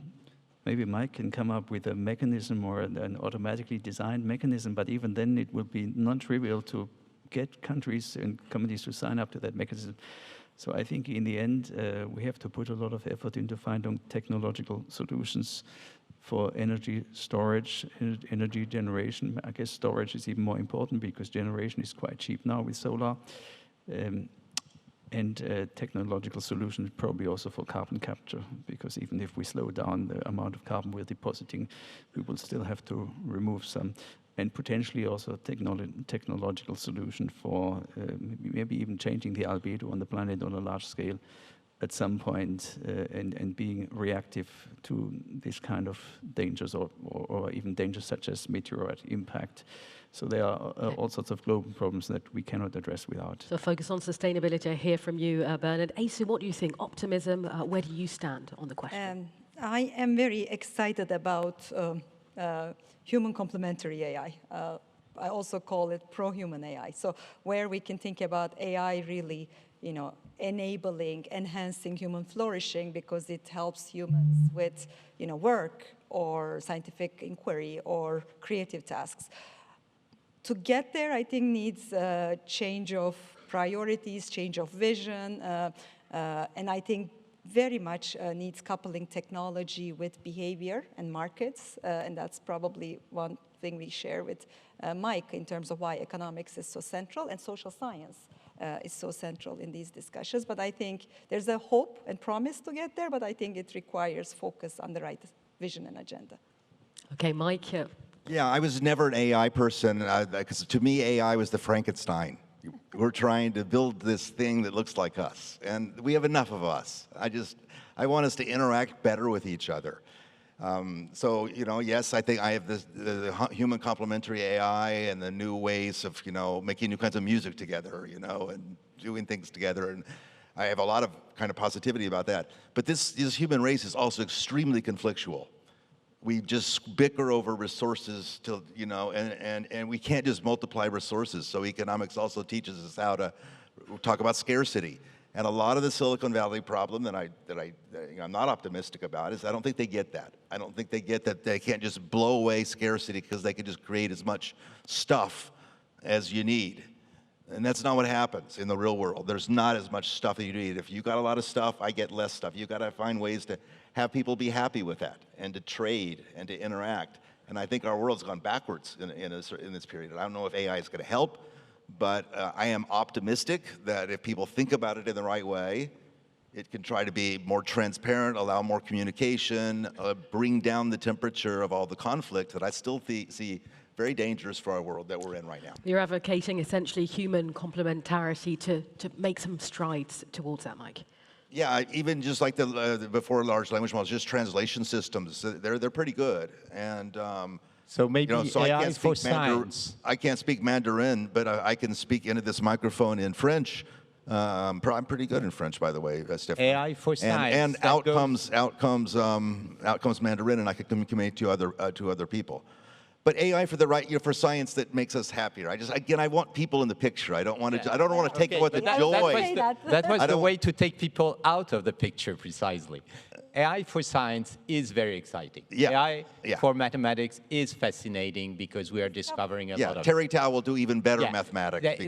There are amazing things around science. Amazing things, excitement. Yann, your turn. What do you think of that optimism? Well, certainly AI for science in medicine is very exciting at the moment. I don't personally work on it directly, but very favorable to my colleagues who partake in this. There's a lot of hope, indeed, that we'll find a solution to humanity's biggest problem with this, possibly climate change with new materials for energy storage or things of that type. Some of my colleagues at FAIR actually are working on it. So super exciting. And there's already a lot of progress that have been deployed, like in medical imaging, for example. That said, I think ultimately AI will make people smarter because all AI is going to be assistive. We talk about autonomous AI and things like that, but nobody is going to get an AI system that does not assist them in some way. And so the incentives are there. People are working on this.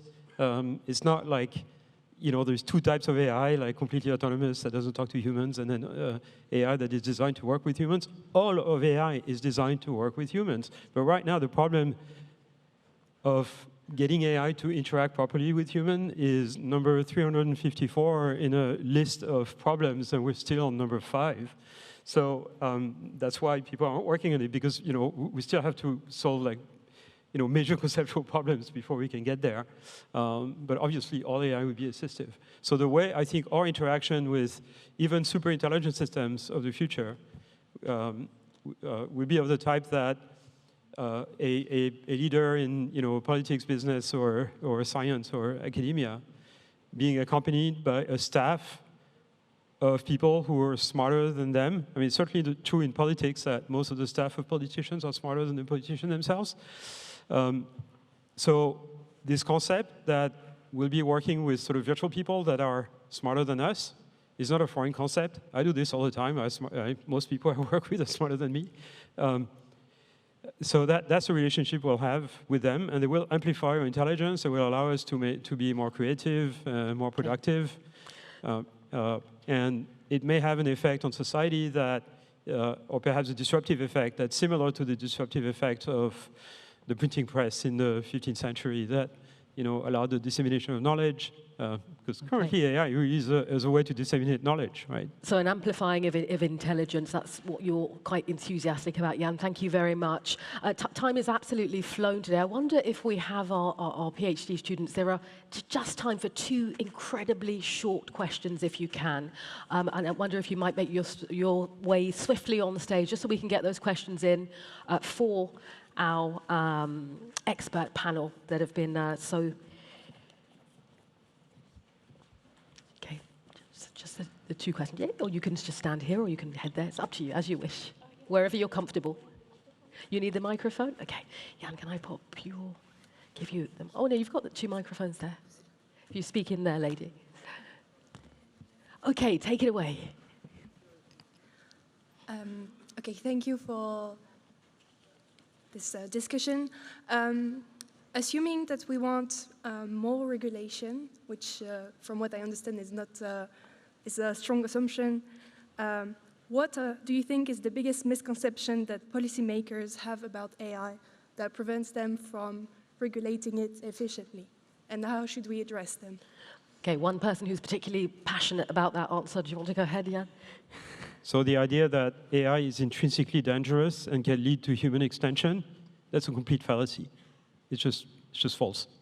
And it leads governments to regulate research and development and basically have tendencies to make open source and open research illegal. I think that's extremely dangerous. Okay, thank you very much, Yann. And the second question, if you will. Okay, so my question is more about education and also to you as professors, in the domain of AI. So research is really advancing, and the titles of papers might look incomprehensible for someone who graduated 10 years ago.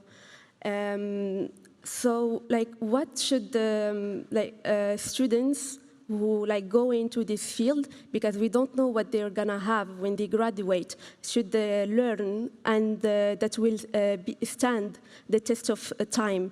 And more broadly, in education in general, what teachers should teach, especially that now students use AI tools to do their homeworks. So I think that education, how should it change? It's the same message from centuries ago. Learn math. Yeah. No, learn math. Learn how to think. Learn how to think abstractly. And yes, these tools, they may do the calculus problem, but who cares? They just build on top of that. Just like with calculators, you don't have to do the arithmetic. You can now build on top of that. But just keep going. Every little bit of math I've ever learned has given me pleasure, and it's been useful in my life, and it's allowed me to connect to people. Yeah. Music and math, those are the 2 things to do. Yeah, I like this answer, especially that we are here on the math. If I may just maybe add, math, of course, but foundations. And, those foundations could be different kinds of areas. Mike mentioned 3. I would add optimization. Computing was really optimization.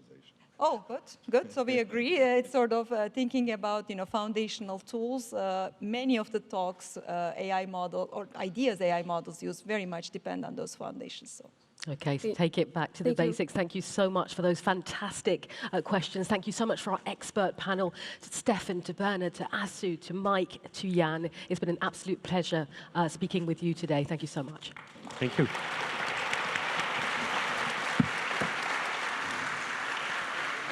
Well, that rounds up the first day. A show of hands of you who will be back tomorrow for more. Oh, fabulous. Okay, we know we have a full house. Thank you so much. Time has flown. We'll see you back here tomorrow for day 2, starting, I should say, at 9:30 sharp. Thank you so much.